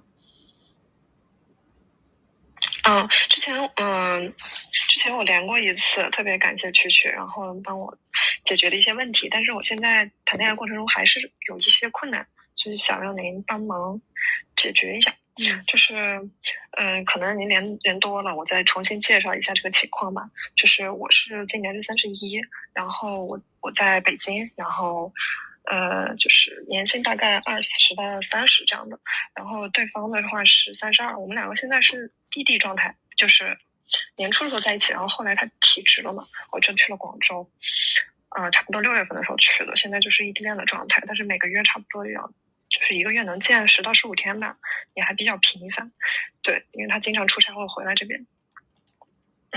他是比我大1岁，32，然后年限的话差不多是，我估计今年可能应该70到80应该有，就是这是一个基本盘。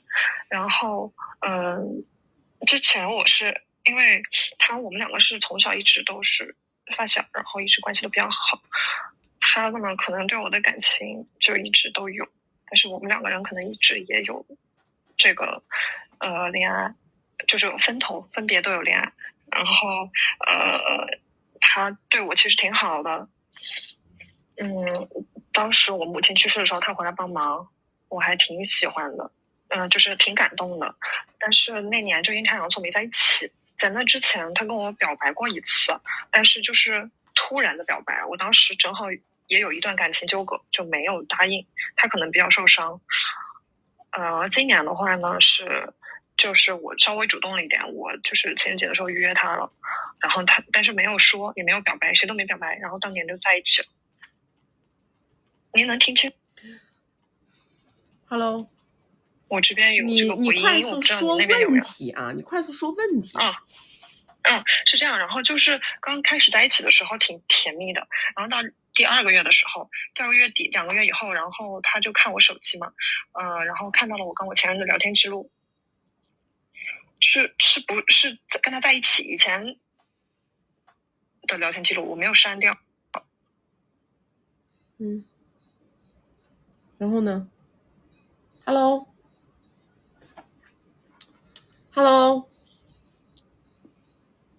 在。接着说。然后这半年就一直因为这个事情就在吵架。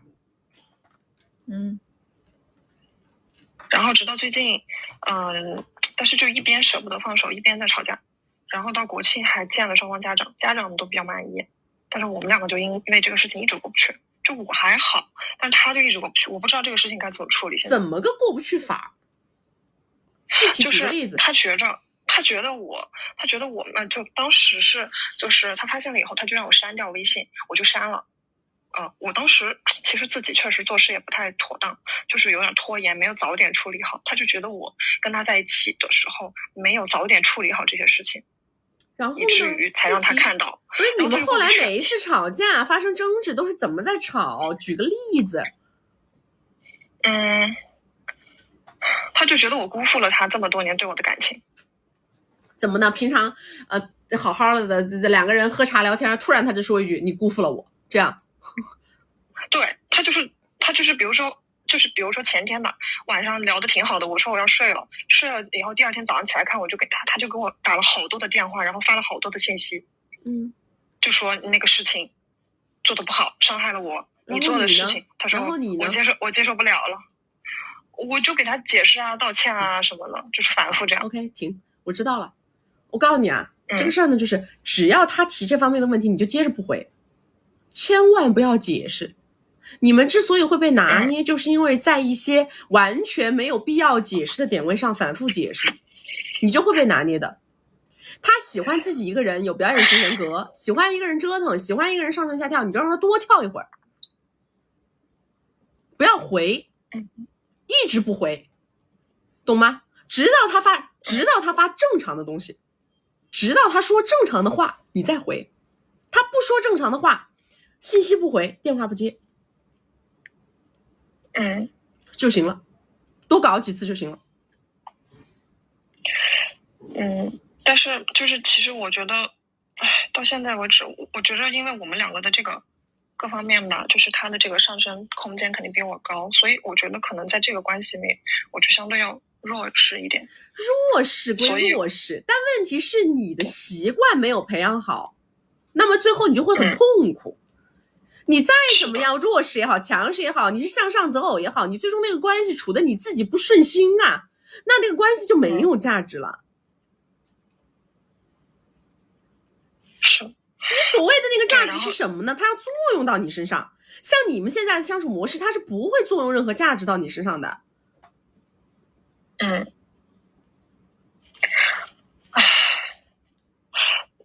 然后我就再请问一下，就是他当时就是他让我删掉这个微信，然后我当时就是我做事也比较犹豫，然后当时我的那个前任嘛，就是我也没有想到，就是分了那么久以后，他还每天都在关注我的微信，他就立马就发现了，他就给我打电话，然后我就接了，然后就是接了，把这个事情跟他说清楚，然后第二天他给我发微信，意思就是说我们是互删吧，就是这样，他就把我删掉了，然后但是当时因为是西安发的微信，我就说想跟他说清楚，然后那个微信就没有删。第二天，然后他就觉得我这属于是精神出轨。不是，你挺搞笑的，你知道吧？你天天要跟这个说清楚，跟那个说清楚，你有啥好说的呀？你有啥好说清楚的呀？我要跟我前任说清楚，我要跟我现任说清楚，有什么好说的呀？是，这就是我就是性格的一些缺陷，我觉得这就是当天发生的事情。没有什么好说的，删了就删了，再也没有了。删了就删了，没有什么好说的。我已经删了哈，他再来找我，我这个现任再来找我说1、2、3、4、5、6、7，我就是删了，我没啥好说的了，就没有了，没有东西探讨了。你老是探讨，你有什么好探讨的呢？因为，是的，他老是跟我探讨，就是隔三差五就要说。不是他老是跟你探讨，是因为你老接他话。你每次接他话，他每次就要跟你探讨。是的，我们现在已经上升到了要去做心理咨询的程度。毛病不理就完了，不快乐的关系不如不要。所以说我首先是要把这个关系盘顺，盘顺很重要啊。是，可能我还是有点不舍得吧。什么玩意儿？什么玩意儿就舍不舍得了？上升到那儿了吗？不舍得？什么叫不舍得？上升到那儿了吗？我现在让你跟他说分手了吗？因为他就是感觉他接受不了了。他接受不了，你让他说呀，他不说呀，你听得懂吗？他天天给你作，天天给你闹腾，他不说分手吗？这不是？他就是每次我都觉得他下一句就是要那没说吗？还是不说？没说呀。我都感觉我有没有必要在这种关系中接着忍受？你就闭嘴吧，你自己纠结死，知道吧？人家没有说要跟你掰，也没有让你说跟他掰。我就是告诉你，你的态度很重要，就是这事儿我不解释，我就不解释，结束。你要说分，那让他自己个儿说，你别，我感觉他要说分了，你感觉的个什么玩意儿？你感觉准吗？他哪次说了？是的，没错，就是会有分手冷静期。但是也没有分。妈，分手冷静期，你是不是有病啊你们？正常点好吧，正常点，我谢谢你，好吧，正常点。你看你讲个话呀，一口一个叹气，一口一个叹气，这关系要是这么痛苦，你还真的可以主动说分手，真的就无所谓。这么痛苦，你要他干什么呢？我们就是把艰难的事情交给对方做，把难的事儿交给他。我不难，好的，好不好？我没什么好难的。好的，你让我删了，我删了。你再问我删完了，你再哦，听不见，我搞别的事去了。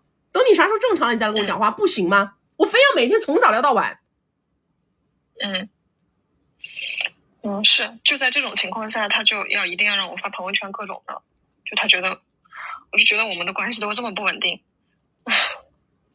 我跟你说话，我非常累啊，要不你下去1v1吧，真的，你把我们老师逼疯可以，别把我逼疯啊。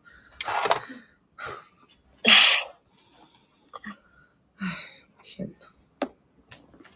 我天天说，你们别人怎么对你们，全部都是被你们允许的。别人怎么对你，都是被你允许的。还没怎么着呢，我怕，你怕什么？别活了，怕什么？出门怕被花盆砸了，是吧？我今天不能出门，我怕我今天一出门，头上一个花盆咣当下来把我给砸晕了。你怕什么呀？什么都还没发生呢，你有啥好怕的呀？他发脾气能发呗，让他自己发呗，自己宣泄呗，你让自己闹会儿呗，你就让子弹飞一会儿不行吗？你自己搞自己的事儿能不能行？他说了让你觉得他说的什么？说什么东西啊？1、2、3、4、5、6，我一觉睡醒，我的手机被炸了，怎么办？我不知道怎么办，关机吧，知道吧？不知道怎么办，你就别回了呀。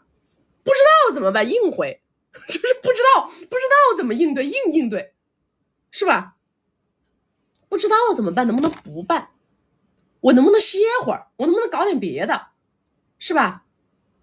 他再问你怎么了？你怎么不回我？你说没事啊，你说我刚刚在工作，我这会儿刚看见，我刚刚在工作。哦，我感觉你情绪有点不稳定，对吧？他再跟你说，哦，我看你这昨天晚上情绪有点不稳定，怎么了？你心情不好，对吧？他再不回，然后晚上，宝宝你吃了吗？你能不能就这么说话，知道吧？我们也没有，因为说白了，任何一个事儿啊，两个人的感情啊，它有个临界点，你们知道吗？有个临界点，你们不要总觉得啊，发生一点事儿，这关系就得掰，其实都不是这样的，都不是这样的。很多关系啊，本来它不掰，就是因为你们把那个小事不停的画大，最后它才掰了。你要把大事画小，不要把小事画大，知道吗？只要你做的是大事画小，好了的时候咱好好说话不就行了吗？这个分不就上来了吗？对不对？等一等不行吗？冷一冷不行吗？晾一晾不行吗？冷静一会儿，对吧？然后你再说两句好听的，你再发两张美照，这不就回来了吗？你原来怎么吸引他的，你就每次都这么吸引他就完了。但凡是让你觉得减分的事，你干不干不就完了吗？你们凡事啊，脚还没伸出去就怕烫，是吧？脸还没伸出去怕被打，头还没伸出去怕他妈花盆掉下来了。你说你这每天你活得累不累？我跟你说话我都累，我都觉得我的能量就往下掉。我们这里经手无数的客户，知道吗？很多女孩啊，就是那个男的只要一情绪轰炸，那女的就慌的呀，把我们老师电话快打爆。那个男的给他做情绪施压，他就给我们老师做情绪施压，我们老师就来问我，结果他说这一回二回三回的老这么搞。我都是说，我说首先从你这开始，你下班了，你别给我回信息，我就是这样教的哦。我说你下班了，我说情绪这个东西是这样的，你不要去放大它，不要去深化它，你要从你的行为上教育它。你的行为首先要告知什么样的行为能让你冷静，明白吗？慌啊，着急忙慌是出不来结果的。你不冷静，你一定拿不到正反馈。没有任何一个不冷静的人可以拿到正反馈，任何时候赢家一定都是更淡定的那个。我就跟我们老师说，我说你在这个点，我说你是半夜12点是你该回信息的时候吗？男的压榨他来压榨你，层层压榨，然后你再来找我，是吧？我说半夜12点是你该回信息的时候吗？这个时候你们能够抚平别人的情绪吗？不能，对不对？我说我请你记住了，这种时候不要回应，到第二天你告诉他，你教他以后啊，只要这个男的开始发神经，你就跟我一样做一件事，不回就可以了，不用搞很复杂的动作，不回。我们可以这样说，我们试了无数次，10次里边10次都是这个结果。目前啊，10次里面10次都是什么结果？什么结果呢？就是那个男的轰了一堆之后，他看那女的不理他，然后那男的，宝宝，我昨天情绪有点激动，我真不骗你们，那男的他发神经病，知道吧？那个神经病是间歇性神经病，那么没有24小时神经病的，所有的神经病都是间歇性神经病，绝对是间歇性神经病。他只要他那个劲儿过去了，他自己发现，哎，你好像不搭理他了，人们他就会说，宝宝，哎呀，对不起啊，我昨天好像有点发神经了，我昨天有点情绪太大了，他自己就转回来了，就这样。然后这个时候我只需要说，哦，没事儿，我知道你晚上有的时候会有点情绪有点大，你吃饭了吗？马上把话题扯开，对不对？1次2次这个事儿不就拧回来了吗？